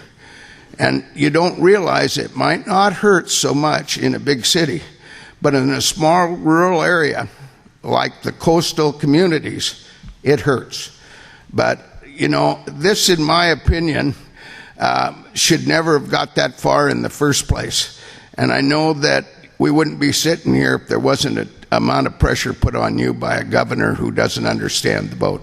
Thank you very much. And Mr. Finley, before I go, one thing. You and I said 4 or 5 years ago, and we both might not remember as well because we're older now, but you said, if I see it hurt the commercial fishermen, I'm going to vote to keep commercial fishing. And if we look at all the paperwork we got, we're both a man of our word. Thank you. Any questions? Panel? Thank you, panel. Thank you. Otis Hunsinger. I have a question of the panel. Go ahead. Excuse me, Tom. You can sit down. I can talk to you. Tom, how does the Trout Unlimited have a position on the tangle nets? Yeah, Commissioner Chair Finley, Commissioner Buckmaster. We also have a view on the tangle nets. We view them in the same way that we view the gill nets. We prefer that they weren't used also. We want to look towards other types of using other types of net gear rather than tangle nets or gill nets. And is it a conservation reason, protection of listed stocks on the tangle nets as well? Chair Finley, Commissioner Buckminster, yes, it is. Well, Tom, looking at the numbers, it appears that we have in tangle nets in the spring a 14.7% mortality, and 2 of that is for sea lions, on and approximately an 80% mark rate fish run. So 80% of those animals, those fish, are hatchery. We have a 19 to 21%, depending upon barb, non-barb, on, in the case of the fall Chinook buoy tin fishery, on a 48.9% mark rate, much lower mark rate. We have a 28.5% mortality, or a 28.5% mark rate on fall Chinook, this again with a higher mortality rate. Buoy tin is a 60% mortality rate on approximately on both coho or coho, both coho and the Lower Columbia fishery, fall fishery, and buoy tin, with that 19%. Summer Chinook, 15%, slightly higher than that we use. 55% mark rate. I am fine with Trout Unlimited taking any conservation position they need to take because I respect what they do. But if you're going to do that, I expect to see you up here opposing these sport fishing with higher mortalities on lower mark rates. If we're going to take this seriously, you've got to be fair across the board. That's all. Would you like to answer that? Yes, Chair Finley, Commissioner Buckmaster, you bring up some excellent points, and I'll make sure that this goes to the Trout Unlimited science team, who are both in Southern Oregon, and you also know that Trout Unlimited has been an adamant supporter of making sure that barbless is part of the stuff, and we fought for a long time to keep barbless in the Willamette, but I'm tired of falling on that sword, so I've given up on that struggle. But no, you bring up some excellent points, and it's only fair for Trout Unlimited to look at the numbers that you did, and I want to thank you for pointing that out. Thanks, Tom, and I trust you. Mr. Rohr, I have a couple quick questions for you. First one, how do you feel about tangle nets? You know, I don't have enough familiarity with tangle nets and mortality to give you a good answer on that. That was a good answer on that. My second question, my last question, does former WDFW Commission Chair and CCA Advisor Larry Cassidy still sit on your board of directors? Yes, he does. All right, thank you. Thank you, panel. Next up, Otis Hunsinger, Dave Shamp, Bruce Pauley.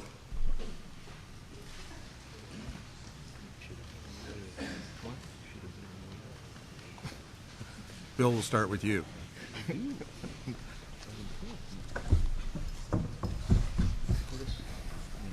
I mean Otis, yes.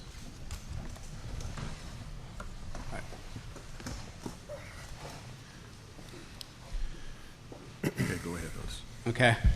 Thanks again, Chair, and thanks for letting me talk. Otis Hunsinger, 92669 Leo Drive, Astoria, Oregon, 97103.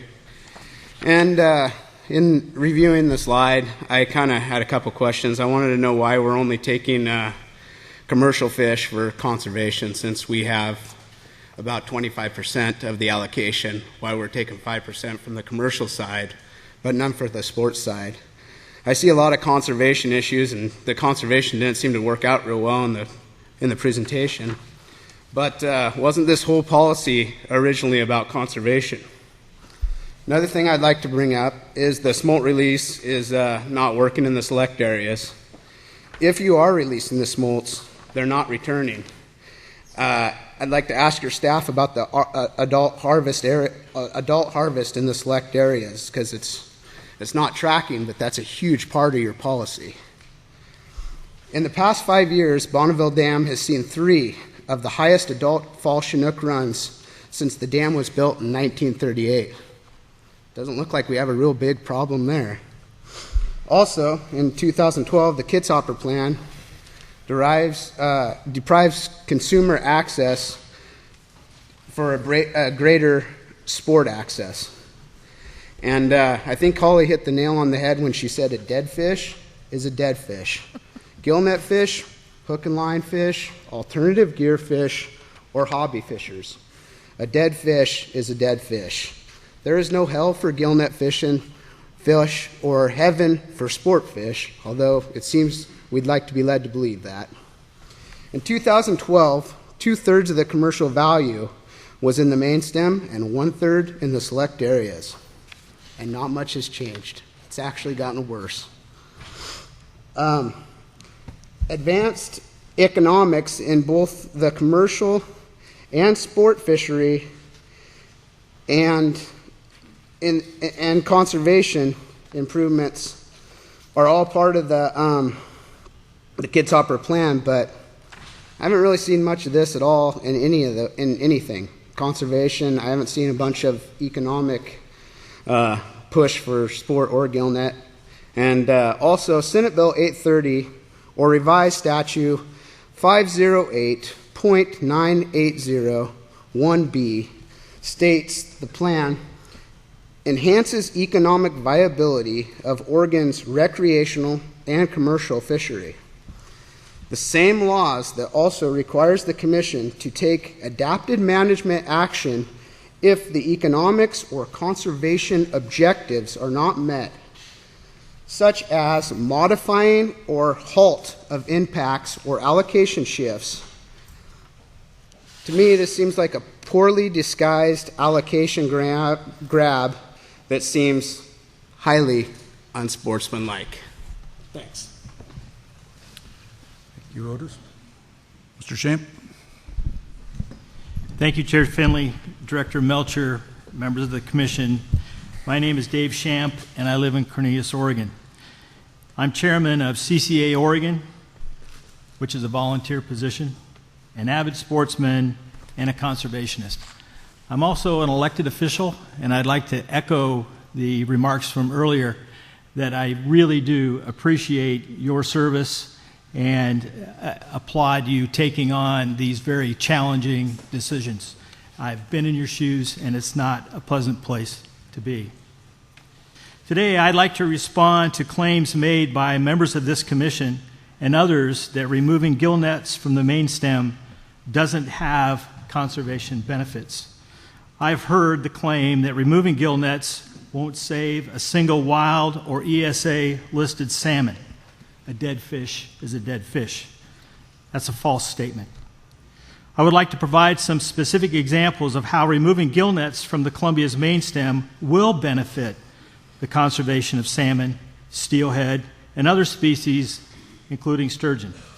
Before doing so, I want to acknowledge that all fisheries, including selective recreational fisheries, result in mortalities of ESA-listed salmon. That's simply a matter of fact. Despite this, marked selective fisheries truly are the future of the Columbia River. And the overarching reason is clear. We need the ability to harvest hatchery-reared salmon to keep them from the native spawning grounds, and we need to release wild and ESA-listed salmon to get back to those same spawning grounds.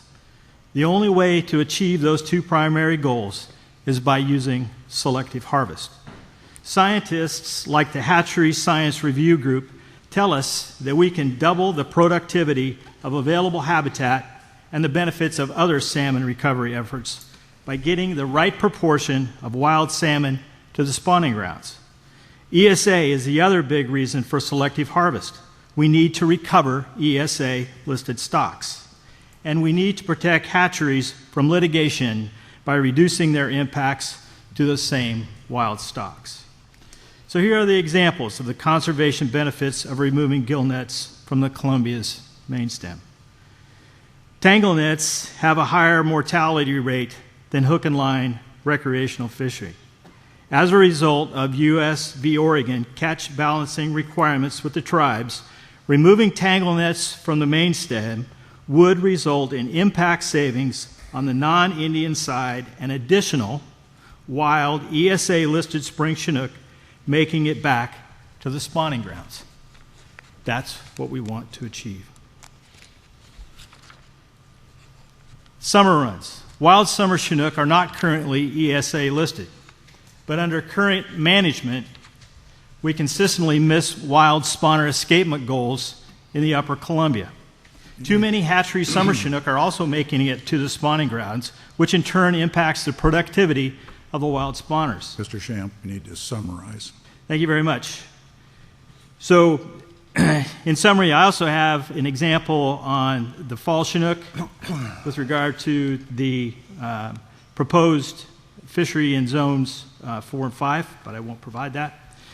But I'll summarize in saying that Oregon should lead in the conservation of our endangered salmon and steelhead, not obstruct the efforts of Washington State to move to selective fisheries for the benefit of the resource. What is good for the fish is good for all of us. CCA Oregon agrees with Governor Brown, and we encourage this commission to reconsider its decision in January and instead support full implementation of the reforms, including removal of non-selective gill nets from the Columbia's main stem. Thank you. Mr. Pauly. Chair Finley, members of the commission, my name is Bruce Pauly. I live in Sherwood, Oregon. I'm an unpaid volunteer for CCA Oregon. I've just distributed my written testimony that I'm going to depart from today because of something I just heard Commissioner Buckmaster say that I want to spend a bit of my time replying to. But on what I've handed out that you can see in front of you, the bold type at the bottom of the first page are 3 of the guiding principles from the bi-state reforms that were encapsulated in the Washington Fish and Wildlife Commission's response to the ODFW Commission about non-concurrence. And perhaps this is part of the reason why the 2 commissions are at odds with each other, because the Oregon Commission seems to forget that these guiding principles, including removing gill nets from the main stem, were the reason we were here. Now, currently, if you go on the ODFW website, if you look up reasons for the Columbia River endorsement fee, it states the following. The endorsement helps fund the transition of non-tribal commercial gill nets out of the main stem Columbia River, freeing up additional salmon and steelhead for sport fishing. It's no wonder why 170,000 Oregon anglers that are currently paying for that endorsement are confused as to why this commission is not adopting the reforms. Now, the reason I wanted to depart from my prepared testimony, CCA fought hard to keep Commissioner Buckmaster off of this commission, and it's for something like what I just heard happen, where you're going to try to compare a spring Chinook fishery with tangle nets to a fall Chinook fishery in hook and line, when you're going from 45-degree water to 70-degree water. That was disingenuous, and you know it. And when you talk about a summer Chinook fishery, where sport fishermen are required to fish selective, so as Mr. Champ said, we can get those spawners back to their native streams where the Indian tribes that are trying to produce those fish want them back. We are fishing selective, releasing wild fish, while you, the gill net industry, are fishing with large mesh gill nets, non-selective. It was a completely disingenuous comparison. You're aware of it, and you use your position wisely in order to do that, and I resent it. I'm done. Okay.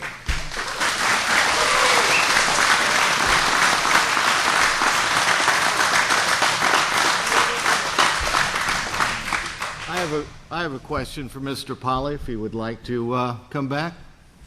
I actually have a couple.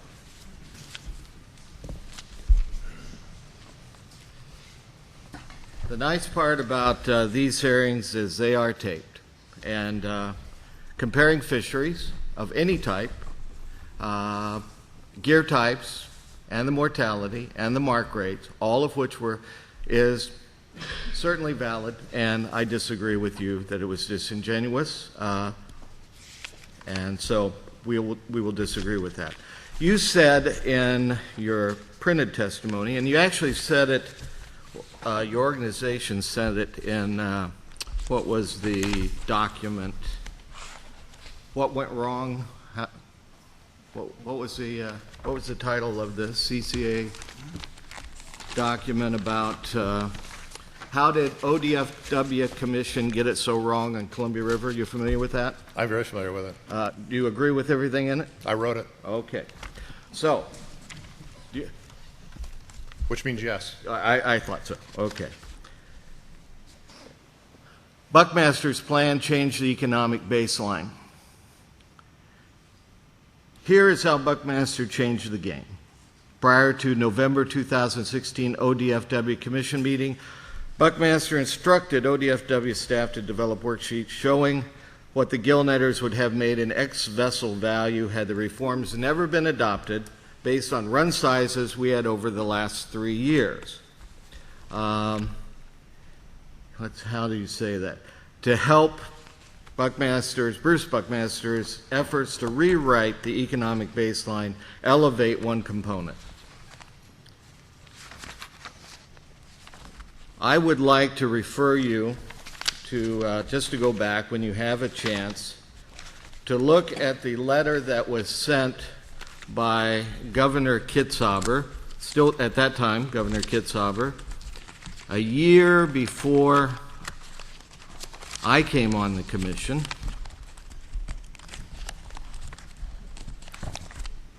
where he says, September 26, 2014, each year, Compare the economics to see how the commercial and sport fisheries fared relative to the expectations and assumptions established for the transition period. Additionally, estimate how they would have fared if the management regime prior to the rules had been in place. If you have a problem with what I did on saying, let's look at what happened, you have the problem with Governor Kitzhaber, not with me. Thank you. May I respond to that? Thank you. It wasn't a question. But I didn't ask you if I respond. could respond. I asked the Chair, Finley. I believe he said. Let's not get into an argument here, so kind of make it. No, real quick. Now, if you listen to the testimony from Amanda Wecker, a Fish and Wildlife Commissioner from Washington, it was sent to you in audio version yesterday by email. She addresses this. When the bi-state reforms were adopted, the commercial industry claimed that they would be wiped out by the bi-state reforms. So an economic baseline of viability was established at $3.86 million. And the commercial fishing industry has exceeded that baseline every year of the transition. The letter you're referring to from Governor Kitzhaber came out 2 years after this commission adopted those policies, after the Washington Commission adopted those bi-state policies, and after Senate Bill 830 was passed. So I would consider that letter to be an editorial, but not law or rule, and I think that is exactly what you used to change the goalposts in the fourth quarter. Okay, and we're going to leave it at that, gentlemen. Thanks. Mr. Sham, anyone else, any commissioner have a question? Commissioner Dickinson? I can go after you. Okay. Mr. Sham, you said something about all forms of take, I'm paraphrasing, result in mortality of some degree. Was that correct? Chair Finley, members of the commission, I made the statement that if there is going to be a fishery when there are ESA listed fish present, there is some likelihood that there will be mortality inflicted no matter how safe and careful we are. Well, that's why I'm curious then why CCA won't support barbless hooks. I didn't testify that we don't support barbless hooks, sir. I've heard pushback against me personally for barbless hooks on the Willamette. Okay. That's good. Commissioner Atkinson. This is for Mr. Chams as well. You mentioned a strong interest in conservation and that your organization wants to ensure that the ESA listed fish are not impacted, and you said that the commercial fishermen cause a problem with the survivability of these ESA listed fish, but not the recreational fishers. And I'm the one that said a dead fish is a dead fish. So I'd like for you to tell me how that's not the case. Chair Finley, Commissioner Atkinson, I don't believe that's what I said. What I said was that the commercial fishery, by being non-selective, has a higher mortality, a higher impact on ESA listed fish than the recreational fishery. So are you saying then that hook and line fishermen do not catch ESA fish? No. How did they selectively not catch ESA fish if it's a selective harvest? Chair Finley, Commissioner Atkinson, I'm not suggesting that the recreational fishers do not catch ESA listed fish. What I'm saying is the commercial fishery has a higher impact. A gill net caught fish is a dead fish, ESA or hatchery. When a recreational fisher encounters a ESA listed fish in a fishery where we're required to release those fish, there are fisheries where we're not required to release a wild fish. But in those fisheries where we are required, we're required to use barbless hooks, which I personally support. Even if you told me I had to, or you wouldn't tell me I had to use barbs, but if you told me I could use barbs, I wouldn't use barbs. I think they make good sense in those mixed stock fisheries. And we're not allowed to take those fish out of the water when we release them. So Our goal, our directive as sport fishermen, is to do everything we can to protect those fish and ensure that they survive. Where on the commercial side, it's a dead fish.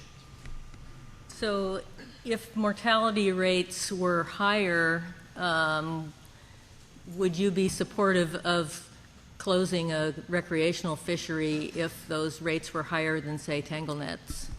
If it was, Chair Finley, Commissioner Atkinson, if it was demonstrated that it was absolutely necessary to eliminate all fisheries off of a stock in order to ensure that that stock would remain viable, personally, I would support that. And would your organization? I'd have to ask that question to the organization. So even if it had a conservation benefit, you may or may not support that?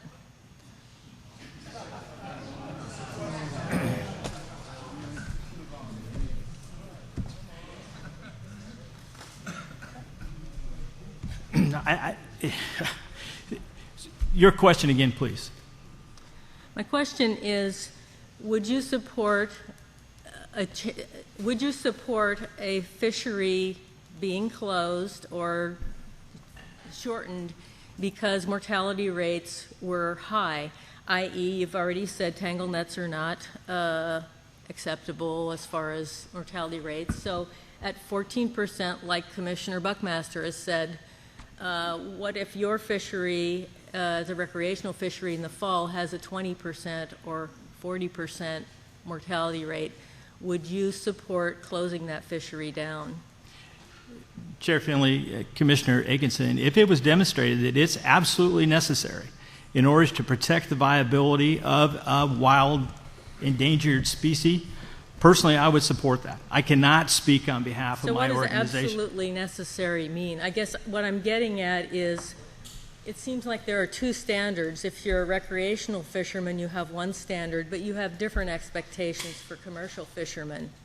15% is absolutely a problem for you if it's a tangle net, but if it's a hook and line fisherman, you don't see that as an absolute necessity. So the numbers are the same. So how can you justify that difference? Chair Finley, Commissioner Atkinson.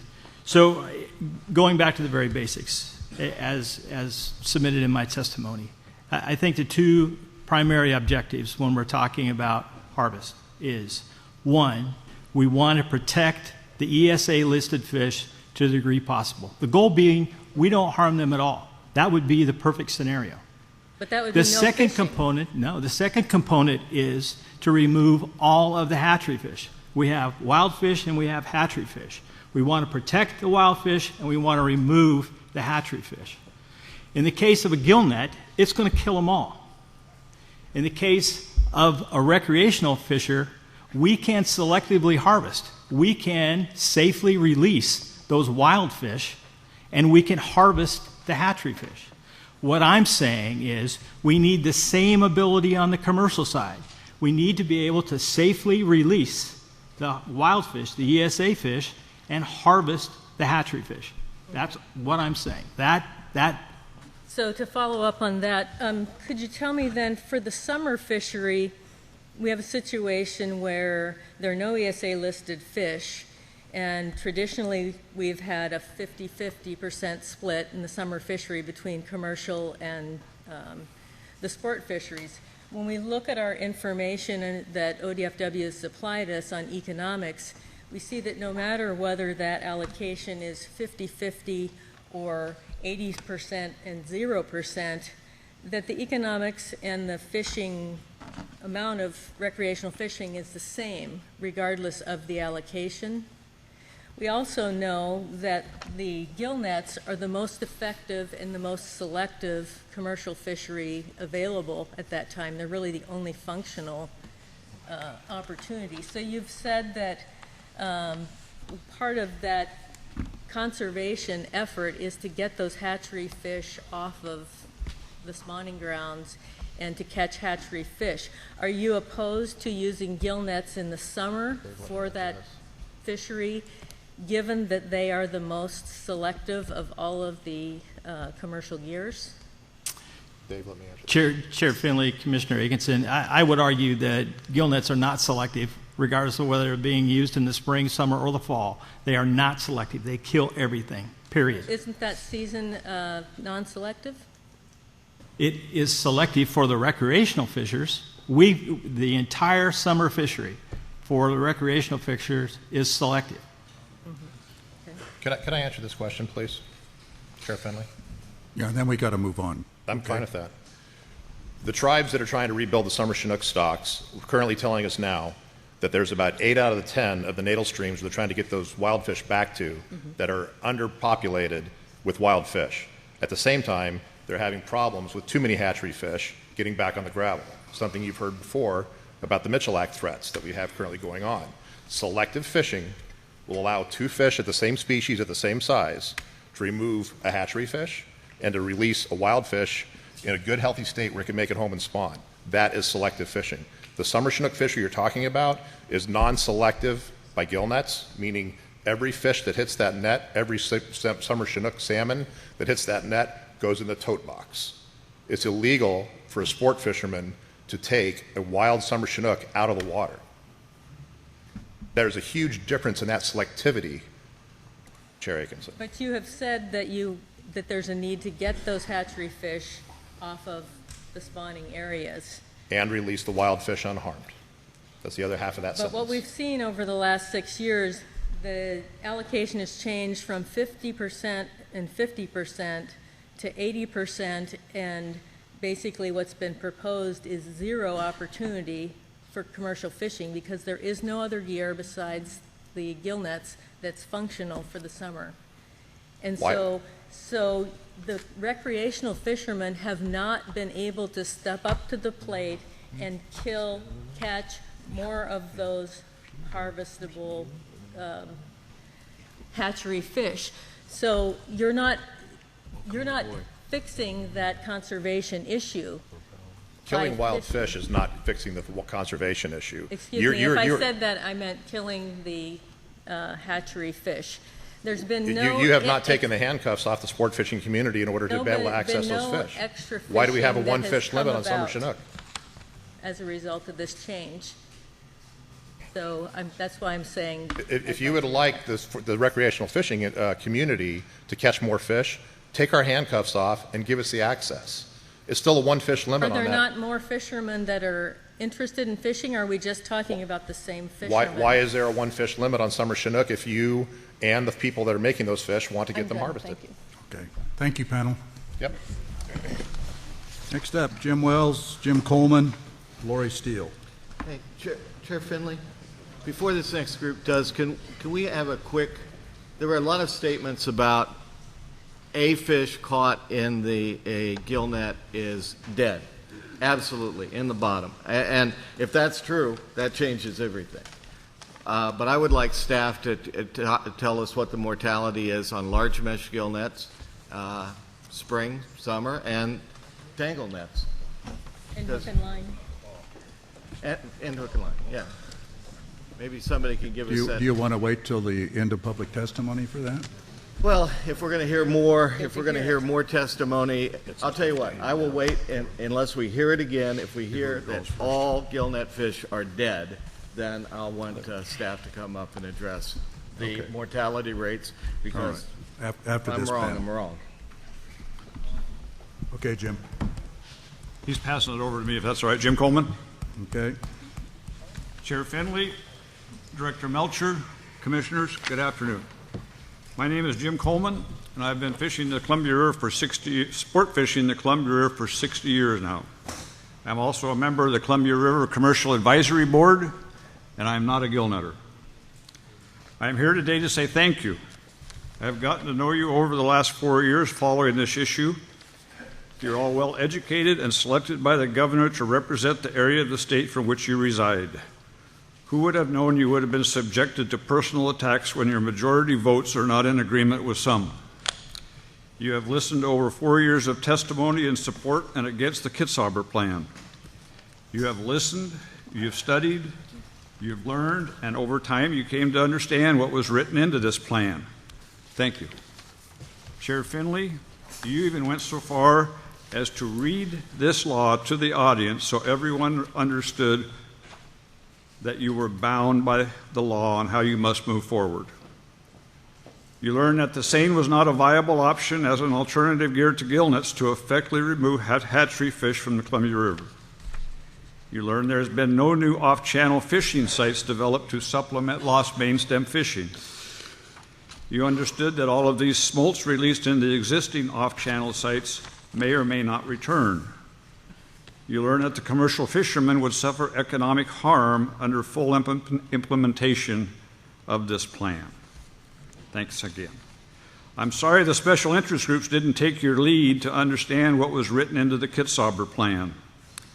I'm sorry the governor didn't read and understand the complexity of this issue. Who would have thought they only understood one sentence of this plan? All they heard was no more nets after 2016.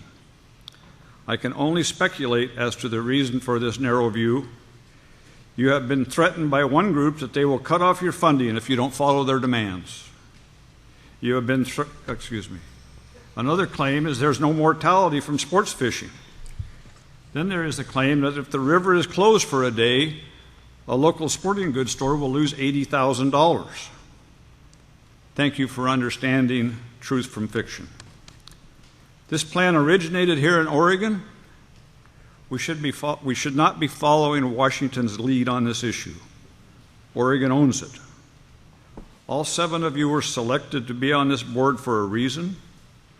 I'm not sure if a governor has the legal authority to dictate your vote, but I know morally she shouldn't.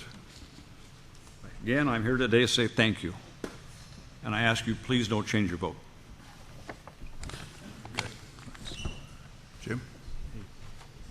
Chair Finley, Commissioners, Jim Wells, Astoria, Salmon for All representative. First thing I handed you was a model run of where Washington's at right now, and I highlighted for you the commercial ex-vessel value 3.18. Ex-vessel value drops for us anywhere from 50%, about 44% loss. And spring and summer Chinook, that looks like zeros all the way across the board to me. Looks like a big O for us. So at the bottom of the second sheet, agenda item summary, this is off Mr. Bowles' agenda items. It says modifying Oregon rules to fully align with Washington Department of Fish and Wildlife policy would provide full concurrence, but may likely result in loss of commercial economic benefits long-term in a manner that does not enhance economic viability of fisheries or optimize overall economic benefits to the state.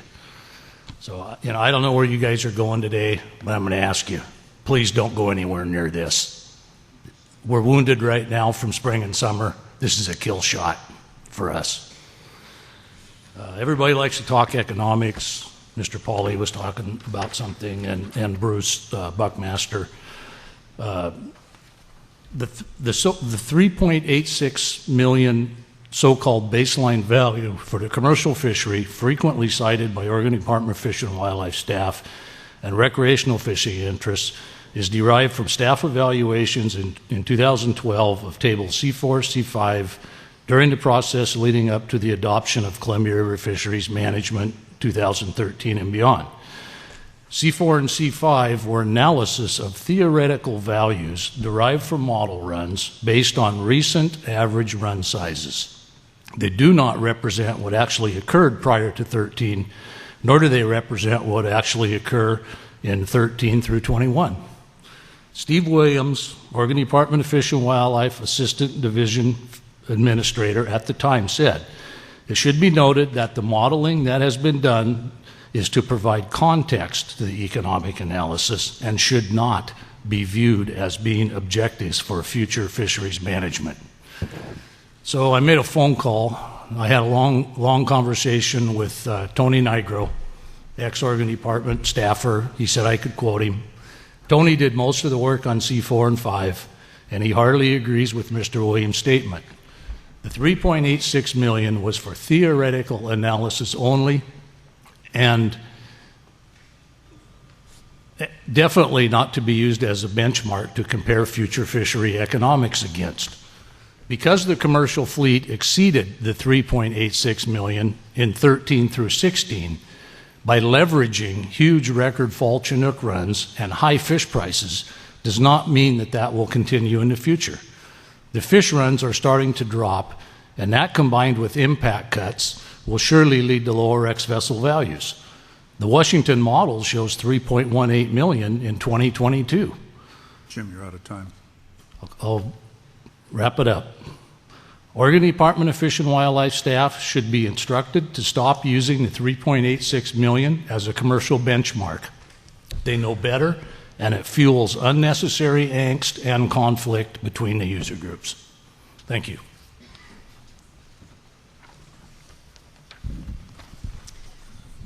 Good afternoon. Thank you. My name is Lori Steele. I'm the Executive Director of the West Coast Seafood Processors Association. We represent shoreside processing businesses up and down the West Coast and several major processing facilities in the state of Oregon.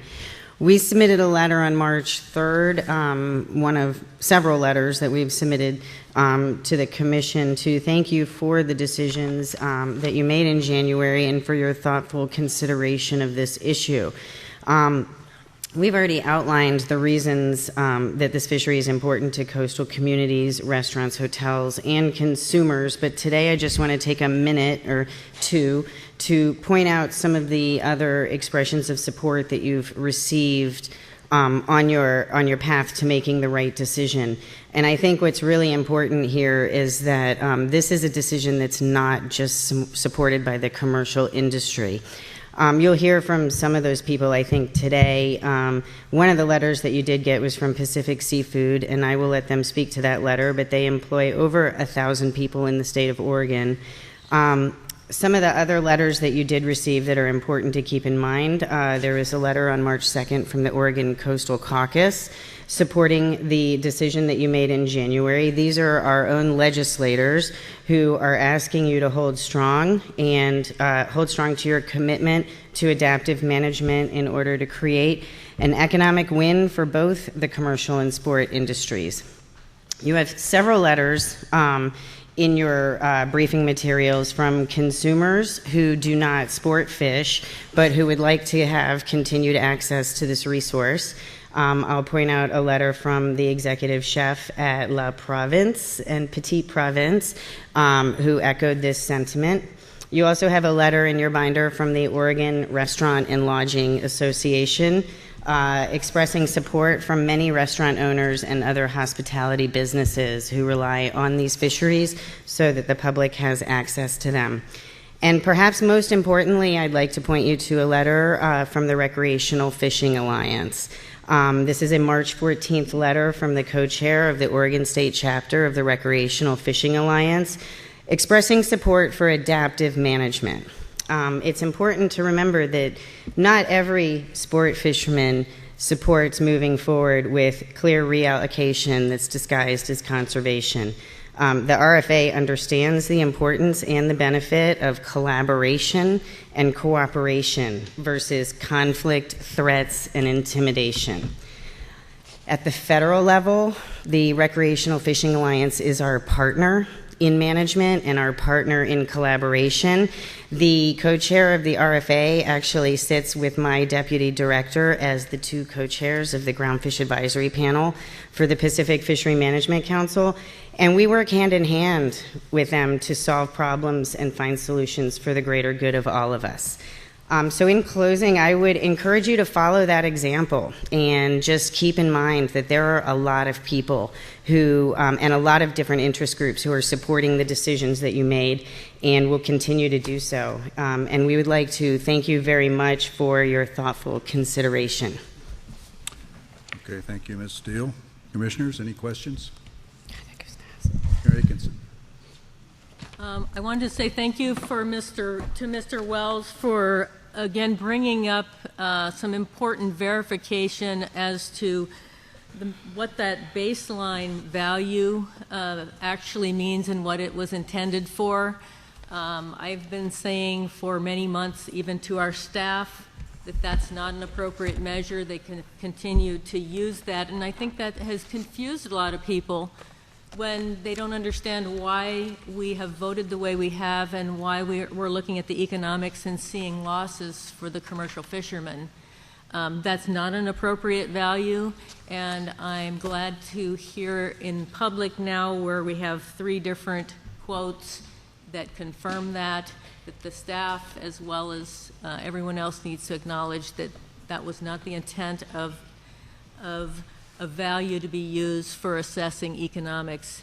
The economic assessment is totally tied to the effect of changing policy on the economics, and that was measured through the ex-vessel value. Okay, any others, commissioners? Thank you, panel. Thank you. Next up, Michael Kononowski, Greg Mostola, Marty Rayner.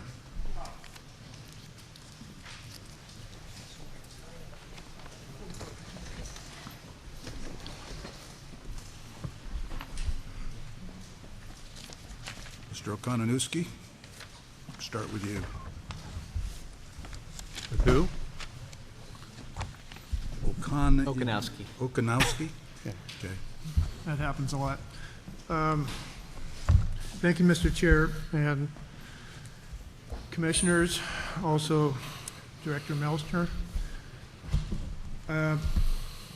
First off, I am Mike Okanowski. I work for Pacific Seafood. I represent their views on this matter. And I am the fishery policy advisor, and I also handle some operations in Alaska in my spare time. Been in the business 47 years. I moved down to Oregon the first time. It was based on buying fish on the Columbia River.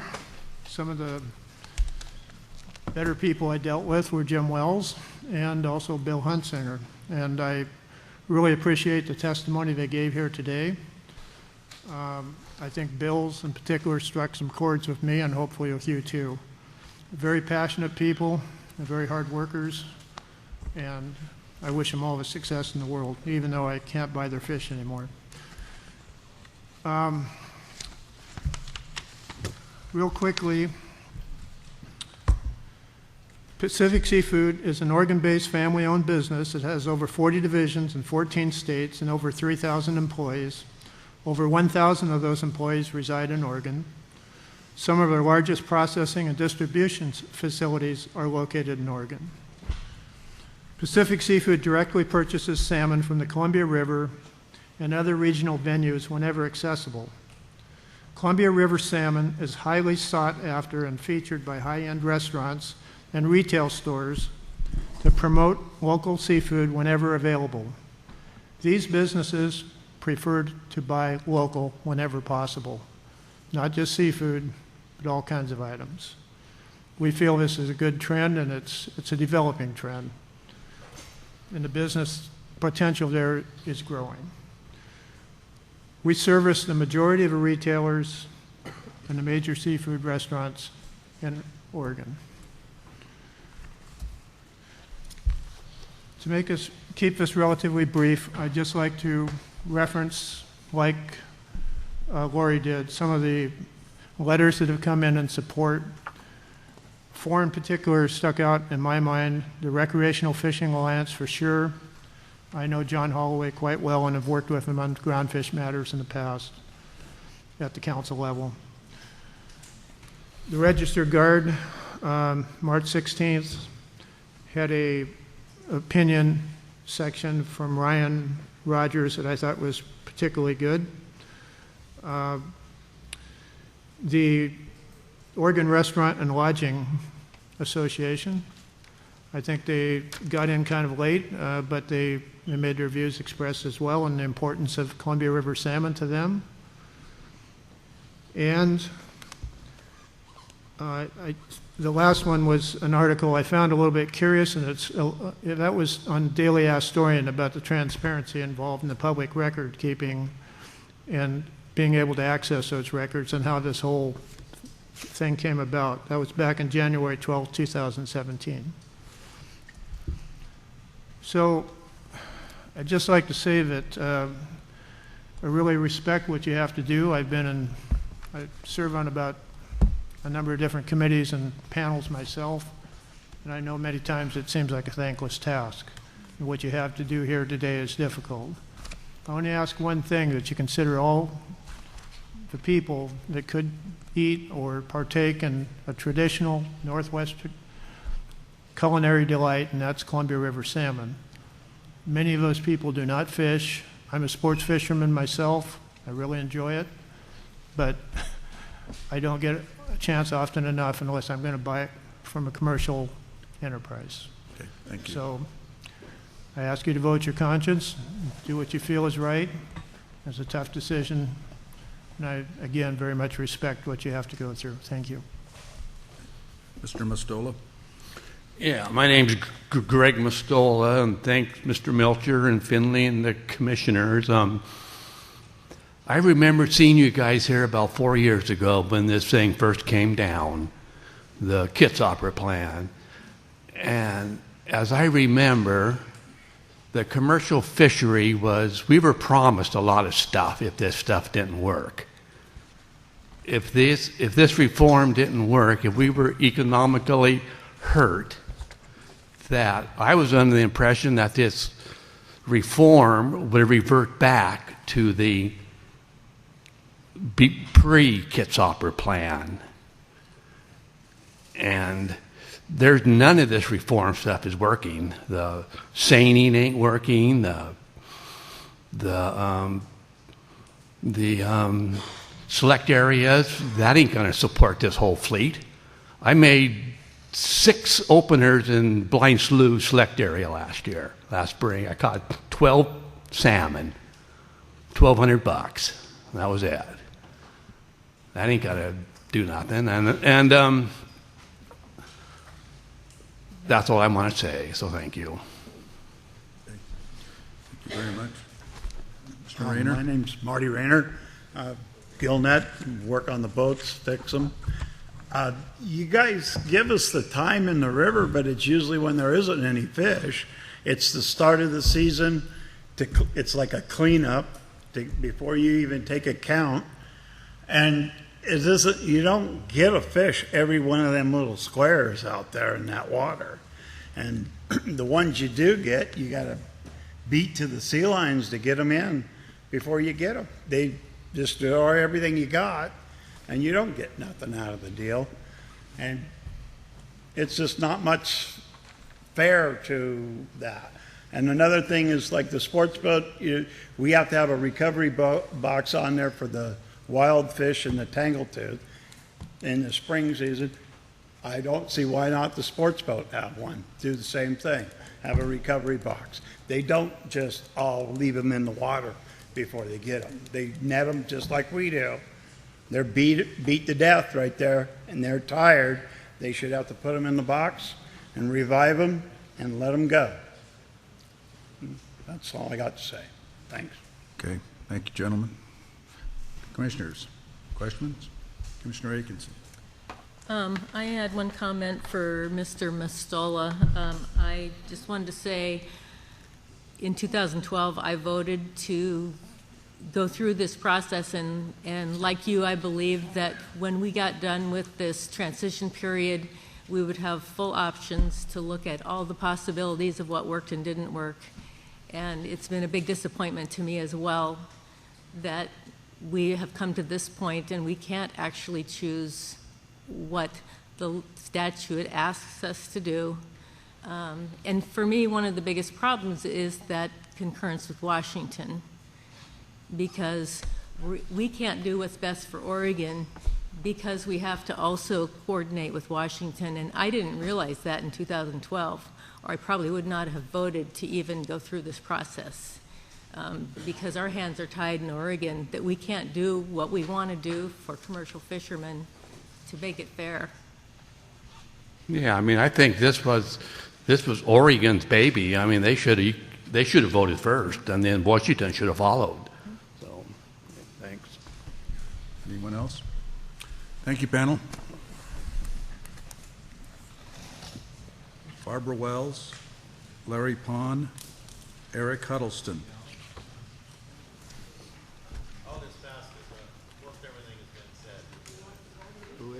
Are you Larry Pond? What's your name, sir? Yeah, that's Larry. Larry.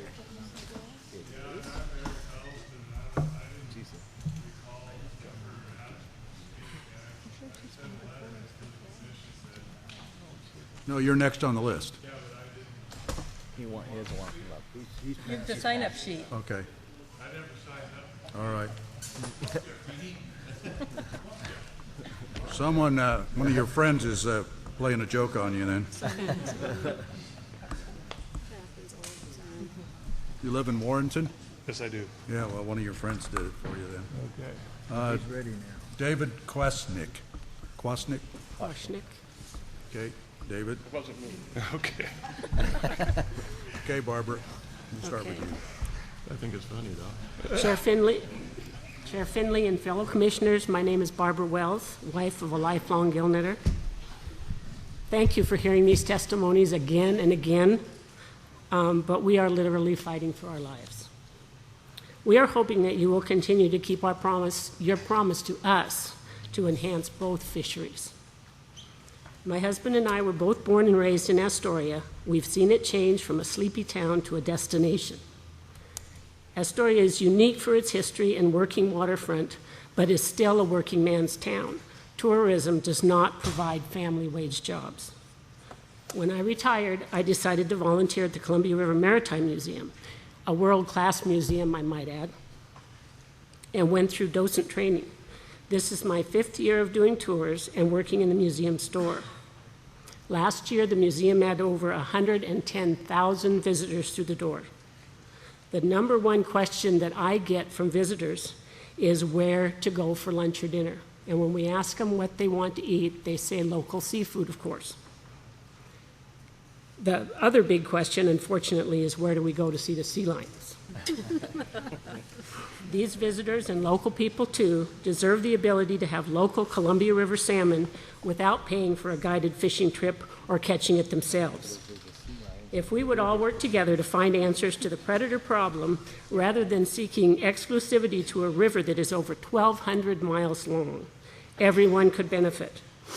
As has been said before, taking a fish by hook or net is just that, taking a fish, and what does that have to do with conservation? Thank you. Okay, Mr. Huddleston. Yeah, my name is Eric Huddleston. I'm a gill net fisherman, and I'm also a sports fisherman. Yeah, I didn't really prepare anything, but I guess I'm here to, to ask you to basically do the, what I consider the right thing. We're arguing over a fish when everybody in this room should be concerned about the fish. And if it meant none of us fish to protect the salmon, I'm all for that. But if we're going to catch fish, then I'd sure like to catch my fair share. And that's basically all I got to say. Okay, commissioners, any questions? One more. Wait, one more. question. How could I miss you, Mr. Kwasnick? I'm sorry. I'm so skinny. It's a camo. That must be it. Chair Finley, commissioners, I just want to urge you to go with what you already voted on and not let Washington sway your votes. Me, like Eric, I never prepared anything to read either, but Holly's remark about her saying that I was a little confused on that. You have to go along with it. You have to go along with Washington? I didn't quite understand what you said here a little bit ago about. One of the 6 things, well, in our statute, we need to interpret and abide by the statute. And the statute says we need to have a fishery that is works with Washington.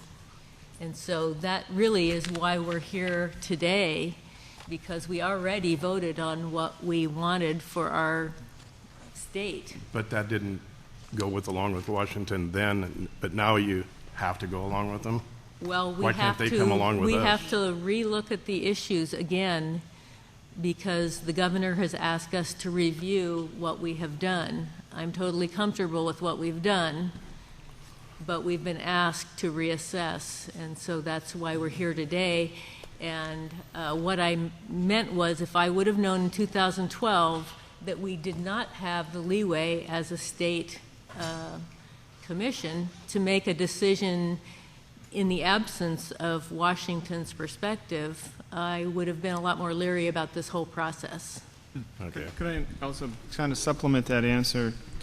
So another reason why our commission is being asked to get concurrent with Washington's vote is that there is speculation that some of our funding could be cut if we're not. And so staff has gone, so far to develop models, forecasting models, as if we were non-concurrent and as if funding would be cut. Aren't some of the fundings going to go away if we go away also?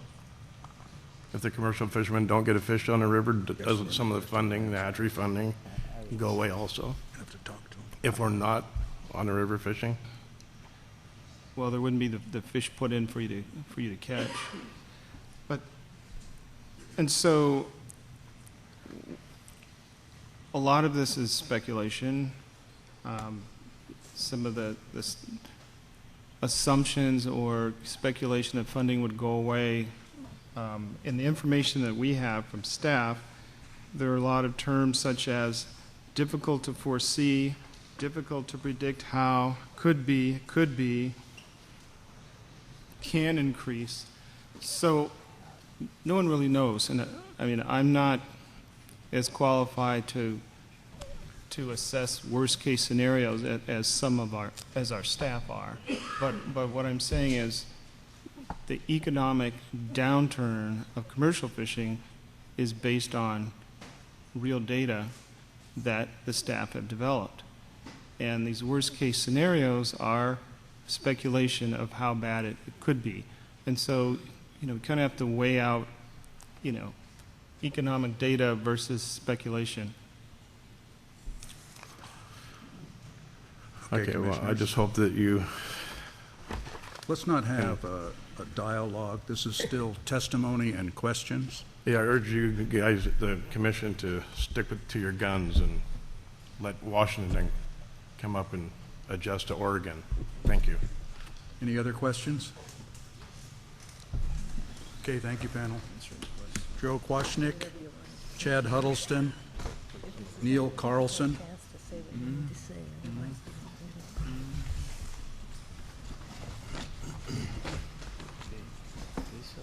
Mr. Kwasnick, we'll start with you.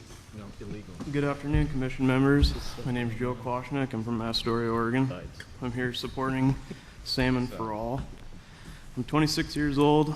I've been a commercial gillnet fisherman on the Columbia River for 10 years. I own 3 boats and 3 permits that fish the Columbia River full-time during the season. I'm here to strongly urge you to uphold your previous agreement you voted on January 20th. Although it's not the best plan for us, it'll still allow us to keep fishing and making a living on the Columbia River, unlike what Washington has in store for their commercial fishermen. The Kitzhopper plan was supposed to enhance our fishery in the select areas, but it failed to do so, so we are counting on the main stem for our income.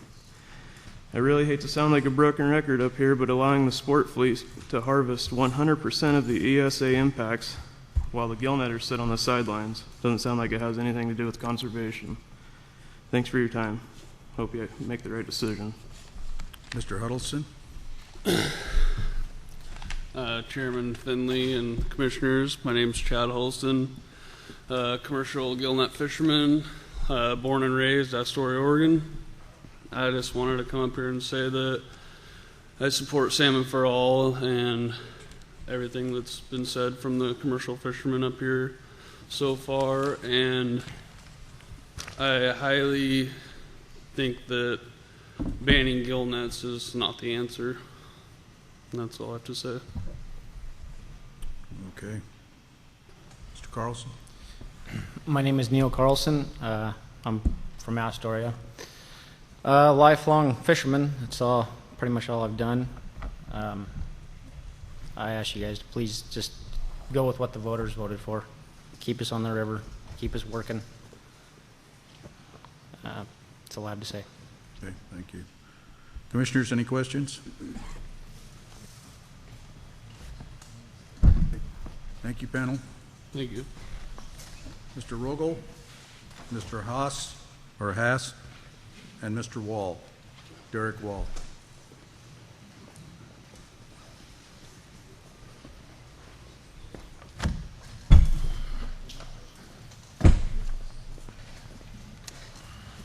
Start with Mr. Rogel. Nathan.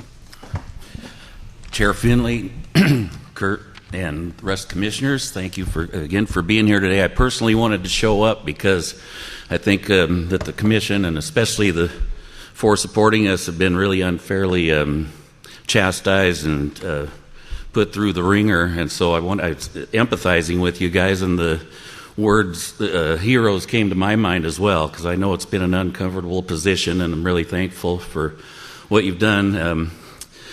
Wanted to mention a little bit about Oregon and Washington being at odds. Washington doesn't seem to do much at all for select areas or enhancement of the transition plan. The one little select area that they do have, they're shutting down for spring and going to switch to late fall coho, from what I understand, which probably won't be able to be caught because of the chums that are going to be in the area. And so I also don't wouldn't want to see Oregon just have to follow Washington. The governor's letter to you guys said that she wanted to go along, adhere to Senate Bill 830, and there's an awful lot more to Senate Bill 830 than just getting rid of gill nets after 2017. There's the enhancement of sport and commercial fisheries, and there's no way to enhance sport and commercial fisheries and follow the lead of Washington. And maybe I'd say something about economics. The economic benefit is supposed to be maximized also with Senate Bill 830, and I would say that a spring salmon that the commercial fisherman can get $10, $12 a pound for, he gets $200 for a fish right off of the first level, then to the cannery, then to the workers, the shippers, the restaurants. I think the value of that fish, it creates much more economic activity than if he goes in a boat and goes home with a sports fisherman. Lastly, we keep on hearing from CCA guys that the gill nets are non-selective fishery. We know that that is not true. It's a very selective fishery, especially in the right place at the right time. That's how in 2015 the gill net fishery up in the river caught about 60,000 fish using 30% of the impacts, while the sport fleet caught about 60,000 fish using 70% of the impacts. Definitely a cleaner fishery used right. So I'll end there. Thank you. Thank you, sir. Mr. Haas? Me? Haas? No, right here. Okay. Thank you, Chair Finley, Commissioners, Director Melcher. My name is John Haas, and I live in Portland, Oregon. I'm a member of the CCA, but I'm testifying on my own behalf. First, I would encourage you to vote for concurrence in line with what Washington Department of Fish and Wildlife has approved and will implement, since it's already a compromise from the original plan. The governor and the voters have spoken and want gill nets out of the Columbia River. We're going through this for 80-ish part-time commercial fishermen that feel entitled to use the ecologically worst method to fish for these resources. And gill netting is not selective. Gill netting kills everything that swims into it. And I personally have witnessed these gill nets on the river for many, many, many days during the season, and I've yet to see anybody use a box. I've never seen a fish come out and be revived and released. All I've seen them kick sturgeon out of the boat when they catch one of those and get upset when that happens. But gill netting is under pressure all across the world, and for one specific reason. In a mixed fishery which has endangered stocks, it has no business being in there. Most of the guys that come up here say, I'm a gill netter. Well, gill netting is a method. Commercial fishing is a job, right? It's a career. There's other ways to do it. And if we can get past this and get to the point where we can identify the alternative methods that are viable, like hook and line, like purse seining, whatever else might be out there, the better off we're going to be. Gill nets are not the future. And do you want to be the commission that held on to the past, or be the commission that helps to lead us to the future? Because the future clearly is not gill netting. The future is not gill netting in the main stem of the Columbia. The governor has spoken. The people of Oregon have spoken. 170,000 sport fishermen have put $10 apiece into this thing for years to see this transition happen. And we're very disappointed with the current state of things. We want to see you drive to concurrence, and we want to see gill nets out of the main stem of the Columbia. Thank you. Okay, thank you. Give us your name too, please, sir. Derek Wall. Thank you guys for the opportunity to speak here today. My name is Derek Wall, and I'm 27 years old. I was born and raised outside of Astoria in a float house that my great-grandfather used to move around the Columbia to different locations where he could be closer to each particular fishery. Now I'm a father living in that same house with one baby girl and expecting my second any day now. I am the 6th generation of commercial fishermen on this river, and I'm here to fight to pass this heritage on to my children. I love this fishing industry. I started gill netting when I was in middle school. Even after graduating college with an engineering degree and working at Boeing in Seattle, I returned home to my roots with my family in the commercial fishing. Gill netting has allowed me to operate a small, successful business that supports my family. Any further cuts would have the gill netting industry losing more economic value. That's my business and how I support my family being taken away from me year by year. The rural Northwest communities don't have much industry left to lose. As a fisherman with a wholesale license, I thrive by marketing my Columbia River salmon. It's one of the most desirable fish to the consumer. In fact, 2/3 of Oregon voted in 2012 to keep our commercial harvest intact. These new staff recommendations are still clearly against the will of the Oregonians. Kitzhopper said this plan was going to be a win-win for everyone. I don't see any winning for my industry or the consumers if gill netting takes any more losses. I've been forced to give up my business and future by a plan that has not been working and clearly isn't going to work. I speak for my generation of fishermen when I say thank you guys for voting as you did on March 20th, or January 20th, and I ask that the commission would uphold that decision. We just want to work an honest living and continue delivering salmon to the end consumer. I beg that you would cut through the hidden agendas and the political pressures and uphold the law set in Senate Bill 830 to keep the commercial industry whole. My family's future rests heavily on your decision here today. Thank you. Commissioners, any question of this panel? Commissioner Atkinson. I would like to ask Mr. Carlson about your information about the number of fish caught relative to the impacts. If you could tell me a little more about that and what the source of information was on that. Are you talking to me? Yes. Nathan Rogel, okay. As far as I know, it came from the Department of Fish and Wildlife. You mean about the 70, yes. 30? I've just heard it at meetings, and I don't know exactly the source except that it's department. Ask the staff. I think the staff can probably fill you in on it at the end. Okay. I guess I'll ask them to follow up later. I wanted to also ask Mr. Haas, you said that gill nets are ecologically a worse method.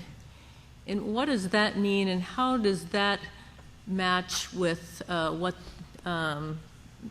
Mr. Carlson said relative to the actual mortality after the fact from both forms of fishing? Sure. Well, since he couldn't come up with those reference, I would assume that these numbers are all interesting. I personally produce and host a television show that's focused on sport fishing and conservation called Haas Off the Grid, and it's nationally syndicated. Actually, Bruce Buckmaster at the meet and greet said he was a big fan of the show, which was kind of an interesting, but I really appreciate it. I appreciate all our fans. But by doing the show, I've been able to travel the world and look at different fishing methods. And over time, you kind of see the things that have really caused huge impact to the ecosystems. Gill netting is one of those. Every place that we've gill netted around the world has had significant problems with other kinds of fish, not just the fish they're fishing for, but the bycatch of it and all that. And since we don't have good monitoring to tell us what's going on in our rivers when bycatch happens, we really don't have a data set to really effectively manage the river. And that's the key, is good science. So when we stop playing these games and start getting good science and focusing on, getting testing of gear where it's apples to apples comparisons, where we're not having the gill netters go out and test their gear or test gear on our behalf, but having third parties do it or an unbiased party do it. I believe that's what we do. I think our results are suspect at best that we have, and I think we're more aligned. I'm more aligned into what Washington sees as their numbers. It just seems like I get the feeling a lot of people think of gill netting as this activity that's happened for many years and certainly has caused problems in the past, but given the way that the Columbia River is managed by Oregon and Washington right now, where we have a certain number of impacts, total number of fish that can be killed that are ESA fish, in order to do those two fisheries, where do you see that great ecological problem? If the commercial fishermen kill 20% of the ESA listed fish allowed and recreational fishermen kill 80%, what makes the commercial fishermen ecologically, what was your term, a worse method? Because every fish that goes into a gill net dies. Okay. So we did want to have that confirmed with our staff of whether that is a true fact or not, and I guess we'll follow up on that later. But and every fish you. that a sport fisherman releases has a chance to live, and I think that's the huge difference. And there is a mortality rate there too. Thank you. I think it's orders of magnitude difference, but thank you. All right. Thank you, panel.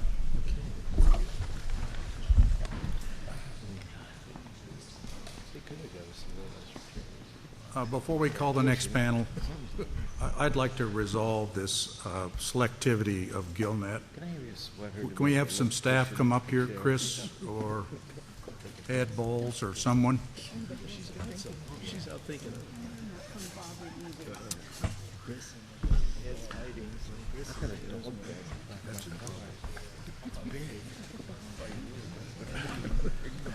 Sure. Chris, you've heard the discussion. Uh-huh.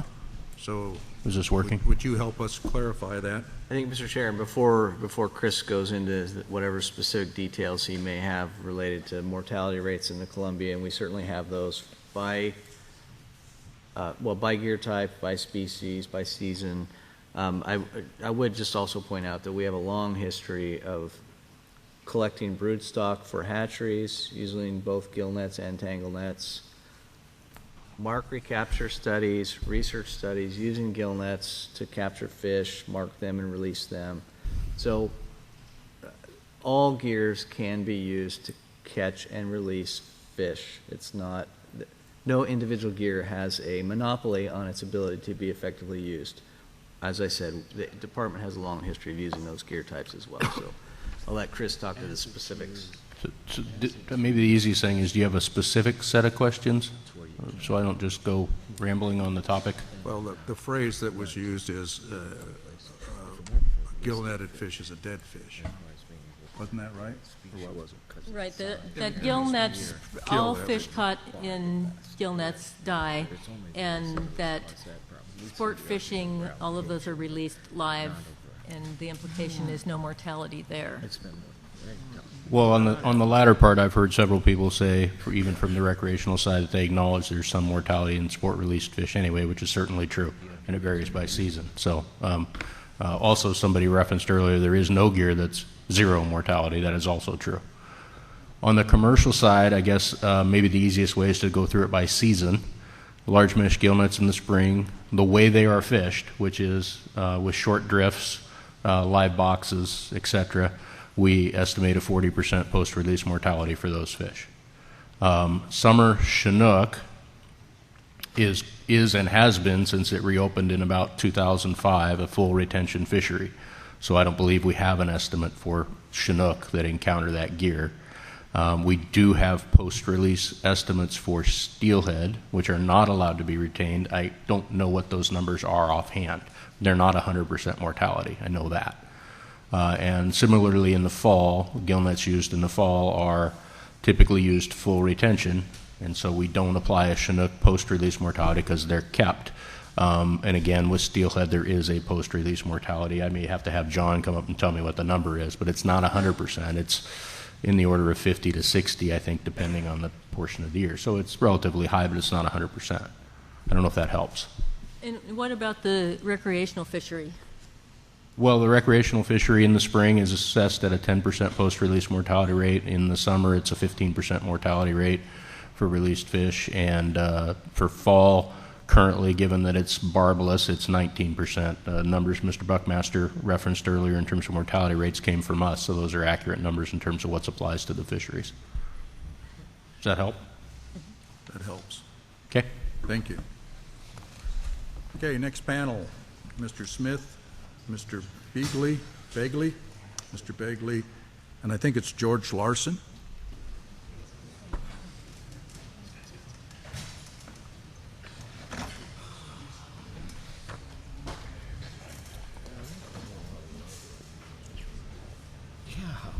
Okay, Mr. Smith here?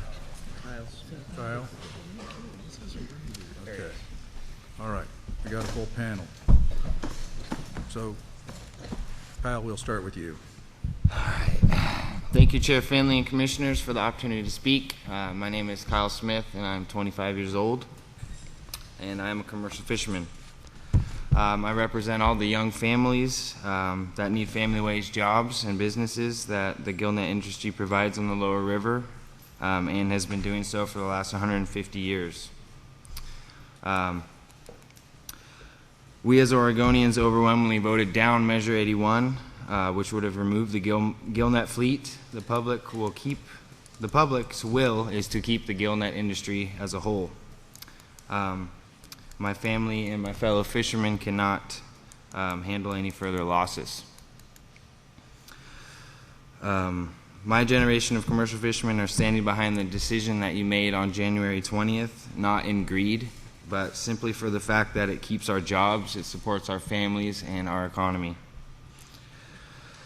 I'd just like to thank you again for the opportunity to speak, and I sincerely hope that you sustain your decision that you chose on January 20th. And that's it. Okay. Thank you, sir. Mr. Begley. Thank you very much. Leroy Bigley. I'm here to hope that we do continue to have a fishery for young people. And my days are over with. I'm a 65-year resident of the state of Oregon. What I look at when you sit there and say, oh, we should take so many of this fish or that, what are the chances that they shut the whole fishery down? Because only the gillnetters on the Columbia can kill an endangered species. Nobody else can. On the McKenzie River, we cannot take an unclipped fish. So I look back, at one time in the state of Oregon, it was illegal to hunt ducks. You could commercially kill ducks and game. Guess what? We became smarter. And in order to preserve that, we stopped. I hear an awful lot about the economic impact this is going to happen. You're looking at an ex-bar owner. I used to make a lot of money. But you know what? Society said, sorry, we have to control driving under the influence. So I lost about $500,000 to businesses. Did I cry? No. I got off my butt and went on to do something else. Mr. Milcher, I wanted to go on the hook ratio on the Kenai River. They figure, using the difference between barbless and barbed, about a 5% difference. They did a pretty good study on it. I wish I had the memory to remember that. Let's see.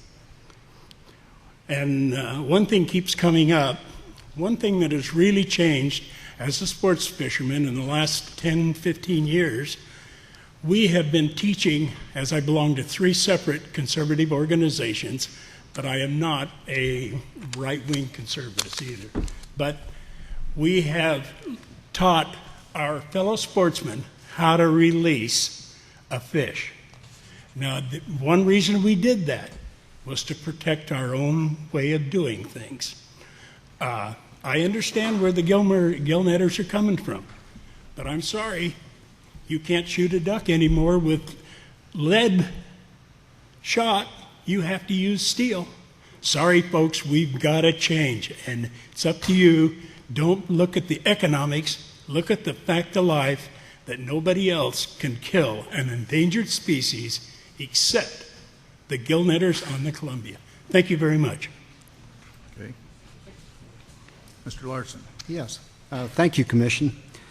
I just find it interesting that in looking at ODFW numbers, that the sturgeon take by the commercial fleet was about, between 1,100 and 1,300 a year until 2014, where it went magically to zero.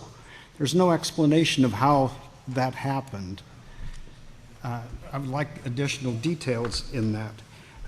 The other part of my issue is that it just blows my mind that there's no interest in protecting the native fish from bycatch.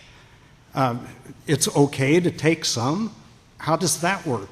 Especially when the entire sports community has to be completely selective and release anything that is not fin clipped. Thank you. Commissioners, any questions? All right, thanks. Who'd I miss? Okay. Yeah. Never mind. Thank you, panel. Yeah. Mr. Finley, may I show one thing? This is a gill net. I don't know how many people have actually seen it, but this is what holds the salmon in the river, which gives the sea lions a real good chance to say, hey, guess what? I can dine in. Thank you very much. Next panel, Mr. Shoup, Palladini, and Mr. Wall, Randy Wall.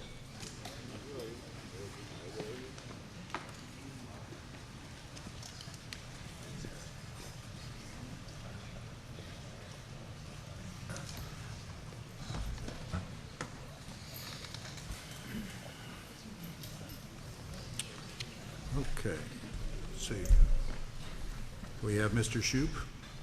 Do we have Mr. Palladini? Mr. Wall here, Randy Wall? Right here. We got 1 and 3. We don't have 2. Yeah. Who am I missing? Palladini? Palladini. Palladini. Mr. Palladini, are you here? All right. We'll come back at the end if you're here or in the restroom. We're going to move down now to Miss Pete Johansson.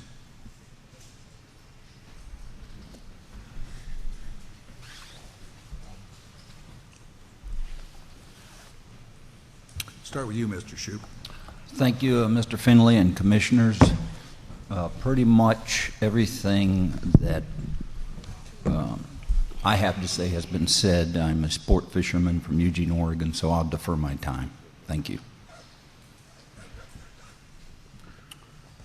Mr. Wall. Thank you, Chair Finley, Commissioners, for a chance to speak today. My name is Randy Wall. I was born and raised in Clatsop County. And I'm currently living in Napa, Oregon. I've commercial fished my whole life. I want to thank you for your vote on January. You've taken a stand for Oregon voters and consumers. Your vote is the will of the people in the Oregon law. Oregon voters have clearly stated that they want access to fish that they have funded. Oregon voters want Columbia River salmon on the market and in local restaurants. Twice in the last 25 years, they have supported non-tribal fishermen on the main stem of the Columbia by voting this down. There's not a fishing hook that can be as selective as my tangled net that is used in the spring season. If the main stem is for selective gear only, how can Oregon Department of Fish and Wildlife allow non-selective hooks to be used in the main stem? I want to thank you guys for your hard work, and I'm through. Okay. Mr. Johansson. Hi, I'm Pete Johansson, and thank you guys for doing a great job, and I hope that you support January 20th vote. I've lived down in Clatsop County for 53 years, and I used to live down on the lower Big Creek, and where my father had a bunch of people that fished down there. We limited it. We used to let everybody fish, and then we shut it down because of garbage, disrespect, and other things. People come up with plans in this world. No, I'm not saying all people, but certain factions come up with plans to, oh, we got to figure out a way that will get you out of the way and we can go fishing. Well, the Northwest Steelheaders tried to do that down on my father's place. They tried to take Big Creek, turn it into a navigable river, which it wasn't. We had a heck of a meeting down there in the gymnasium. My father passed away. These bunch, I can't tell you, there was all kinds of different people that were there. We had full community support, and it was resisted, and they couldn't prove what they were trying to prove, and so it kind of went away. I see a lot of good folks here, whether they're sport fishermen.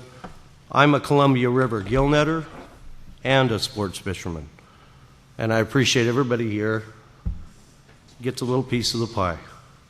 I thank you for your time and consideration. Thank you. Thank you, Mr. Johnson. Commissioners, questions?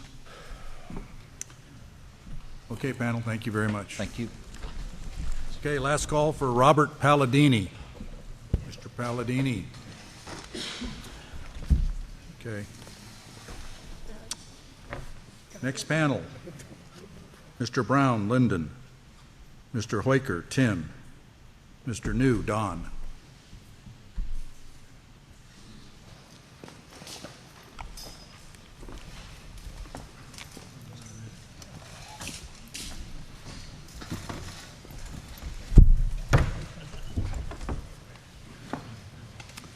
Welcome, panel. We'll start with you, Mr. Brown. Ms. Brown. Lyndon. My apologies. It's all right. I'm Lyndon Brown. I'm a native Oregonian, and I fished in Oregon for over 70 years, and as one of the 170,000 fishermen who's paid into the fund to research alternative gear to gill and tangle nets so that a viable commercial fishery can exist along with a viable sports fishery. Where's all that money gone, and what's happened to the research results? In addition to that, I appreciate the people that have commented on the sea lions. I will not be fishing the Columbia anytime soon because I'm tired of spending money to go fish and have the sea lions eat my fish. And I can certainly appreciate the problems with the gill netters and the commercial fishermen with the sea lions eating theirs. Something needs to be done. I also appreciate the comments of John Haas, and I support the comments of Dave Champ and Bruce Pauley. Thank you. Thank you. Mr. Hoiker. Good afternoon, Chair Finley and the rest of the commissioners. My name is Tim Hoiker, commercial fisherman, Cascade Locks. One thing I wanted to just touch on a little bit was I started in 2012 when I first testified. It just seemed like more fish for the same people. And Bruce Pauley exactly said that today. There's no more fishermen. So we're going to go from a 1 fish limit to a 2 fish limit just to catch those fish. And it's proved that the last 4 years, that there's not that many more fishermen. I mean, they did it up above. They went from a 1 fish limit to a 2 fish limit to a 3 fish limit. I mean, it's just not there. I don't see it. I don't understand that. It's why we're going down that road. That's enough of that. The other thing is it seems like today is, with what I've heard, is that we're definitely going to have a reallocation here. Seems like there's no way around it. So seems like with Washington and what the governor said, and it seems like the original plan that you guys adopted in January 20th was still a 5% harm. It looks like staff's proposal today is 10 to 15% harm. And if you guys go with that, is there any other ways to make up that harm in any other method with, say, the endorsement or whatever to compensate the fishermen that are, they're going to lose no matter what. It looks like we're going to lose. With Washington, Washington's plan, is there any other method to compensate the harm, since we're going to be have less fishing time. So thank you. Okay, thank you. Mr. New. Thanks, Chairman Finley and Director Melcher, for this privilege. My name is Don New. I'm a board member of NSIA, a new member, and a Flatlander. I'm here to. I engaged the Daily Astorian a few weeks ago when their editorial board wrote a letter supporting your vote, and there were a couple of things that led me to respond to that letter. One of them was, and this is just a point of clarification. It was kind of lazy writing, but it claimed that our NSIA is funded by fat cat rich oilmen, and I want to testify today that's not a fact. They wrote retraction, and to add insult to injury, claimed that they got us mixed up with CCA. Again, lazy writing. Responses to my letter came in claiming that NSIA is anti-commercial fishing. And I'm here to tell you that we are not anti-commercial fishing. Another point was some numbers that I used in terms of people that are on our board and part of our membership, and then the people in the industry that we represent is in the $600,000 to $500,000 people range, and that is a fact. We represent Oregon, Washington, and Idaho, and this fellow tried to tell me that we were using bad numbers. So I just wanted to clarify those things. We've been talking about,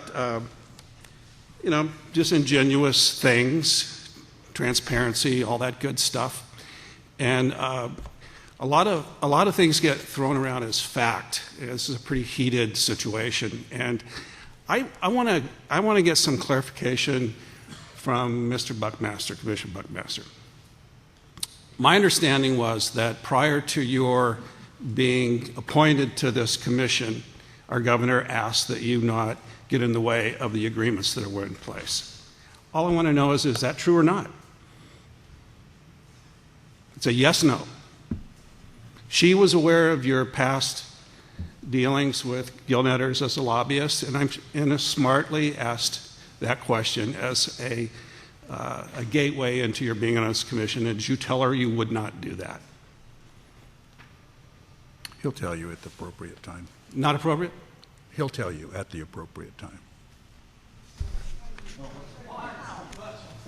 It's a fair question. It's not. Yeah, at the end of the panel, he'll tell you. Oh, okay. Okay. So I want to hear and the commission wants to hear the rest of your statement. Okay? So go ahead, and then he can respond. The rest of my statement is I think our governor gave you all a clear charge with the letter that she wrote after the January 20th vote, right? Okay. Yes, she wrote a So I think there was a reason for that, and I think that if she indeed asked that Commissioner Buckmaster not get in the way of us lining up with the agreements that were in place, that there would be repercussions. I think that letter represented those repercussions, and that's my statement. Okay. All right. Commissioners, questions or comments? Mr. Buckmaster, do you choose to respond? I'm happy to. Thanks for your question, Mr. New, and thanks for all your testimony. We had when the governor interviewed me, it was my second interview. My first was with then Governor Kitzhaber, and a lot of the same questions. And but when I met with Governor Brown, we talked about history, what I had done, the issues, working on the Sea Lion Task Force, the hatchery review, hatchery research, working with the Native Fish Policy Task Force, and closely with commercial, sports, and tribal fisheries. We got to the plan. I was very clear about my misgivings of certain elements of the plan, but that I would continue to support the plan as long as the economic objectives were met. We didn't go into a lot of detail then. Now, to back that up, because, you know, there are a lot of accusations and people don't necessarily, they start questioning integrity. Less than 2 weeks later, I was asked the same question in front of the House or the Senate Rules Committee prior to my confirmation. What will you back the plan? Now that one actually has a record. You can go back, you can look it up, you can find the video of that and the audio. And when I was asked that question, I gave the same answer, and the governor's staff was in the room. Had I said something different to the Senate Rules Committee than I had said to the governor, she would have known immediately. And I said, as long as it meets the economic objectives of the plan. The plan differed from the old Safe for Salmon plan, which came out of people in your shop, with Jim Martin, I think his name is. And but the governor, Kitzhaber, put safeguards in there. He said it's going to be a win-win. He said both communities have to be improved by this. And he talked about things, and he came back 2 years into it and said, here's what we have to do. Here's what adaptive management is. Here's what the economics, how we should judge them, how we should measure it. So your guys, Jim Martin, and the people that were representing NSIA on the task force originally, which I also participated in, talked about it at length on win-win. I had reservations about how it was done. I thought we started shifting things around long before we had important answers, and I still do. That's not news. My question back to you is, do you still want a win-win for all the communities on the river? Mr. New. Commissioner Buckmaster, I do. Then you and I are going to be able to work together. May I respond to that? Sure. You talk economics. That's a big topic right now. This state is $1.2 billion underwater. Compare the economics on the sports fishing side and specific to the gill netters within the commercial fishing industry. That's simple math. You can't throw junk math at that.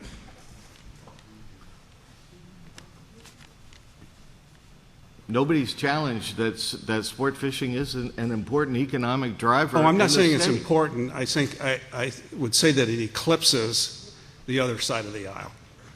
So are all industries that do have less economic value than the one you perceive, that yours has, that you're representing, are they of less importance? No, they are not. Okay.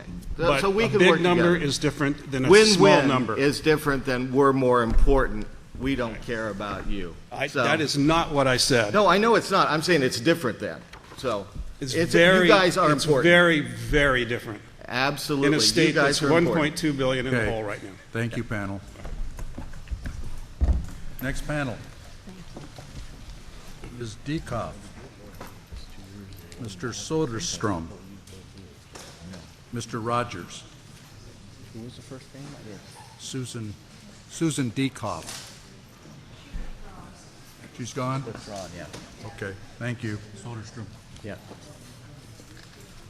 All right. we got The next one is Scott Winter. He's coming. Winterview, sorry. Winterview? Yeah. Okay, thank you. Okay, we'll start with Mr. Soderstrom. Thank you, ladies and gentlemen. My name is Pete Soderstrom, fourth generation fisherman, and I just ask you to uphold your vote. Keep us working, keep us fishing, keep us on the river. Thank you. That's it. Okay. Mr. Rogers. Dear Commissioners, I've spoken to some of you before. I'm Ryan Rogers. I'm the owner of the Fisherman's Market in Eugene. I'm a fishmonger, and a longtime commercial fisherman in Alaska. I think most everybody in this room would agree that the salmon resource on the Columbia River should be able to be enjoyed by all the people in Oregon, not just those that have the time and ability to go catch them themselves. As a retailer, I'm proud to be part of the conduit to the consumers, and the commercial fishers are the foundation of this conduit. I buy a considerable amount of Columbia River salmon and have bought a large percentage of the seine caught fish in the past 2 years. This week, I was lucky enough to get some of the test fish, and I assure you, there's a large demand for these fish in Eugene. My concern is that if we eliminate the drift nets in the main stem of the Columbia River, this conduit to the vast majority of the citizens will go away, and the consumer will have much less access to this precious resource. Finally, as a commercial fisherman who's caught nearly 20 million pounds of salmon with both gill nets and seines in Alaska, I worry that there is not a viable option for the fleet than drift nets in the main stem of the Columbia River. I personally don't see seining as a realistic option for the fleet, as it is very costly and considerably more complicated to execute, especially in the current of the river. Thanks for hearing my concerns for what I feel applies to the vast majority of Oregons who enjoy wild salmon, and I ask that you stick with your January 20th decision. Okay. Thanks for taking the time to hear me. Most of what's been said by the commercial fishermen here covers most of it, so I'd just like to kind of share some of my story. But I would like to say that it makes me sad to see so much animosity between the two sides here. I believe that in the end we both want the same thing, that is a healthy river ecosystem and more fish. A few years ago, I'd given up. I was a failed photographer with no prospects, 29 years old, living with my mother. Then a friend with an extra gill net permit threw me into a skiff with a net and little else besides a few words of encouragement. Now, I'd gill netted once or twice before, but other than that, I was just a guy who kind of knew how to run a skiff. I was and still am a sport fisherman, mostly a fly caster, a son of hippies who was never supposed to be a commercial fisherman, and a conservationist. If that doesn't make sense, you might not understand what stewardship means. I did not know what I was doing, and compared to most of these guys that are fishermen here today, I still don't.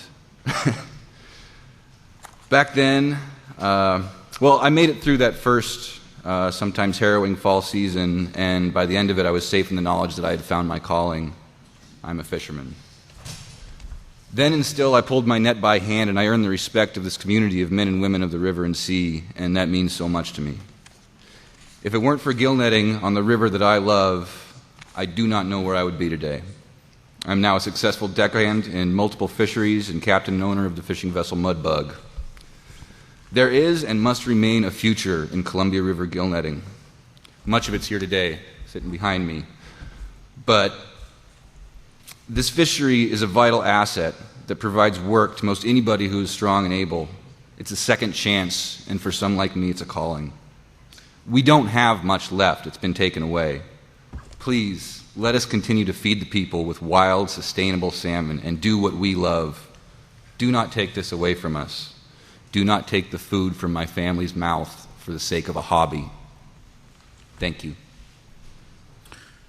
Okay, thank you, Mr. Winterview. Commissioners, any questions of this panel? Okay, thank you very much. Mr. Rees, Mr. Peck, Mr. Monroe.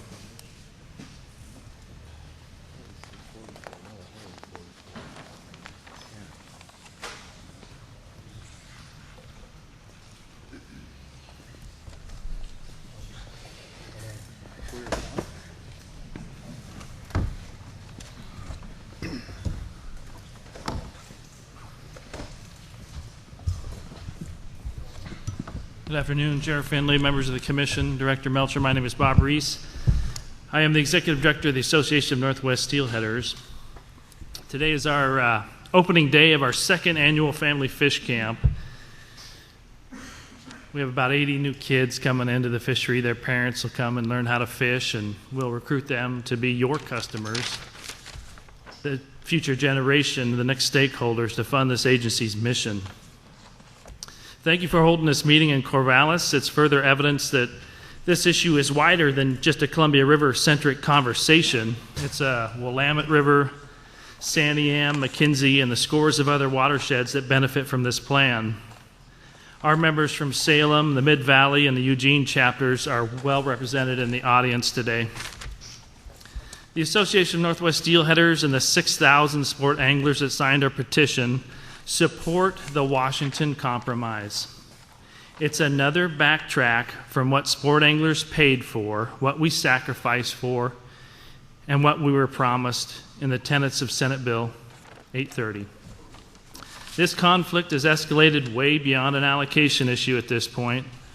We are a community that feels slighted, and that angst will continue to spill over into the future financial viability of this agency. I know that you've received monumental comments that tell you of people that are not purchasing the Columbia River endorsement fee, not buying a fishing license in the future. It's been crippling for this agency, and I'm not sure it's going to go away. And this issue will not go away until full implementation of the plan is adopted. That is an 80-20 allocation for spring, summer, and fall fisheries on the main stem Columbia. And in the spirit of true adaptive management, assuming that full implementation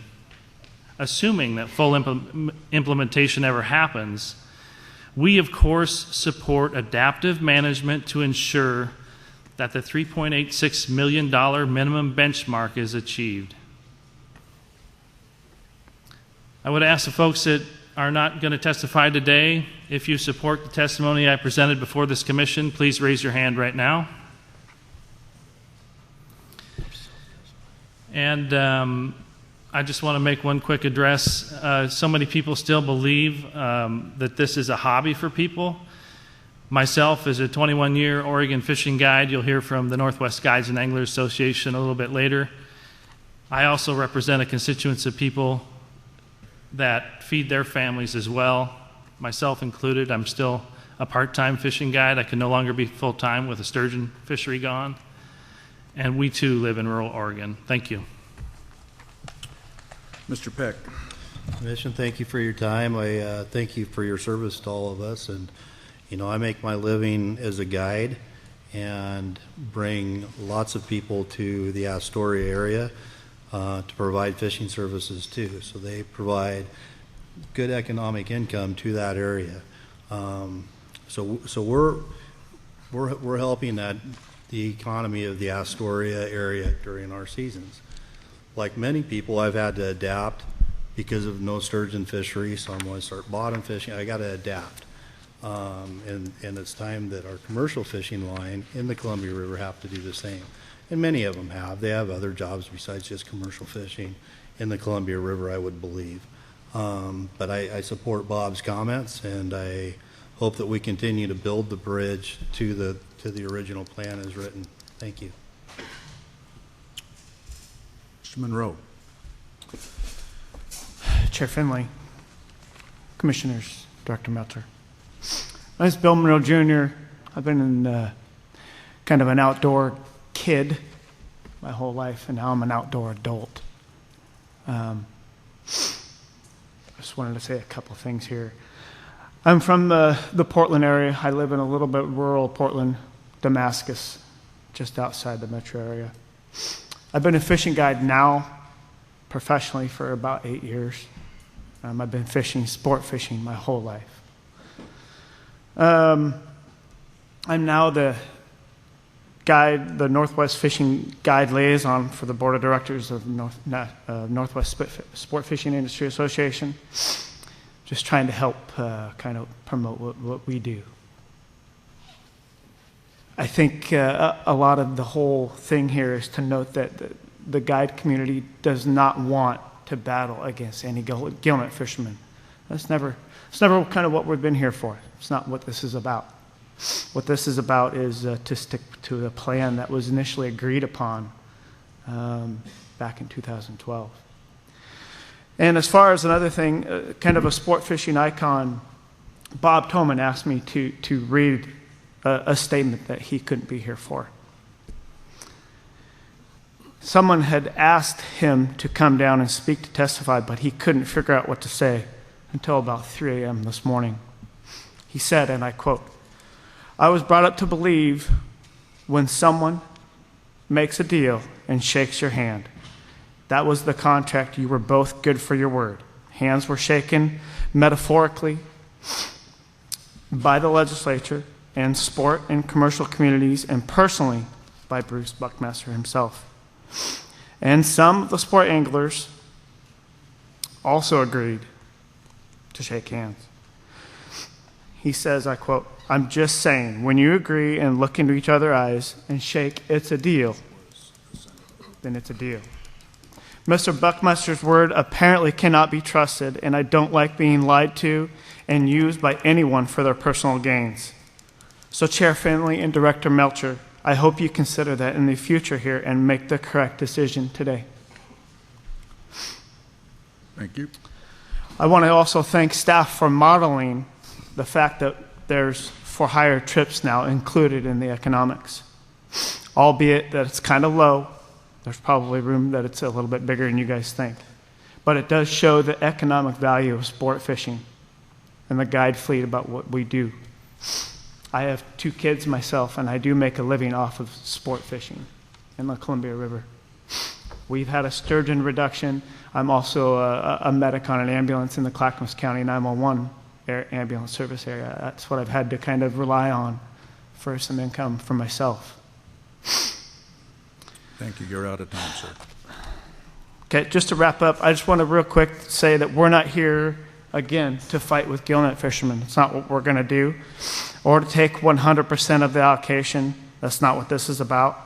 Maybe we can be here instead to not lose the almost 100-year alliance with Washington in making the Columbia a stronger and healthier river for salmon, steelhead, sturgeon, and perhaps come up with a better way to make the safe areas work more effective and efficiently.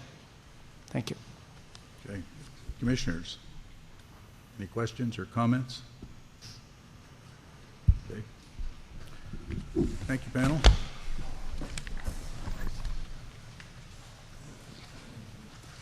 Commissioners, we have 1, 2, 3, 4, 5, 7 additional speakers. Rather than take a break now, if you need to take a personal break, please feel free. What I'd like to do is run through these, and then we'll take a longer break. Okay. Mr. Brower, Alex. Mr. Fleischman, Herman. McLaughlin, Brian.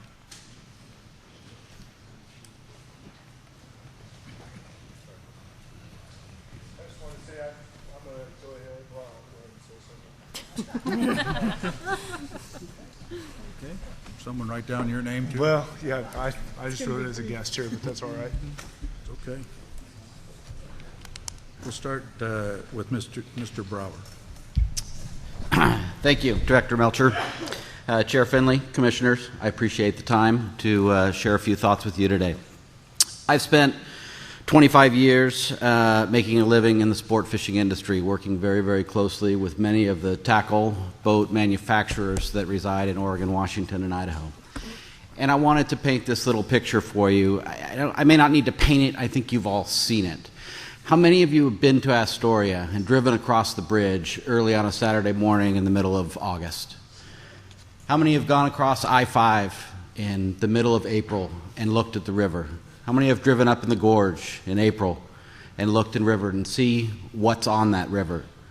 It's not a few, it's not a dozen, it's not hundreds, it's thousands. It's thousands of boats full of people, 2, 3, 4, 5, even 6 people in each boat. And every one of those boats has a rod and a reel and line and hooks and bait and the food that they purchased to go on that trip and all the other safety equipment and life-saving things that are required on those vessels. When you see those pictures of thousands of boats on the river and you do the math, it's important to realize that the vast majority of those boats in particularly, but certainly rods and reels and line and bait, are built by companies that reside in Oregon and Washington.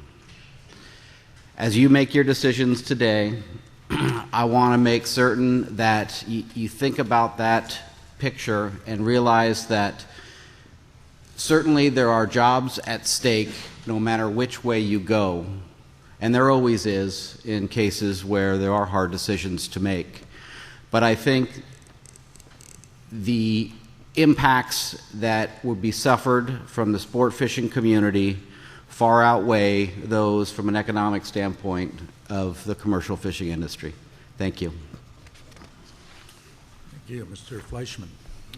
Yes, my name's Herman Fleischman, and I'm a river guide with Northwest Fishing Adventures. I fish the Astoria fishery each year and have been for many, many, many years as a guide and as a private fisherman.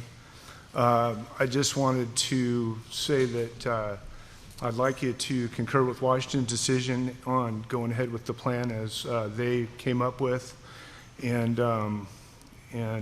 would like to also say that I concur with the Northwest Steelheaders, CCA, and their positions, and just that's about all.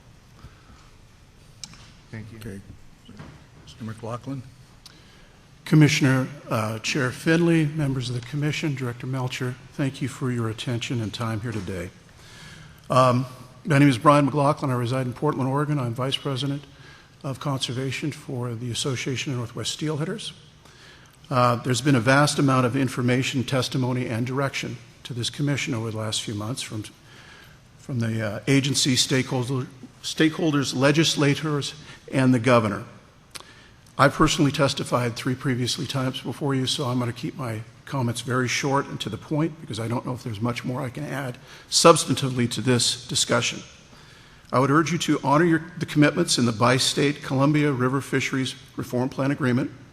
2, I would ask you that you revise your administrative rules, including the guiding principles, to once again reflect a commitment to full implementation of the reform plan, including the phase-out of gill nets on the main stem and a full prioritization of the recreational fishery as provided in the original reform plan. And 3, in order to provide for orderly and concurrent fisheries this season and next season, that you adopt regulations that are consistent with the policies recently adopted by the Washington State Fish and Wildlife Commission.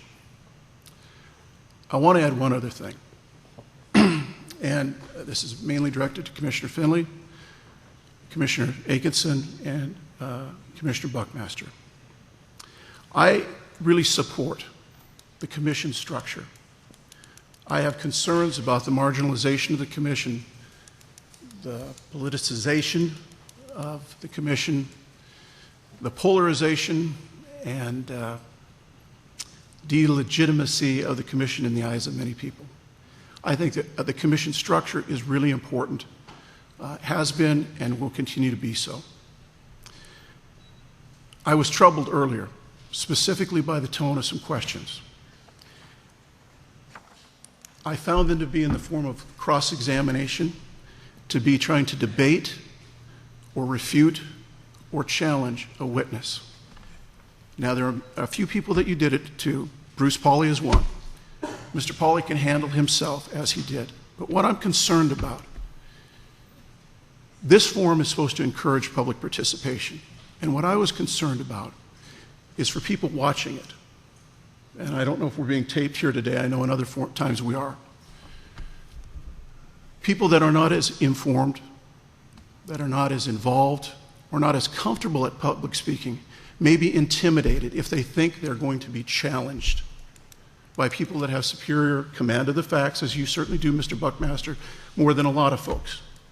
And I would just ask that you take that into consideration because, in my view, the public policy behind having a meeting like this is to receive public testimony. You all will certainly have your time to make your comments, to make your arguments and discussions between you. But I do think you ought to think about that before we turn this into a kind of a debate society, because I don't think that's the purpose of it. And I don't want to see a chilling effect on public participation in these types of forums. Thank you. Okay, thank you.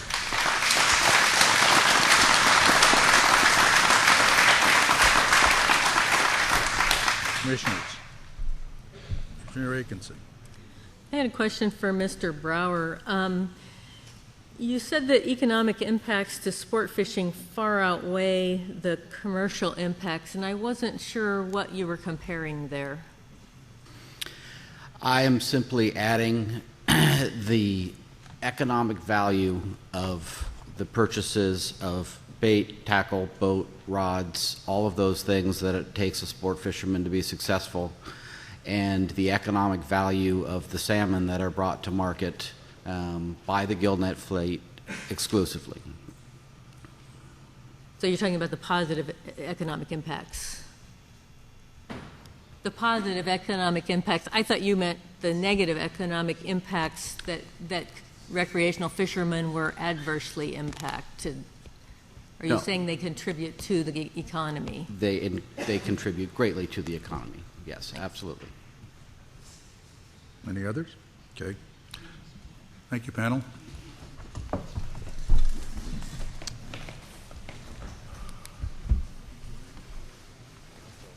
Ms. Hamilton. Liz. Mike Walger. That's what it is. Mr. Fick. Steve. Shut up. Take it. Thanks. What do you want to say?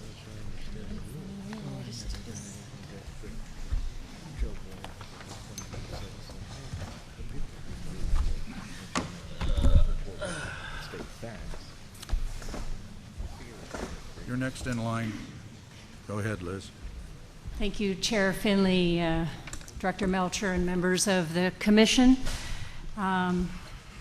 Liz Hamilton, Executive Director, Northwest Sport Fishing Industry Association, handed out something I think most of you have seen many times, but I wanted to reiterate the fact that there are many, many jobs at stake in the discussions that you're having today, and they are spread throughout Oregon and Washington. And as was said earlier, our fish tackle and fish boats is generally very specific to this area, and most of it's built here. I've decided to clarify a few points that were made earlier because I think they're important. Foremost, or starting with Commissioner Aikenson directly, when the fish are in the Columbia, they're not in the tributaries. And many of the fish in the main stem are not going to translate into tributary fisheries. So when one of our businesses tells you that they lose $20,000 every day that the Columbia is closed, it's because those fish are not in the tributaries and they're not going to translate to the tributaries. They might move there later, but the time when we're fishing in the Columbia is because the fish are in the Columbia, and that's really important to know. There was a big debate about mortalities, and if we're going to talk about mortalities, let's use oranges and oranges and apples and apples. When you look at a spring fishery and you look at the release mortalities from a tangle net compared to sport fishing, the tangle net's about 50% higher than sport fishing. Gill nets are 4 times higher mortalities than sport fishing.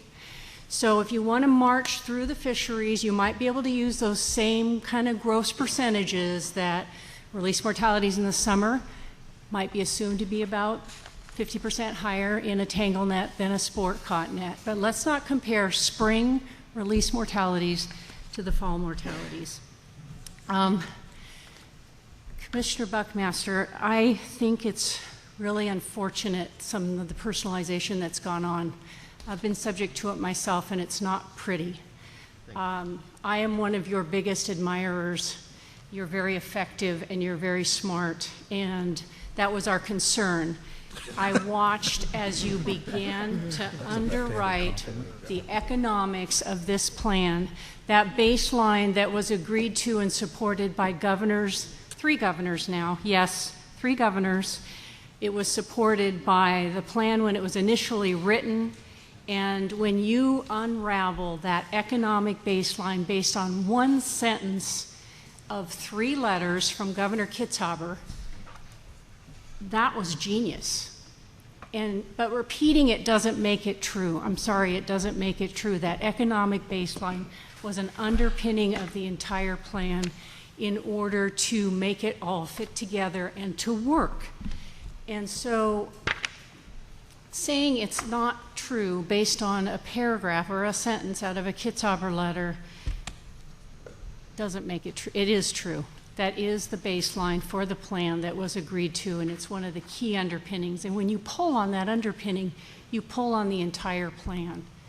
So I think the concern is that when 4 individuals decide differently than 3 governors, a legislative body, and the stakeholders and the commissioners that negotiated this deal, I think there's some big concerns. And so that's what you're hearing from folks is 4 individuals substituting what they think is best, which is you vote, you have the right to do that, but the concern that you're hearing is because it's different than the authors of the plan. You're It's out of different. time, Liz. All right. I I gave appreciate you that almost also. a minute more, okay? Appreciate that. Because you were in deep thought, and I thought it might be a benefit to everyone to hear. But in fairness. Thank you, Chair. Go ahead, Mike. Mr. Fick. Well, Mr. Ogre was Yeah. next. Okay, It doesn't Director matter. Melcher, Commissioner Finley, and the rest of the commissioners. My name is Mike Wolger, commercial fisherman. Fished 40 years, 53 years old. Got my first boat and permit when I was 13 years old. Started out in Youngs River. Put myself through college right here in Corvallis, commercial fishing. Worked hard all my life. Got my degree. Decided I want to be a commercial fisherman, and that's what I am today. A lot of what I wanted to say has already been touched on or something. I applaud you for that stuck up. And as I said before, as this plan policy was implemented and stuff, the science wasn't done. They had these fictitious mortality rates. You know, it worked with it was a 10% mortality. Well, when the mortality rates came out, they were a lot higher. It didn't work. The science wasn't there to back the policy. We did it backwards. So as the science comes in, you guys look at the new science and the new data coming in, and you made your decisions based on that. We're not supposed to get harmed any more than 5%. That's the way I understood it. All these policies, you run them out to the end, we're harmed more than 5%. We've already been harmed during this whole implementation of this. So, you know, it's not about conservation. We know that. You know, and if you wanted to look that way, we've been asked to adapt through the years, whether it be tangle nets, live boxes. We go upriver, asked to go to zones 4 and 5. Leave Astoria, risk towing our boats, go all the way upriver to fish. We're willing to do that because we're fishermen. We go up there. The reason it was brought up early, and I'll tell you, Holly, Nathan Rogel brought up that we fish upriver zone 4 and 5. We're above the Thule problem in the lower river, where the sport fleet sits on top of the Thule stock, the listed Thule stock, and hammers away. We're above them. So how can we catch the same amount of fish with less impacts, and that's why. And it's real easy to figure out. The impact split 70-30, and you look at the total number of fish harvested, and it's real similar. So with that being said, I hope you stick to your guns, and I hope, look at the science that's came in after this policy was implemented and try to weed out some of the politics. And, it's hard for me to believe if I was one of you other commissioners and people coming up here and attacking one when some of you other ones voted that way. I would be kind of being insulted, like they're trying to act like he's an arm twister or something. So with that being said, thank you, and I hope you stick with your guns with the January 20th vote. Thank you. Mr. Fick? Thank you, Chair. Having fun yet? I need to address a couple things here. First of all, when you do look at mortalities, we have contradictory data, like in the spring salmon fishery. 14.7 versus 12%. We're whacked with a 2% for sea lions. They don't have any studies done. They don't have the study, so no sea lions take any fish off their hook. The other thing that I wanted to address was Commissioner Atkinson. You were talking about economics. I actually have a degree in recreation leisure services, and about 40 years ago, now I'm dating myself, we did a study in the city of Portland. And what that study showed, number one, is you have X amount of recreation dollars to spend, and you're going to spend it somewhere. But to address specifically the outdoor opportunity, you're either fishing right outside the Willamette River or you're fishing inside the Willamette River, so you still get that fishing day of opportunity. The other thing that I really think is important that we look at this thing, this plan and millions of dollars, hard feelings going down the road here, you're going to get one more day, possibly, one more day of recreational opportunity in the main stem of the Columbia River that does not exist today. Now that's from your staff. That's an analysis if they can stay within catch balance. When we start talking about jobs, and yeah, we're going to lose a lot of jobs in the fishing community and the jobs that they support, and a lot of what we depend on are the same people that Liz depends on. They come to Astoria, they'll buy a piece of salmon from us, or they'll go sport fishing and want to buy something from us. There's all some value for all of us in it. You know, we need to continue to look at the facts on this. You know, they talk about you got to get rid of the non-selective gill net. You've done that. I was talking to a former Washington biologist. We were talking specifically. He was laughing about it. He says, yeah, I was the one to put that in there to specifically talk about the fact that we are going to make sure those gill nets are the right size so that they are selective, so that we do have steelhead swim through them and you don't impact them, and if you do, it's minimally while you target the fish you're trying to get at. So we got rid of non-selective, where in the past a lot of the fisheries just said go fish with a net. So they've addressed some of that stuff. This plan, when you guys went and talked, when the governor talked to Washington and the commission talked, the deal was, are you interested in coming to the table with us to build a plan that will increase both industries by 5%? That was the deal. And they said yes. They took it down south and they went 180 degrees the other way. And they agreed to adaptive management. I had a meeting with Governor Kitzhoffer. He said, I'm going to enhance you 5%. You're going to have to change some things you do, but you will be enhanced while you hang in there and work with me. And I said, yeah, I will. That clearly has not happened. Can we get there in the future? Yes, we can. Commissioner Finley, I just took a trip up to Alaska 2 weeks ago specifically to talk about fish wheels with biologists up there. I'm making the effort. You guys got to work with us too, you know. When we start talking, you know, about cooperative and heart, you know, all these things that, you know, like you can't question anybody who gives you any information. If I'm lying to me, I have no problem with you having a dialogue with me. Any of my comments, I have no problem. But with that, go down to Astoria on a Saturday night in August. Look at all those thousands of people in the restaurants eating salmon.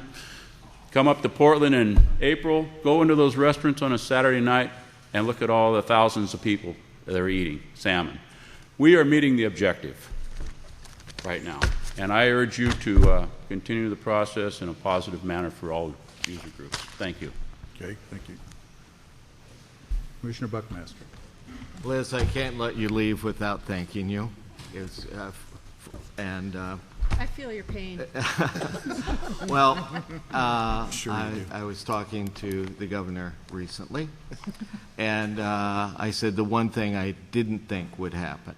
I mean, I knew that there's passions. This is salmon. This is the Columbia River. There are passions, and you well know that. But I didn't think that personal integrity would be questioned. So thank you. Now, you did say something about the one picking out a sentence from the September letter.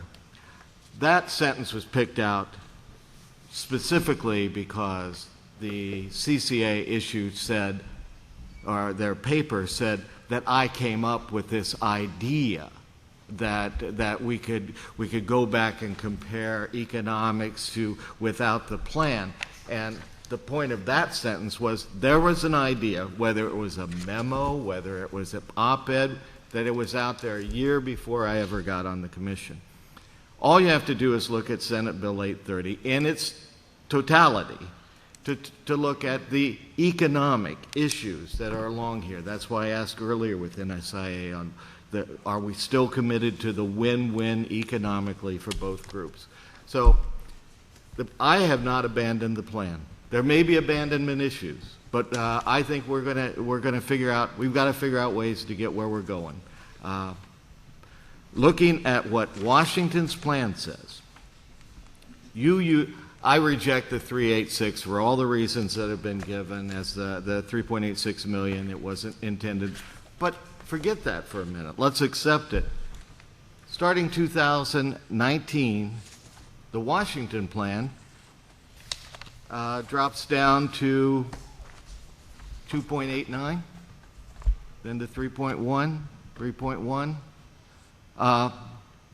If we're looking at something using the numbers that some people want us to say is a cap, some people want us to say is a base, but whatever it is, this number that comes from Washington is far below that. And I in good faith, don't want to go there. Thanks.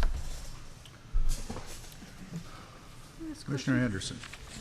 Thanks. I have a question for you, Mr. Fick. Just curious if there's been any conversation within your groups on the last guiding principle of this plan, guiding principle number 10, which doesn't get a lot of airtime, so I want to see where it's at, which is to maximize economic return, develop a program that seeks to implement Marine Stewardship Council or other certification of the commercial fisheries as sustainably managed. I just wonder if that could provide some future reference point from a third party's view of this issue of selectivity that we've heard a lot about today. Thank you, Commissioner. To address that, what I would do is say that first we need to know if we have a future before it's a very expensive process. My company uses that process for some sustainability audits for other fisheries products such as shrimp.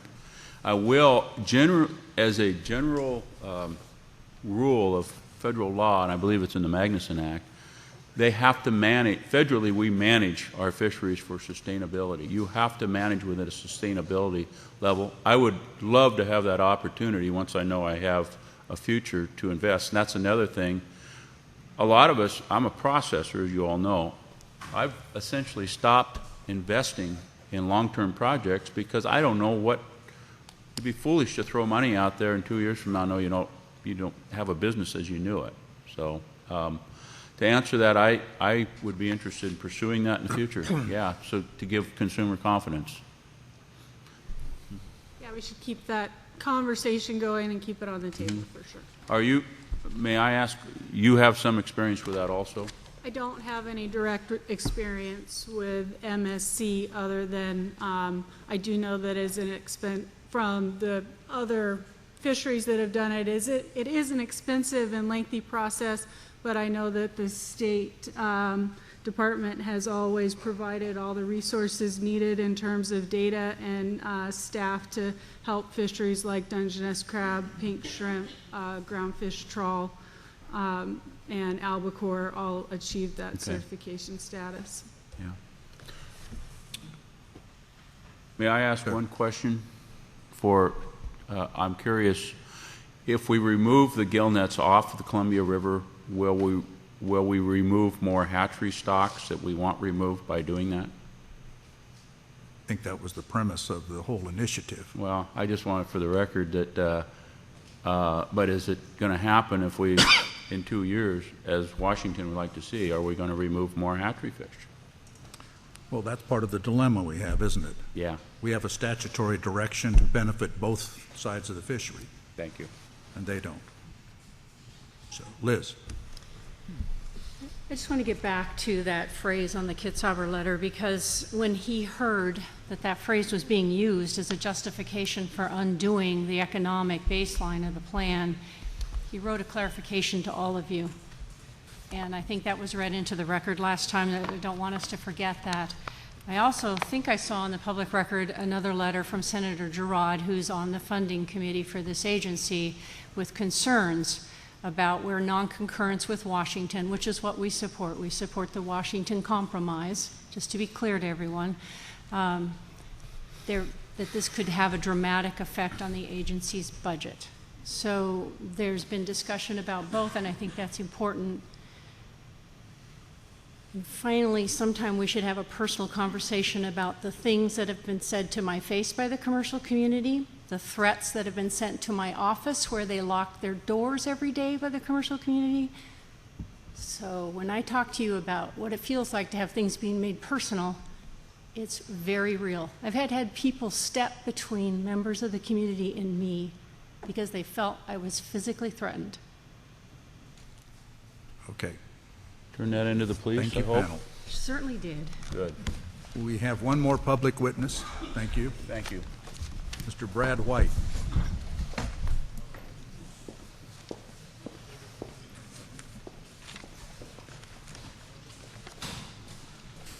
Did Robert Palladini come back in? All right, he's permanently AWOL. Can we get at least like just two people sit here so I don't feel Are you lonely? Are you lonely? Just think of this. You got the whole Does that thing. mean he gets 9 minutes? Yeah. Exactly.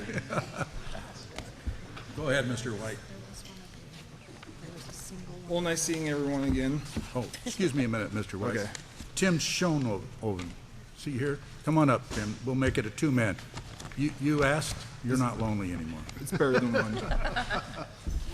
You didn't have to go last. There's somebody in the back. Oh, there's a guy way back there. Yes, sir.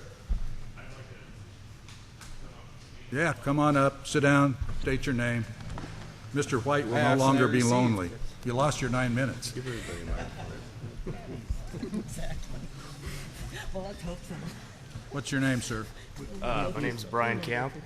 Brian what? Camp, K-A-M-P. Okay, we'll start with you, Mr. White. Thank you, commissioners, for hearing me speak today, and it's nice seeing all you guys. That last meeting was my first time testifying, and since that meeting, a lot of stuff's happened. I actually went home that night and instantly started researching because I felt like I've let the Gilnane community down since I am probably one of the youngest gill netters on the river. And since that point forward, I've slept maybe 2 hours a night, stressing about that, which actually led me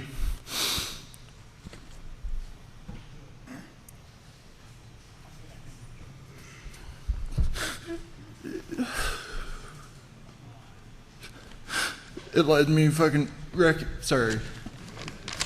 wrecking my truck and barely not dying. But since that point, I've found out that I'm having a boy.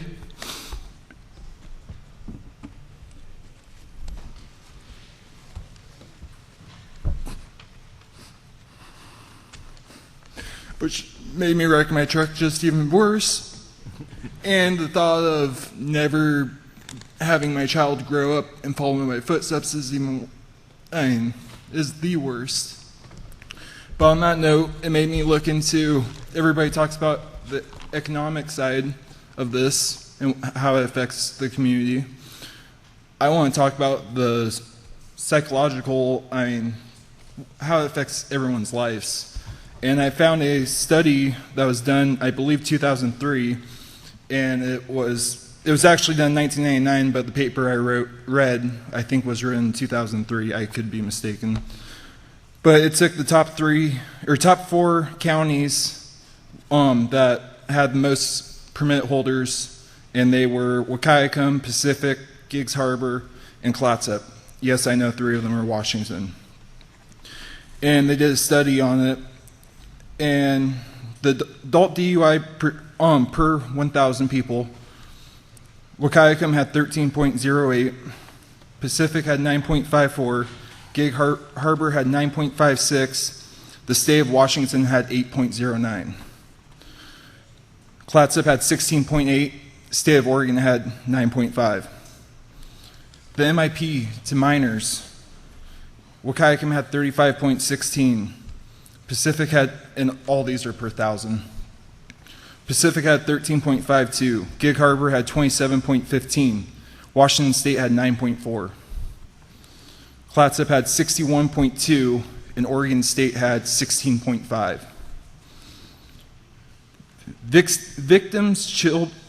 Victims accepted child abuse referrals.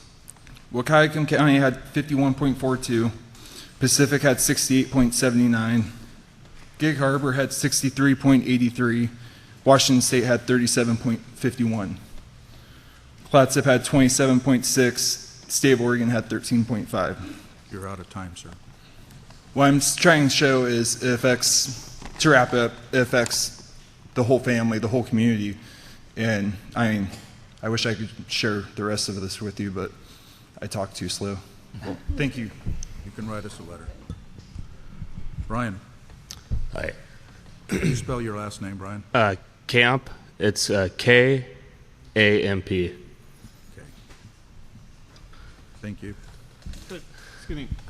I'm sorry. What's your name in the middle? Sorry. What? Brad. White. So I just wonder if Brad if he can still provide the rest of his testimony in writing to us in some way. Maybe give it to staff or help them to type it up or something. I don't know. Just didn't want you to completely feel cut off. Thank you. So, Anyways, what I'd like to say is that the sport fishing industry and the commercial industry should be able to both thrive in the river. It shouldn't be all one way or the other way. I mean, a couple of years ago we had one of the largest runs of fall fish in the river, and we gill netted in front of that, so if it's so devastating, you'd think the runs would decline instead of come up. It's a cycle. Some years are good, some years aren't. But as a whole, this is how I make a living. This is how I feed my family. This is my job. This isn't a hobby for me. I don't take time off work to go sport fishing. It's my job.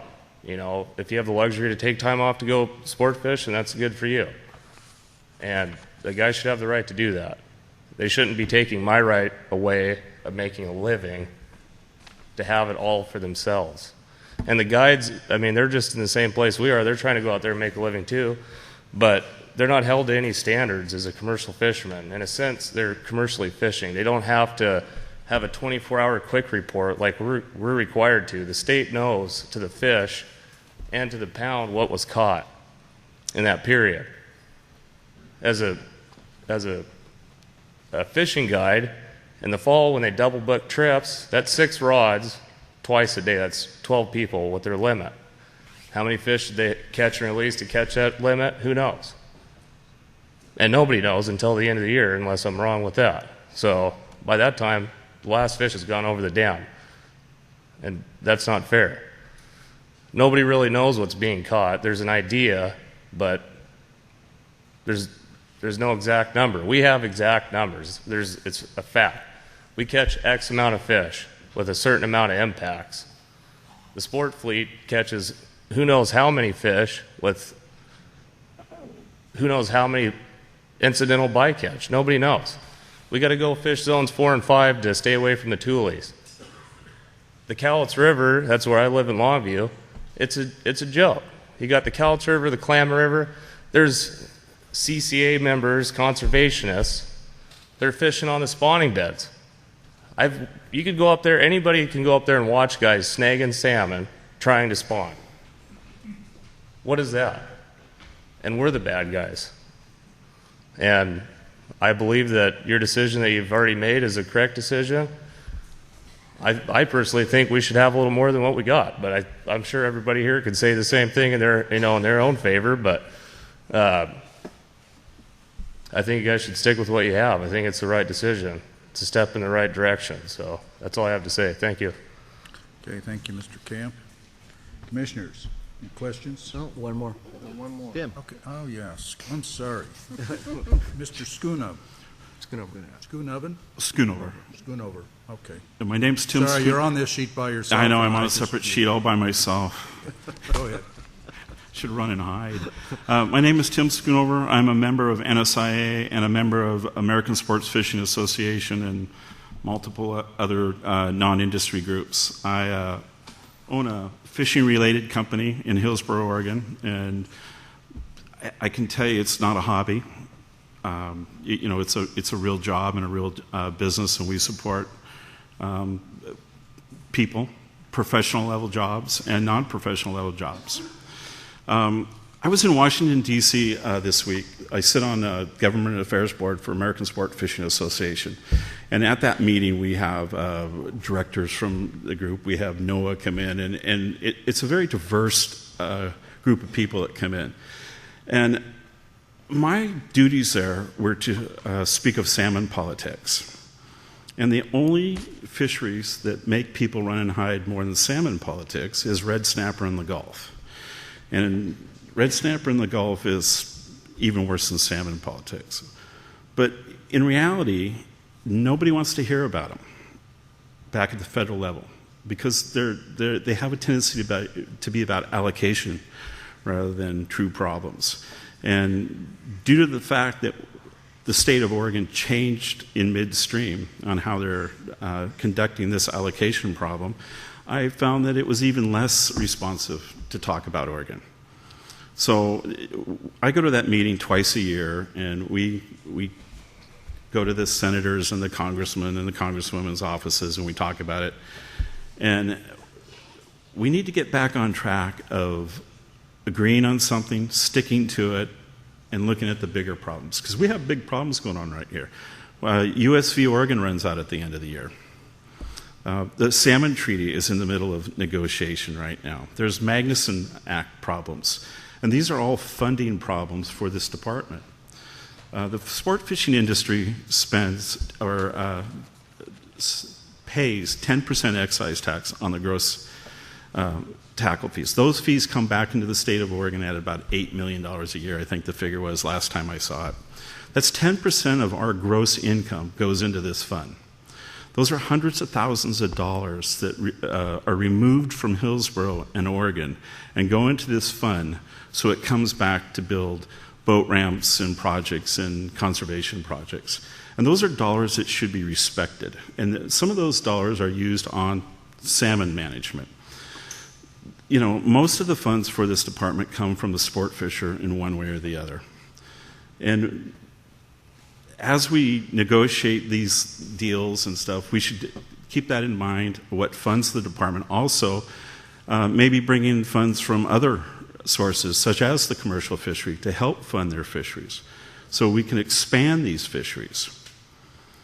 But other than that, the one thing, Mrs. Wells testified today that there's 110,000 visitors in the museum, the Great Museum in Astoria, a year.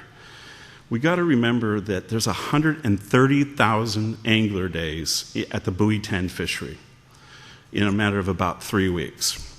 So it was stated in this, commission members stated several meetings ago that Astoria doesn't need sports anglers in August. You're out of time, sir. I can tell you that I need sports anglers in Astoria in August. Okay. Thank you. Thank you. Okay, now commissioners. Yes, Commissioner Atkinson. I had a kind of a question and a comment for Mr. White. I just want to say thank you for addressing that legacy issue of the commercial fishermen and the value of these traditional lifestyles to the people of Oregon. I think that Astoria and the commercial fishing industry is iconic. It's part of who we all are as Oregonians. I live in Wallowa County. It's a long ways from the coast. But part of who I am as an Oregonian is tied to that history of Astoria and people who came here and started fishing. And we've had tremendous changes in the way we do fishing to make it more sustainable, to make it more oriented to conservation. And you guys need to be proud of that legacy and that cultural heritage that you're still maintaining. I was just really pleased to see these guys, other of you who showed up and said, well, I'm the 6th generation commercial fisherman. I mean, that's really impressive. And I think too often in our rural areas, we don't acknowledge these long-term traditions and long-term staying with an industry and having that passed down through generations. And there's a real value to that stability. It doesn't fit in our modern society so much anymore, but it's a legacy and a heritage that I really am concerned that we could lose in Oregon, not just with commercial fishermen, but I see it in Eastern Oregon, whether it's ranching or logging. These industries, people want to be polarized on them, but the reality is what makes us special as Oregonians is that diversity and our connection to the land.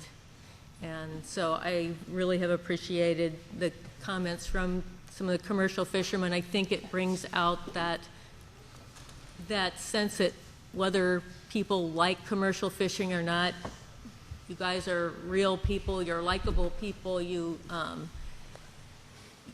part of the fabric of Oregon, and I think it's important that we all remember that because it's a valuable asset to our state. Thank you. I'm also a trapper, so Trapper. everything's under attack. Double good. Yeah. Okay, any other comments? Any PETA here? I missed the sign-up sheet. We got you. We got you. Yeah, you're next. You're the last witness. Oh, I know. Oh, my God. All right. Thank you, panel. Don't ask for more then. I'm not. I think it's the last. Okay, panel, thank you. Thank you. Mr. Putnam. Thank you, Chair Finley. Appreciate it. Last but not least. Last but not least.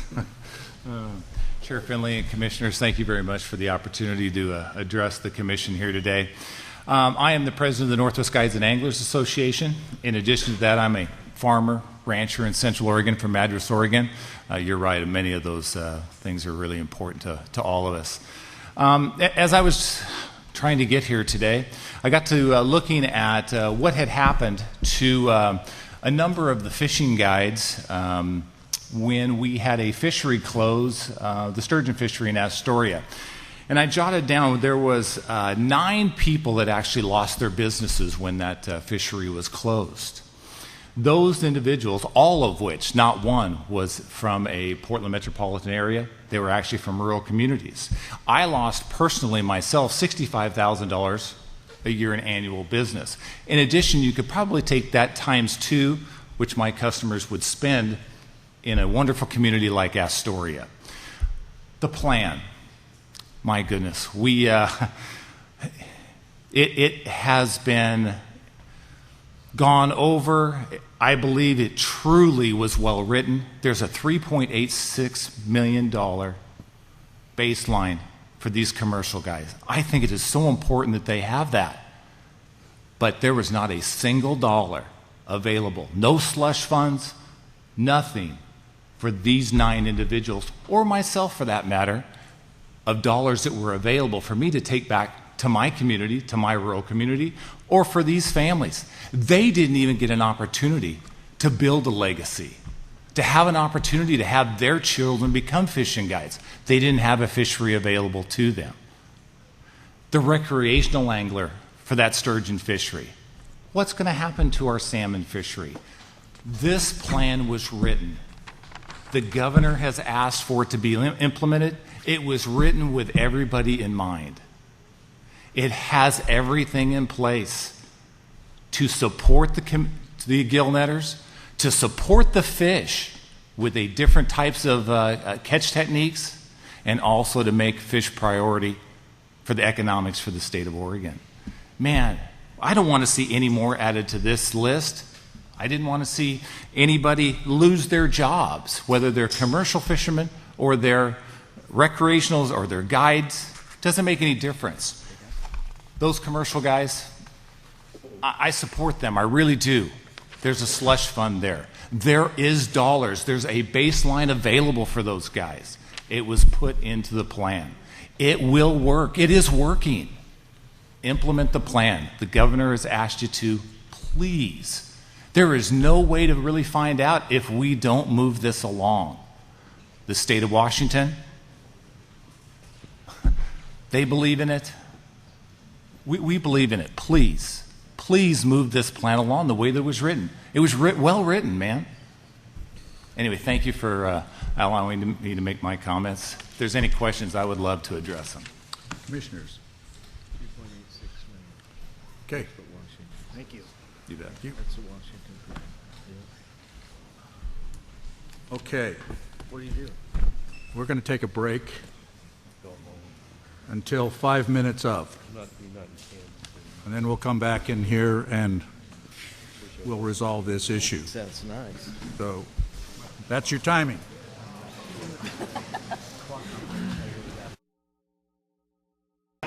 Back to work. Back to work. Did you get to talk to Bruce? There he is right there. Come on, Grab Bruce. him. We got a second. They're sitting down. He's going to make a motion. He wants Bruce to second.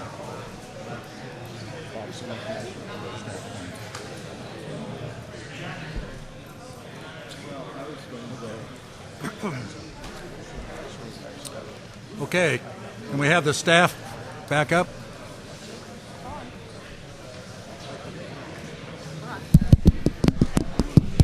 Yeah, there you go. I think we're on now.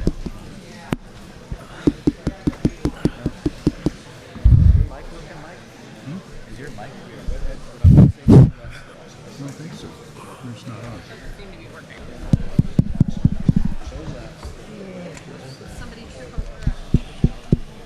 Nothing on yet, I guess. I thought they were. That's all right. It's a long lady. Just All right, who am I missing? Missing Buckmaster. Hall. Just saying, I'm the only person with a regular job around here. I'm still doing office work. You know? Hey. Sitting together next time. For you, especially. We'll know in a minute. Okay. You'll make them. Flexibility that the position requires. It's just a little Step away from the Here's our calculator. brain trust. Calculator. Don't you remember Tony said? You'll second. I don't know what kind of psychological test. You're a sick, sick girl. It keeps me sane. I have to write everybody down. Okay, ladies and gentlemen, we're going to go into our deliberative session. This is a time where we'll discuss what we heard in testimony with each other and with the staff, and try to honor all the previous commitments and the law. There are several of us here that were on the plan and voted to adopt the plan in 2012. And so those of you who testified about the plan, we understand the plan. We heard hours of public testimony, we listened, and we adopted the plan. But then it came Senate Bill 830 a year later. Now, the plan is a plan. That's administrative law. We have the authority to do that. A statute supersedes a regulation, always. And so the legislature passed the Senate bill. What it did in some areas, if it didn't countermand a part of the plan, it gave us priorities that we must honor. And I just want to remind you of some of those. The first one, after saying that the Legislative Assembly finds that it's the policy of the state of Oregon that rules as a whole related to Columbia fish management and reform that are adopted by the Fish and Wildlife Commission, that's us, will optimize overall economic benefit to the state. okay? If you're a commercial fisherman, you're part of the economic benefit to the state, and if you're a recreational fisherman, you and your businesses are. B, enhance the economic viability of Oregon's recreational and commercial fisheries and the communities that rely on these fisheries. Washington doesn't have this statute. It's part of the reason that I negotiated with the director and vice chair, with Director Melcher personally, and then wrote the commission a letter asking if we couldn't come together more in concurrence between the two states. Contribute to the native fish conservation and recovery. Many of you spoke to that today. You said that you cared about it, and it's too bad that we couldn't see eye to eye more on some of the details. I remember a couple of you, one particular commercial fisherman said, if we can't do it, we can't do it. Everyone on this commission is concerned about native fish conservation and recovery. Promote orderly fishery management with the state of Washington. I already talked a little bit about that, but that's a dictate of the statute. We're to promote. So that means that we're going to try to align ourselves as best we can with Washington. We may not be perfect. We're going to get as close as we can. I'll see what the discussions with my fellow commissioners are. But we always have a chance then to negotiate with the state. There was a little bit of kind of wait and see, that I would say, in Washington to see what we would do today. And we believe that there is room for some additional negotiation. But we are going to strive for orderly fishery management. Provide consistency with the agreements made with the Indian tribes. Well, that's not a subject to this meeting today. Today we're talking about recreation and commercial fishing regulations. So, there's one other line I just want to read here. It begins with the word if, but it's still a direct commandment of the legislature to us. If economic, including commercial harvest or conservation objectives related to the Columbia fish management and reform adopted by rule of the Commission are not met, then by rule the Commission must provide for adaptive management actions that are designed to efficiently achieve the respective economic, including commercial harvest or conservation objectives, including but not limited to, and then it goes on to talk about this. So we are dealing not only with a conservation issue here, where everyone in this room, I believe, believes in fisheries conservation. You love the rivers, you love the fish. Those of you who fish commercially, some of you are both commercial and sport fishermen. I don't believe that's an issue in this room. The statute in section 4 and 5 talks about and establishes a transition fund. They established that transition fund expecting we would transition from gill nets to alternative gear. The legislature recognized that. That's why section 4 and 5 are in there.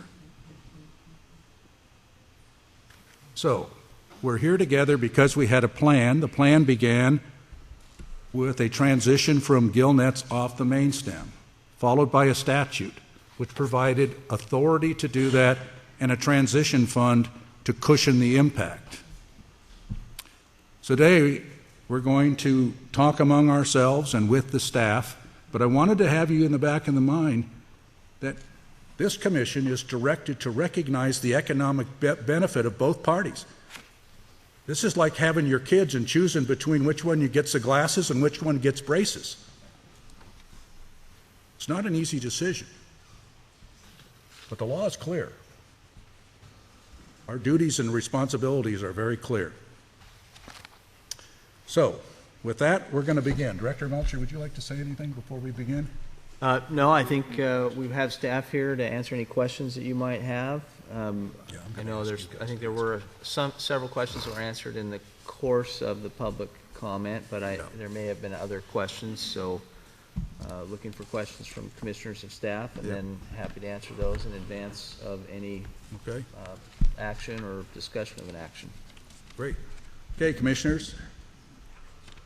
Commissioner Buckmaster. Yeah, thank you, Chair.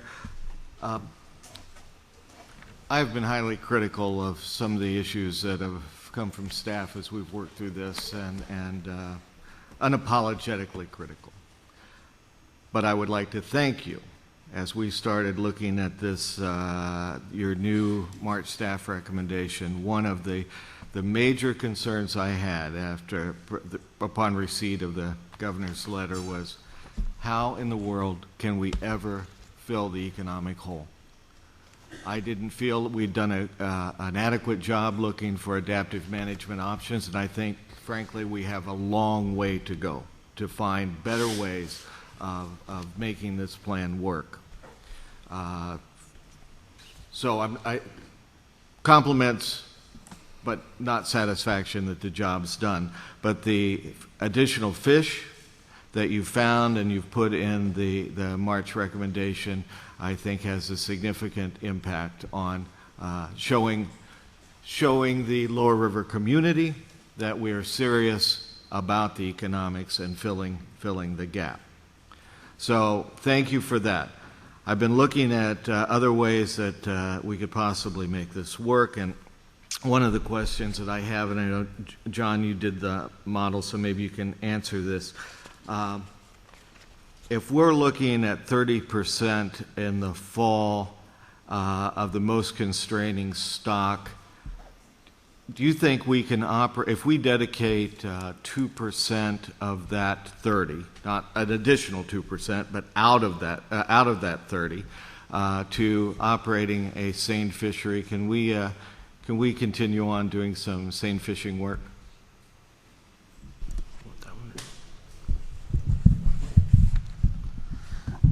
Chair Finley, Director Melcher, Commissioner Buckmaster, cord short. Here. That one's shorter. That one's short too. They're taped. Okay. You can pull it. I'm They fine. didn't want you to talk. Go ahead and introduce yourself first. My name's John Norris, staff for Columbia River Fisheries Manager. And 2% of the overall in-river Lower Columbia Tule allocation is that's about the most we've applied to the recent seine fisheries. It's been that or a little less. But with everything, the Columbia is complicated. There's multiple limiting stocks in the fall. So we have steelhead, upper bright. So not every year tules are the most limiting. So in that case, we would adjust our allocation LRH to kind of match on the others what the most limiting stock was, so that we kind of had the same effect on the fishery. But to answer your question, that's about what we've used last couple of years. Okay, thanks. Commissioners, any other comments? Commissioner Woolley. Just a question for Chris. I just want to make sure I'm looking at apples and apples seasonally. You talked about mortality, and there was an average of 50 to 60% mortality on the gillnet fishery, and around 10 to 15% in sport. Correct?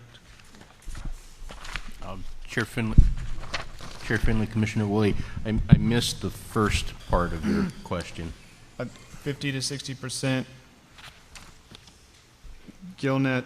We're just talking about just the methods, and then 10 to 15% sport fishing. I just wanted to see if I heard you correctly. So roughly five times mortality.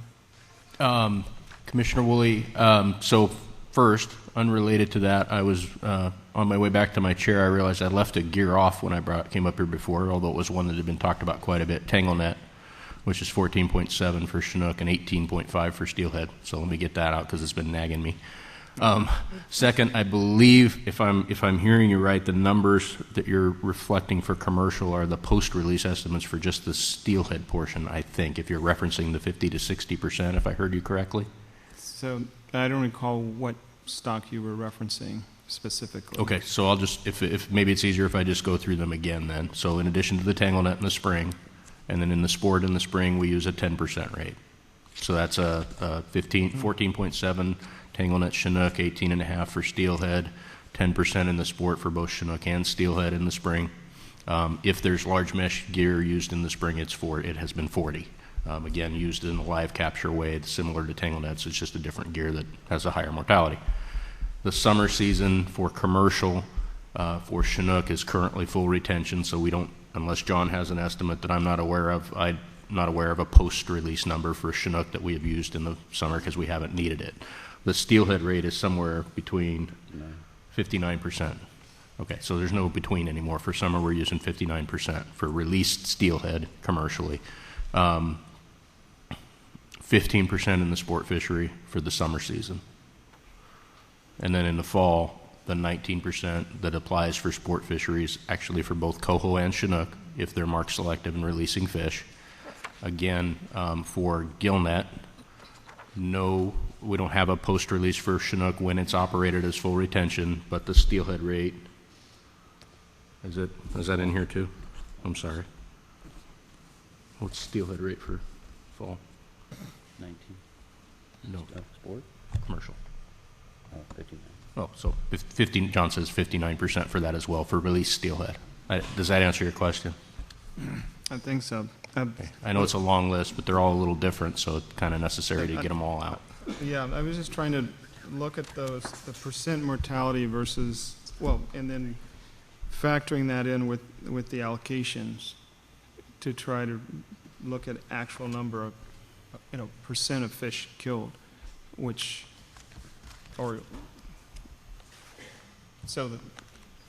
in other words, I was just doing some rough math here, and I saw some, based on 20% allocation for commercial fishing and 80% allocation for sport fishing, I was coming out with the numbers of fish killed or pretty similar, I guess. I guess I was coming out with like roughly 10 to 12%, 8 to 12% of commercial and sport when you're looking at the actual allocations. So in terms of actual number of fish that die. And so I was doing that sort of basic math. Chair Finley, Commissioner Woolley, I'd caution against doing that math that directly, because what we have been referring to is been a mortality rate per fish encountered. Doesn't factor in how many fish are encountered when you do it that way. And so, for instance, in the gillnet fisheries, the encounter rates of steelhead are lower, but the mortality rate per fish is relatively high. The combination of those two is what gives you a total number of dead fish.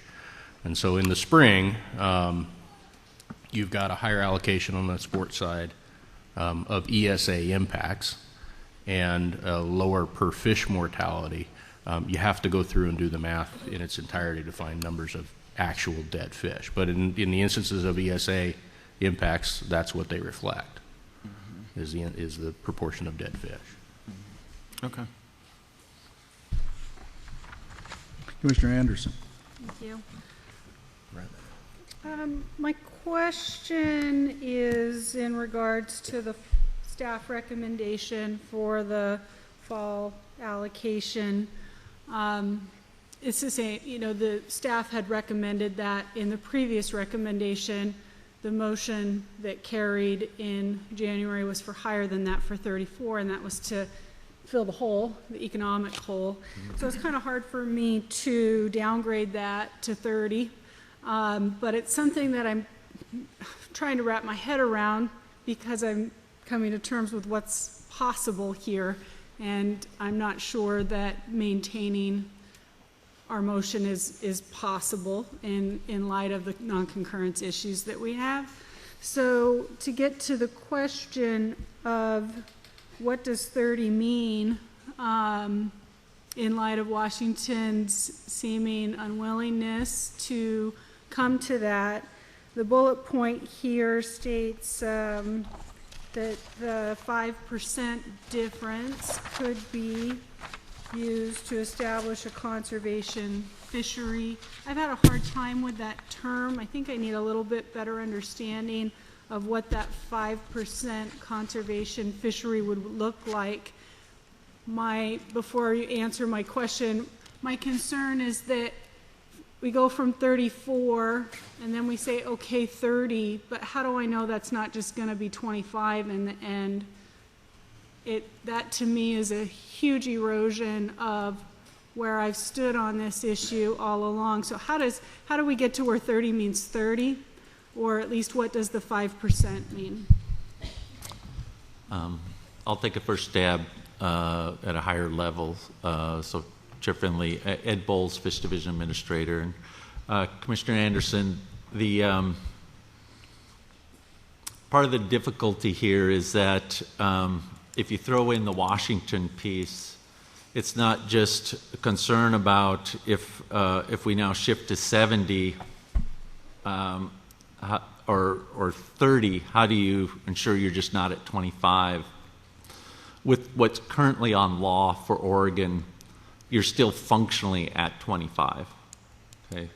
You're not functionally at 34 if we can't implement that. So that 25 is the way we explain it to you is if there is an unallocated portion, we take the lowest of both states, so you'd end up with 25 and 66 with 9% left on the table, assuming we couldn't come to terms with Washington on that 9%. And as we mentioned in the presentation, neither state can fish that 9% like they have it. ESA and USV Oregon constraints would not allow that, or the risk is there of exceeding what is allowed through those agreements, or the agreements that we have. So in order to try to get closer to a functional 30, we thought if we can't get to concurrence, and I think you still possibly could, my interpretation of the tone in Washington's letter was that there may be some movement. And what our staff recommendation now is let the chair and director do their best on that.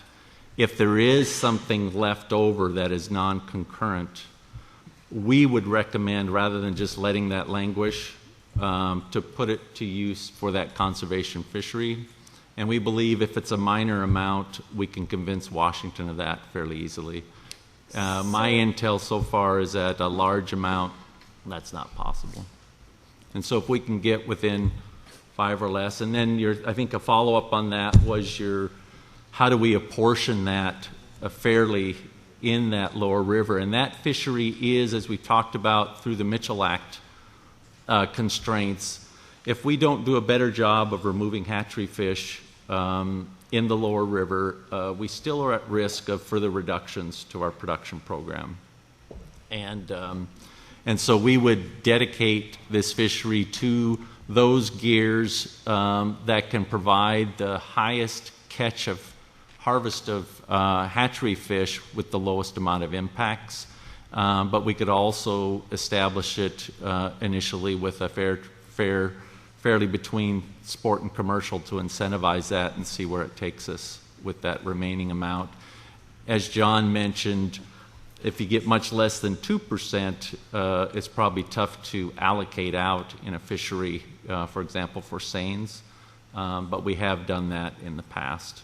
So seine would be a likely candidate for that conservation fishery. And this is where I need to stop talking, let other folks, but I think there was some discussion at a prior meeting about some modifications of some what's called pocket seining efforts or things like that. So some innovation that may, the seining, to really be effective, they need to fish on the fish where the fish are at.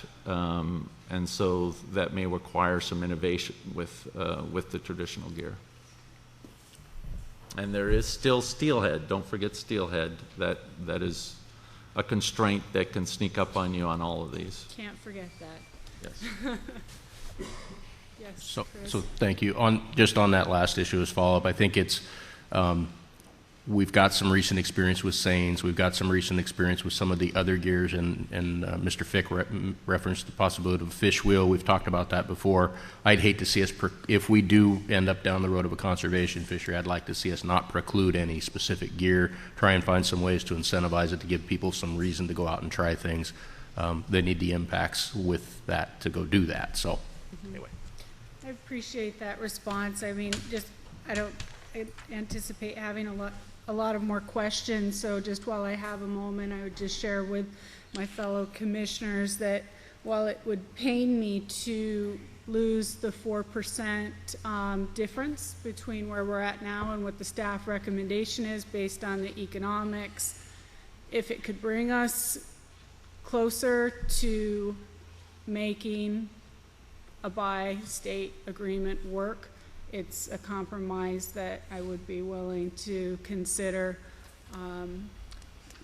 with the knowledge that, we would work hard to bring Washington up to our level, but I understand that the 9% gap, for me, if I want to shoot too big for that, I risk losing the whole thing. If we can find a middle compromise, then we might be able to provide some certainty, and I think that's what everybody needs and wants, is some certainty and some stability. So it's just a statement of my position right now.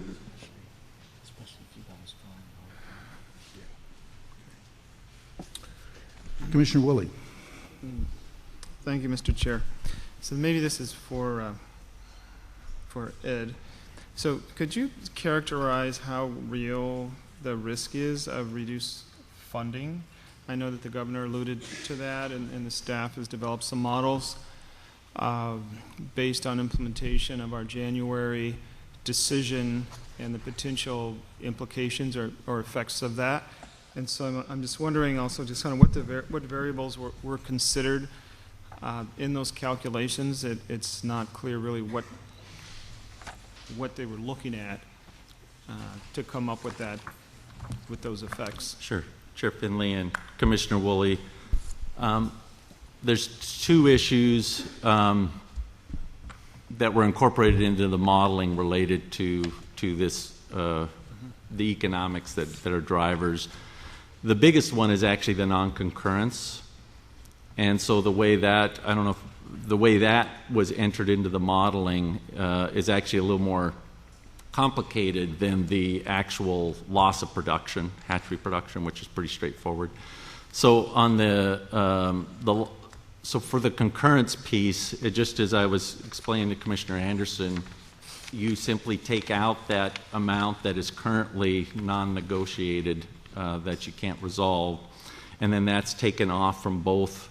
So you use those two the lower of the sport, the lower of the commercial between the two states, and then you run that through your fishery models just as per those allocations, okay? And then that puts out those economics that you see in those tables. That's actually a much bigger driver than the funding one. But the criteria on that is the two lower, that is non-resolved. Then as far as the production piece, just refer you to your agenda item summary on page 8, where it discusses the rationale behind that. And that is based on our just sense of whether or not, let me back up and just remind you of where that money comes from. It's $2 million a biennium that's appropriated in general fund through our base program now. And of that, $500,000 of that goes to that transition fund, and $1.5 million goes towards implementing the reforms, okay, which is primarily monitoring, research, and some of the production. And then there's you've heard about the $975 that the commission authorized for a fee on sport fishers, and that piece generates just over $2 million per biennium. And so together that represents just over $4 million per biennium that goes towards implementing the reforms. based on input from the sponsors of the original bill, Senate Bill 830, as well as input from the governor, our best judgment is that that funding, both general fund and the sport fishing dollars, is currently at risk with the current decision made in January. And how that plays out legislatively is anybody's guess, but is based on the input from the sponsors of Senate Bill 830, which originally authorized those dollars, and then it was based on input from the governor indicating that her fears that funding is at risk as well. One of the key sponsors, or there's several of them, and those are all in your packet, and then those are referenced on page 8 of the agenda item summary. So just personally, I don't think it makes sense to punish the program if we're not in concurrence with Washington. And indications we've been getting is that it's a small minority of very local or very vocal legislators that have these strong feelings, and it's not necessarily reflective of the majority of the legislature. So that's just indications that we've been getting. So I just wanted to put that out there. And I just want to be clear that staff presented to you throughout the agenda item summary, throughout your spreadsheets, you have the certain rights and responsibilities to judge this as you see fit. And so you have all that information. As staff, we believe that risk is real. At leadership level, myself and Kurt, as well as others, based on that input. And we just wanted, as a commission, you to be making your decisions eyes wide open relative to that risk. Commissioner Buckmaster. Kurt. Then Commissioner Aiken. Kurt, when was the last time a statement by a legislator or many, I mean, I don't care how many it is, about the removal of potential funding for a project or a program? When was the last time that was factored into a commission presentation? Well, Chair Finley, Commissioner Buckmaster, I can't say that I recall that happening. I'm not going to say that it has never happened, but I can't say that I recall it happening. But I think it is, as Ed summed, I mean, I think there is, or as Ed described, there is definitely some risk of losing that funding. And if I could, Chair Finley, follow up, that piece I forgot to mention, I think staff just applied that relatively simplistically. It's $770,000. Yes. That's what's on page 8. Also, okay, on page 8 as well, which is not as substantive as the non-concurrence piece.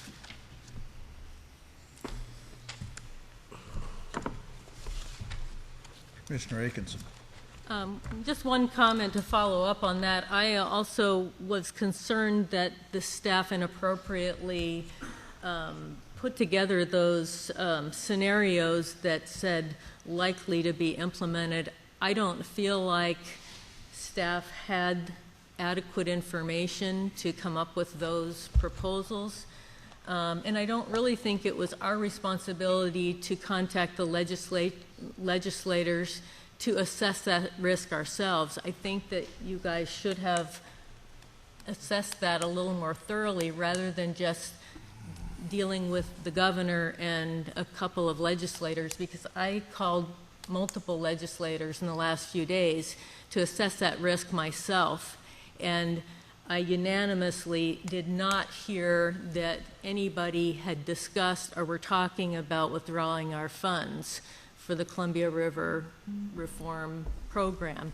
So we have this distorted view in our packet like this is going to happen. And when I researched it myself, I don't see that there's that risk. And so I think that staff needs to be certain before you come up with a risk that's not well researched, it's not fair to the commission to have those kinds of detailed economic analyses based on speculation. So I would urge you in the future, if you're going to try to assess risk for us, please do it in a manner that includes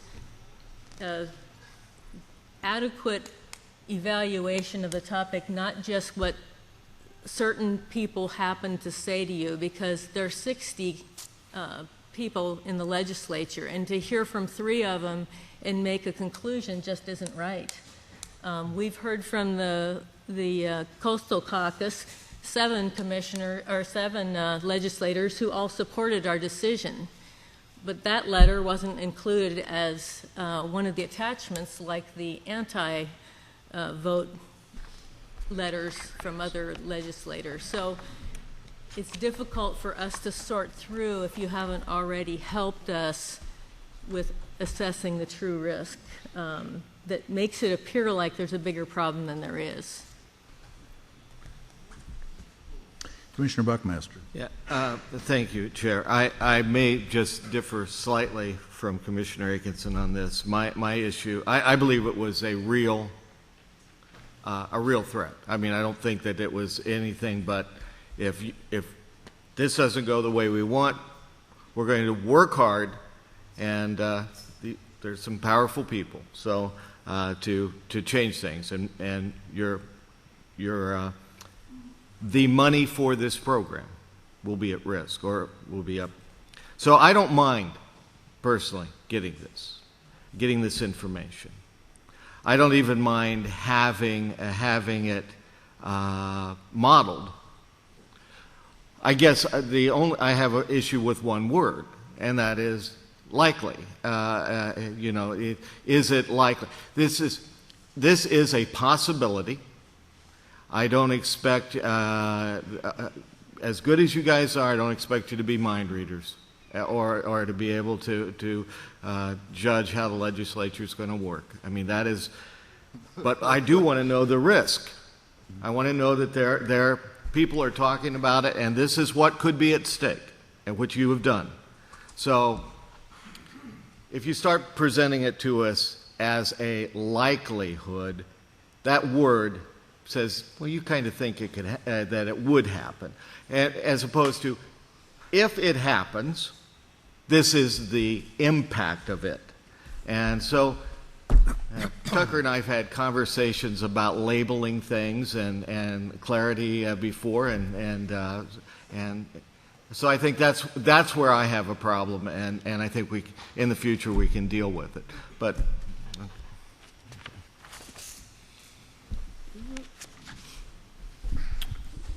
Commissioner Woolley? So just to, give it, back to the staff the credit, I mean, there is a big if in there, Commissioner Buckmaster, if SB 830 funds are eliminated. And then there's some bullet points of what would happen. So it is, it's speculative, but the sense, as Ed, you were saying, the sense with what you're saying and what we're reading is that it would be likely.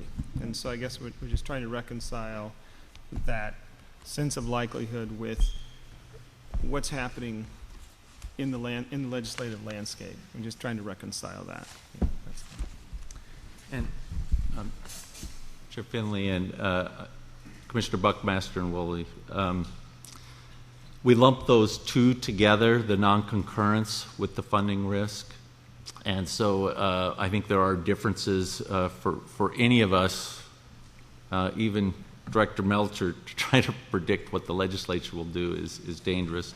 But we do believe and are unapologetic about our assessment of that risk. Relative to the concurrence piece, that is not speculative. If it is not concurrent, that is where it will land. We still have hope that there may be some option to minimize that, and we made that clear. That amount of money that's in there that's lost to both sport and commercial is based on that 9% not going anywhere. Okay. Commissioners, I think that without being disrespectful to some of our legislators, we have an act signed by a governor that's a statutory law. We have an enabling act that gives us clear, independent legislative authority. And I just think we ought to act on that independent authority and do the right thing here in concurrence with Senate Bill 830. And meaning no disrespect to an individual legislators, but it's when they act in unison and actually pass a law and it's signed by the governor where we're absolutely bound. But these commissions are designed to be independent. That's the way Oregon has designed this, from the Highway Commission to the Fish and Wildlife Commission. Mr. Chair, I would like to prepare, to help prepare a motion based on a difficult motion for me, based on the fact that I did talk to, after looked at the governor's letter, talked to the governor's staff, later on talked to the governor. I was asked if there was anything that I personally, as a commissioner, could do to advance this issue towards concurrence.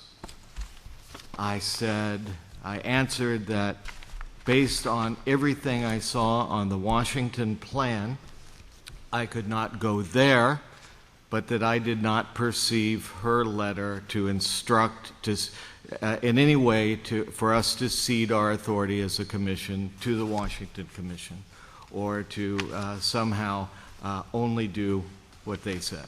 And her staff, and then she said that is true. I'm not asking that. I told her that I got some heat locally when Chair Finley sent the letter to Chair Smith in Washington about what is he doing? Why in the world is he sending this? It's not what you voted for. And I said, he's doing his job. It's not a behind-the-scenes thing. He published the darn thing. It's an effort to find a room that we can work and have an orderly concurrent fishery. I also said I'd like to figure out, hopefully staff can find a way, knowing that they do not have a silver bullet.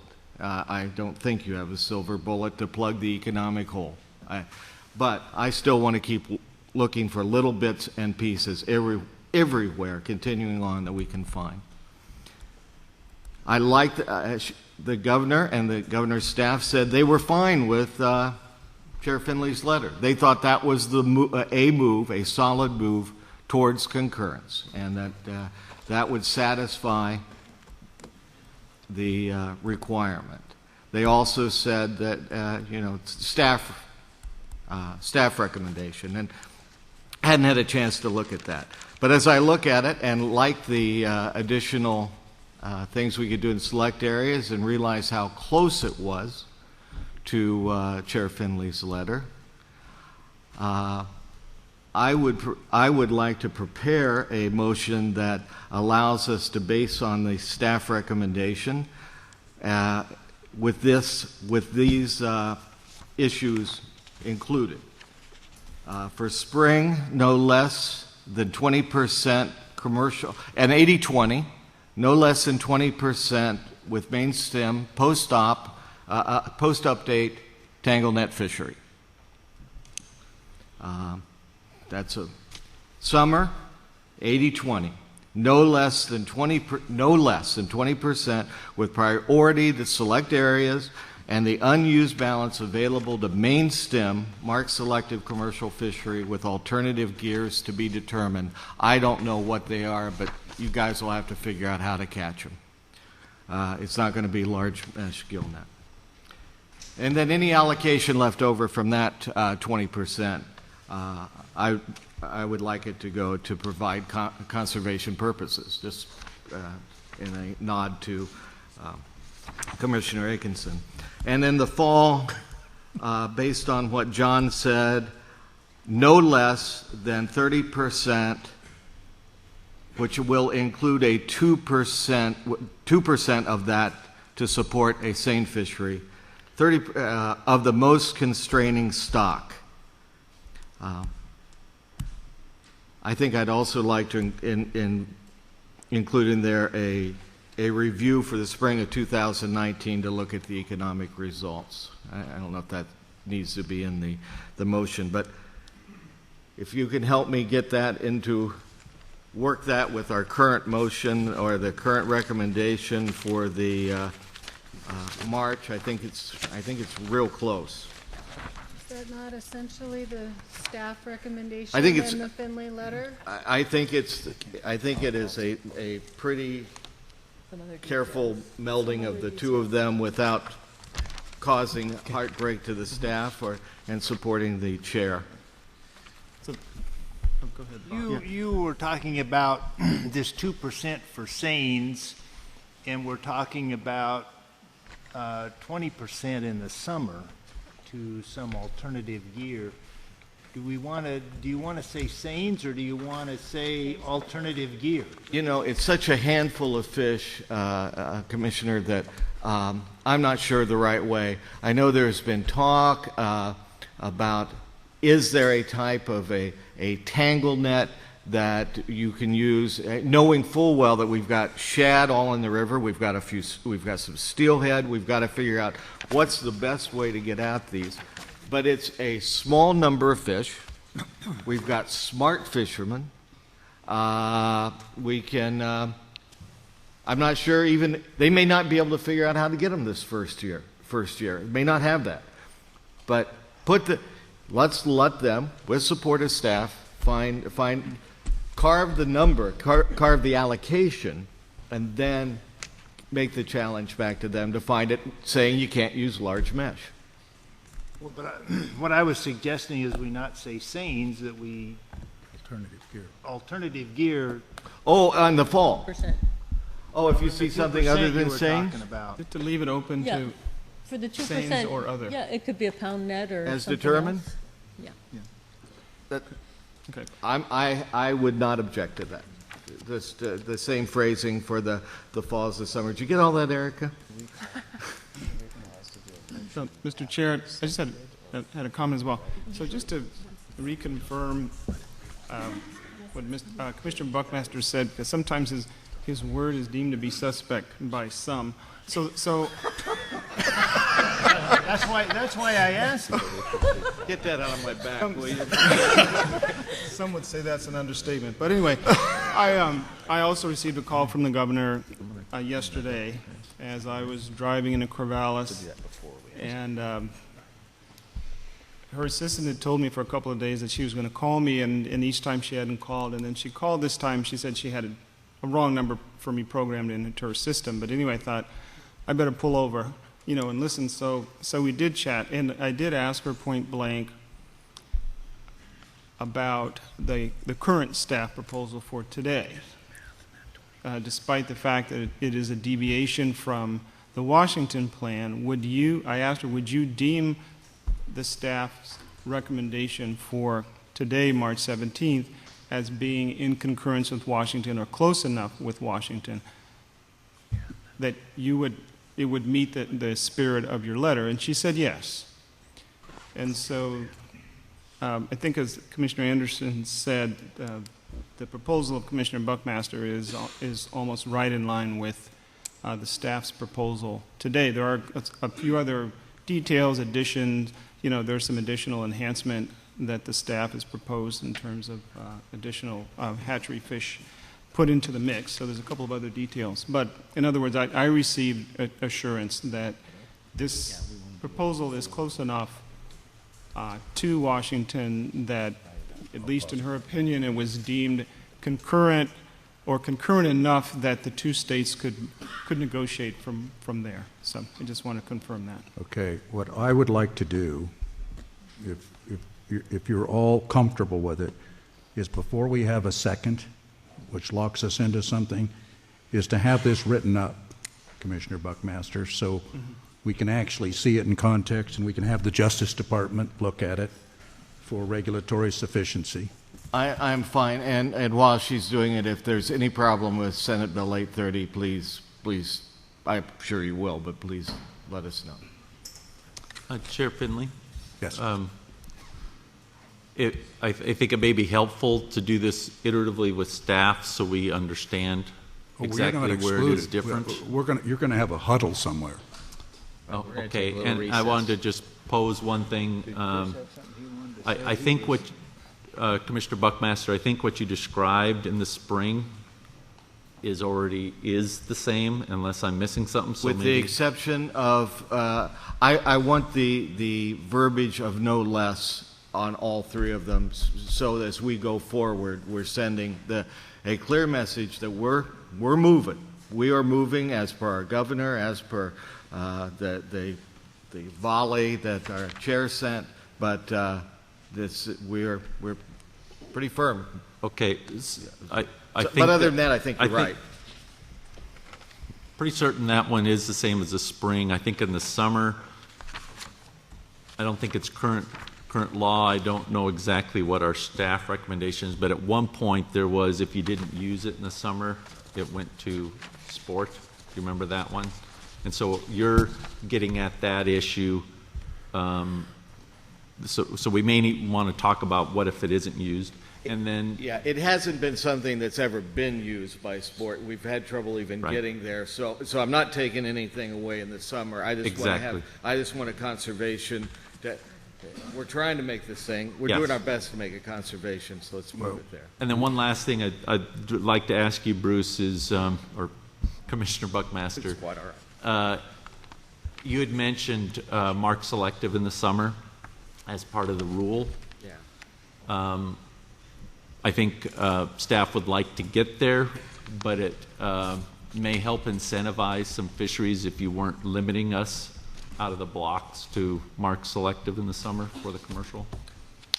My point is that I don't want them to be shackled. I'm okay taking off the large mesh gill nets, even though I have trouble doing it, but I'm taking those off the table. But after that, however you want to phrase it, so that the option to use different gear is and the breadth of different gear. I want it wide open.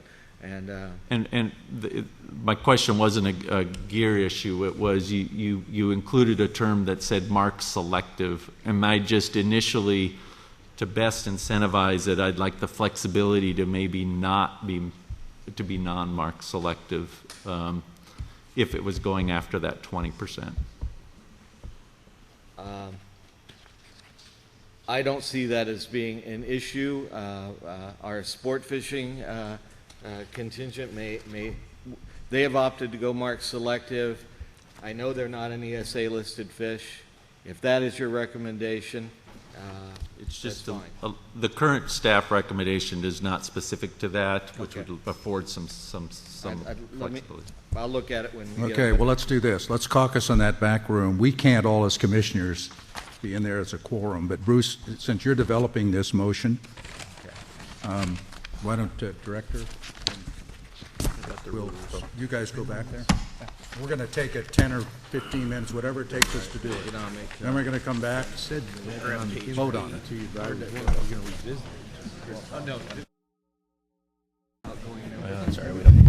Okay, ladies and gentlemen, we're going to get to work and get you out of here.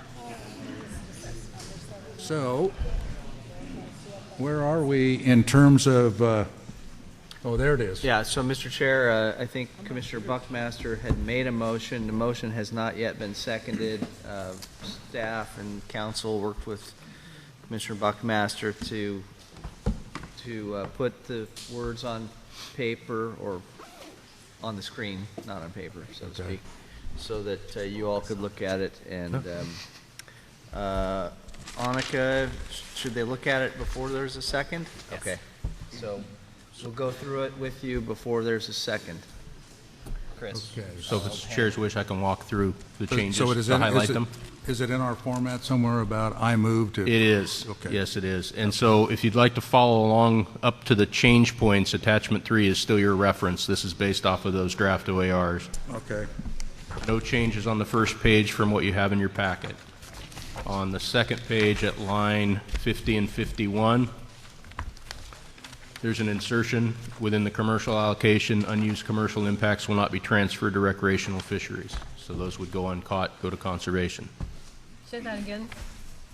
Unused commercial impacts will not be transferred to recreational fisheries. Moving to summer Chinook, a similar statement,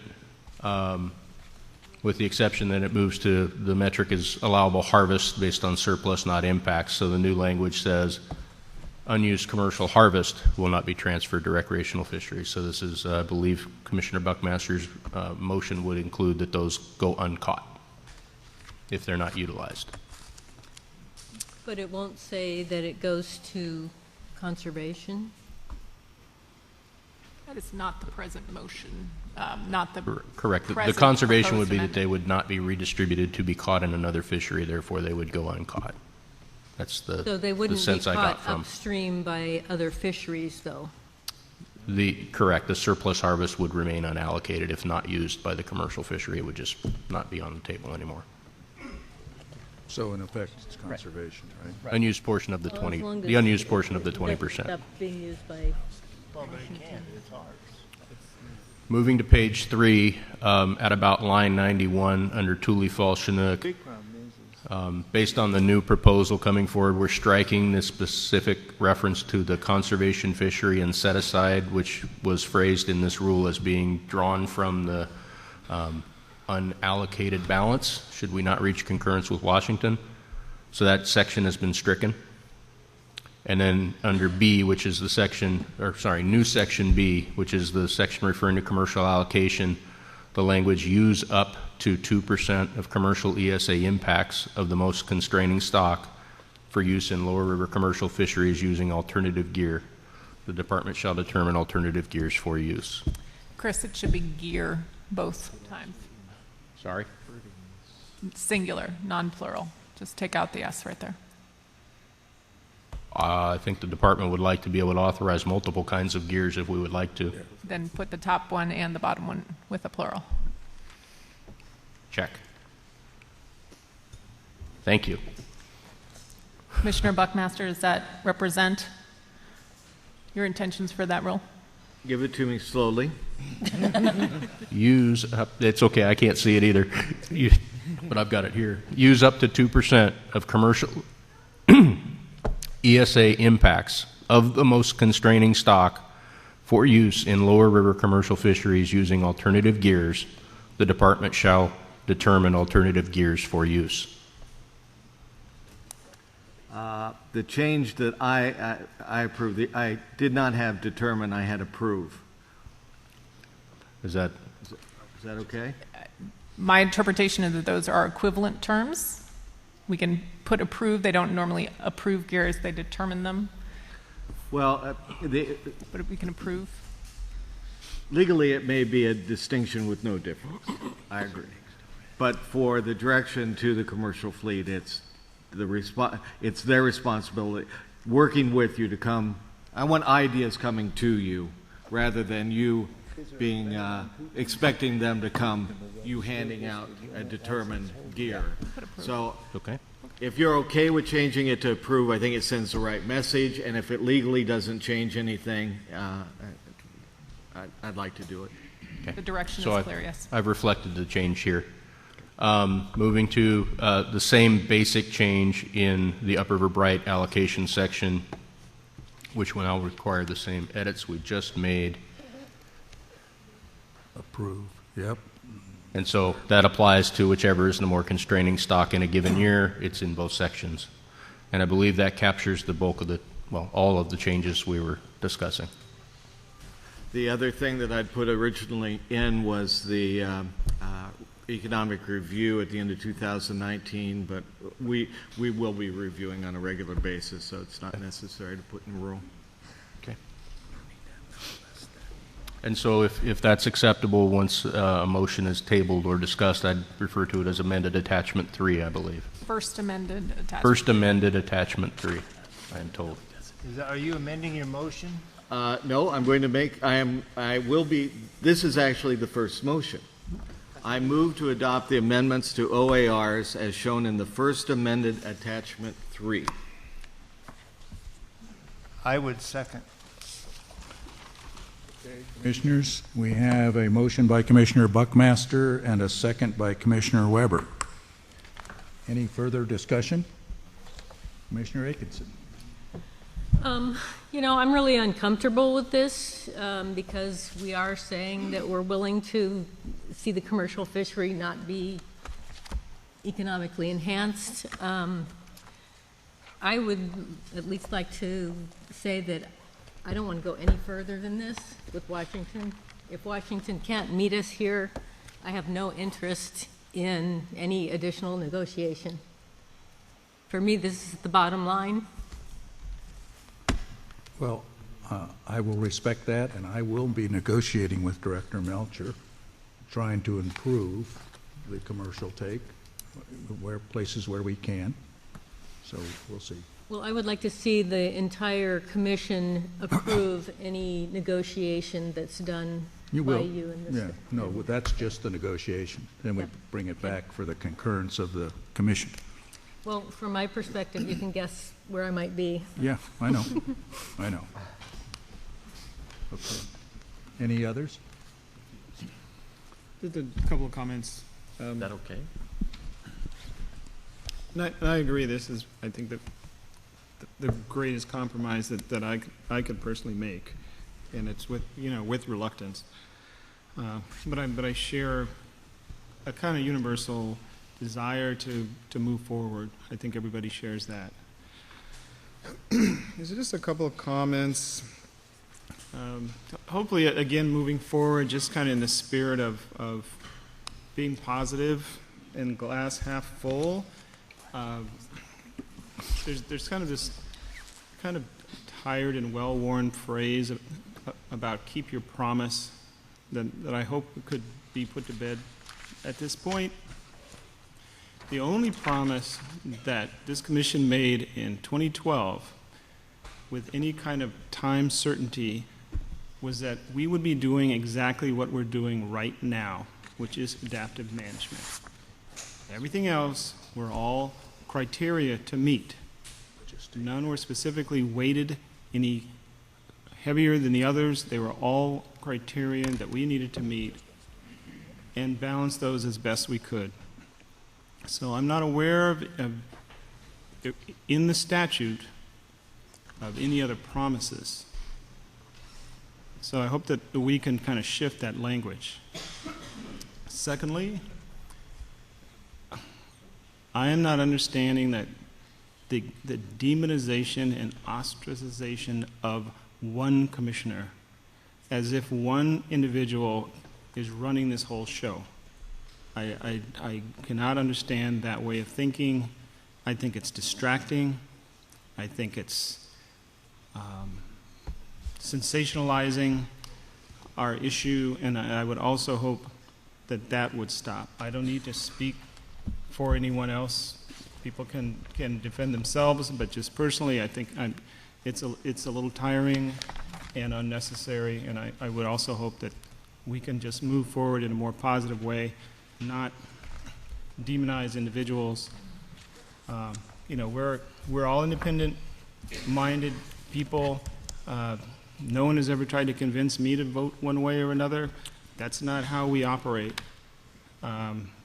We bring our own minds to this, and so I would hope that we could, again, another thing that we could just kind of move away from moving forward as we continue to keep conservation at the highest level, the overarching reason why we're all here, because we want our fish stocks to be healthy.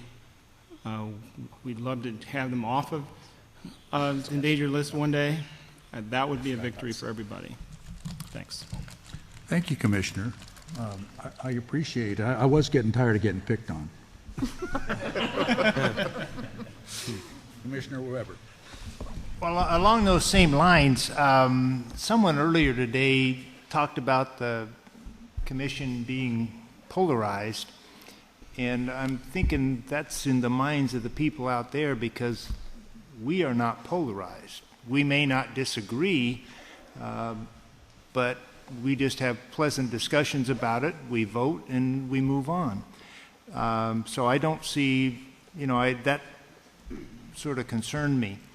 And the other thing to go along with what Greg said is, I'm always hearing from both sides that that we need to comply with Senate Bill 830.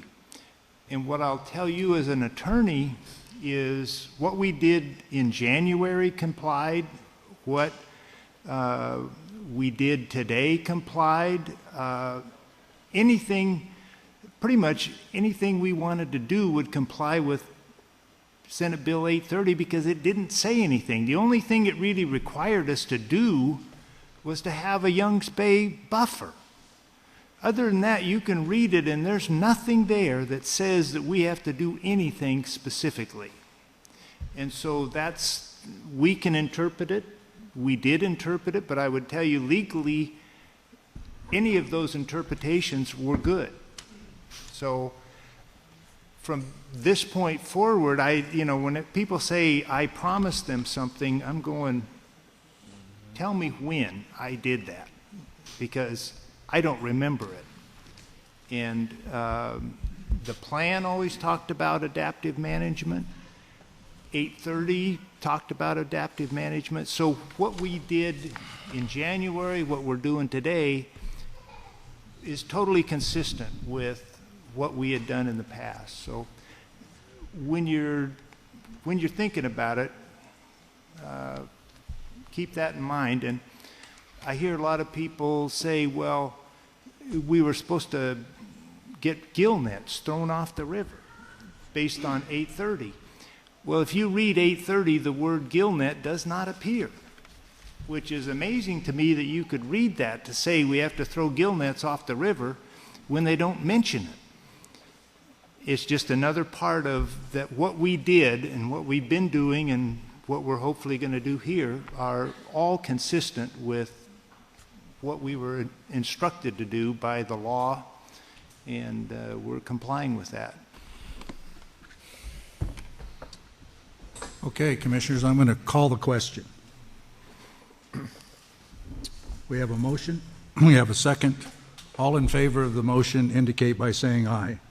Aye. Opposed? Hearing none, it passes unanimously. We're done. We're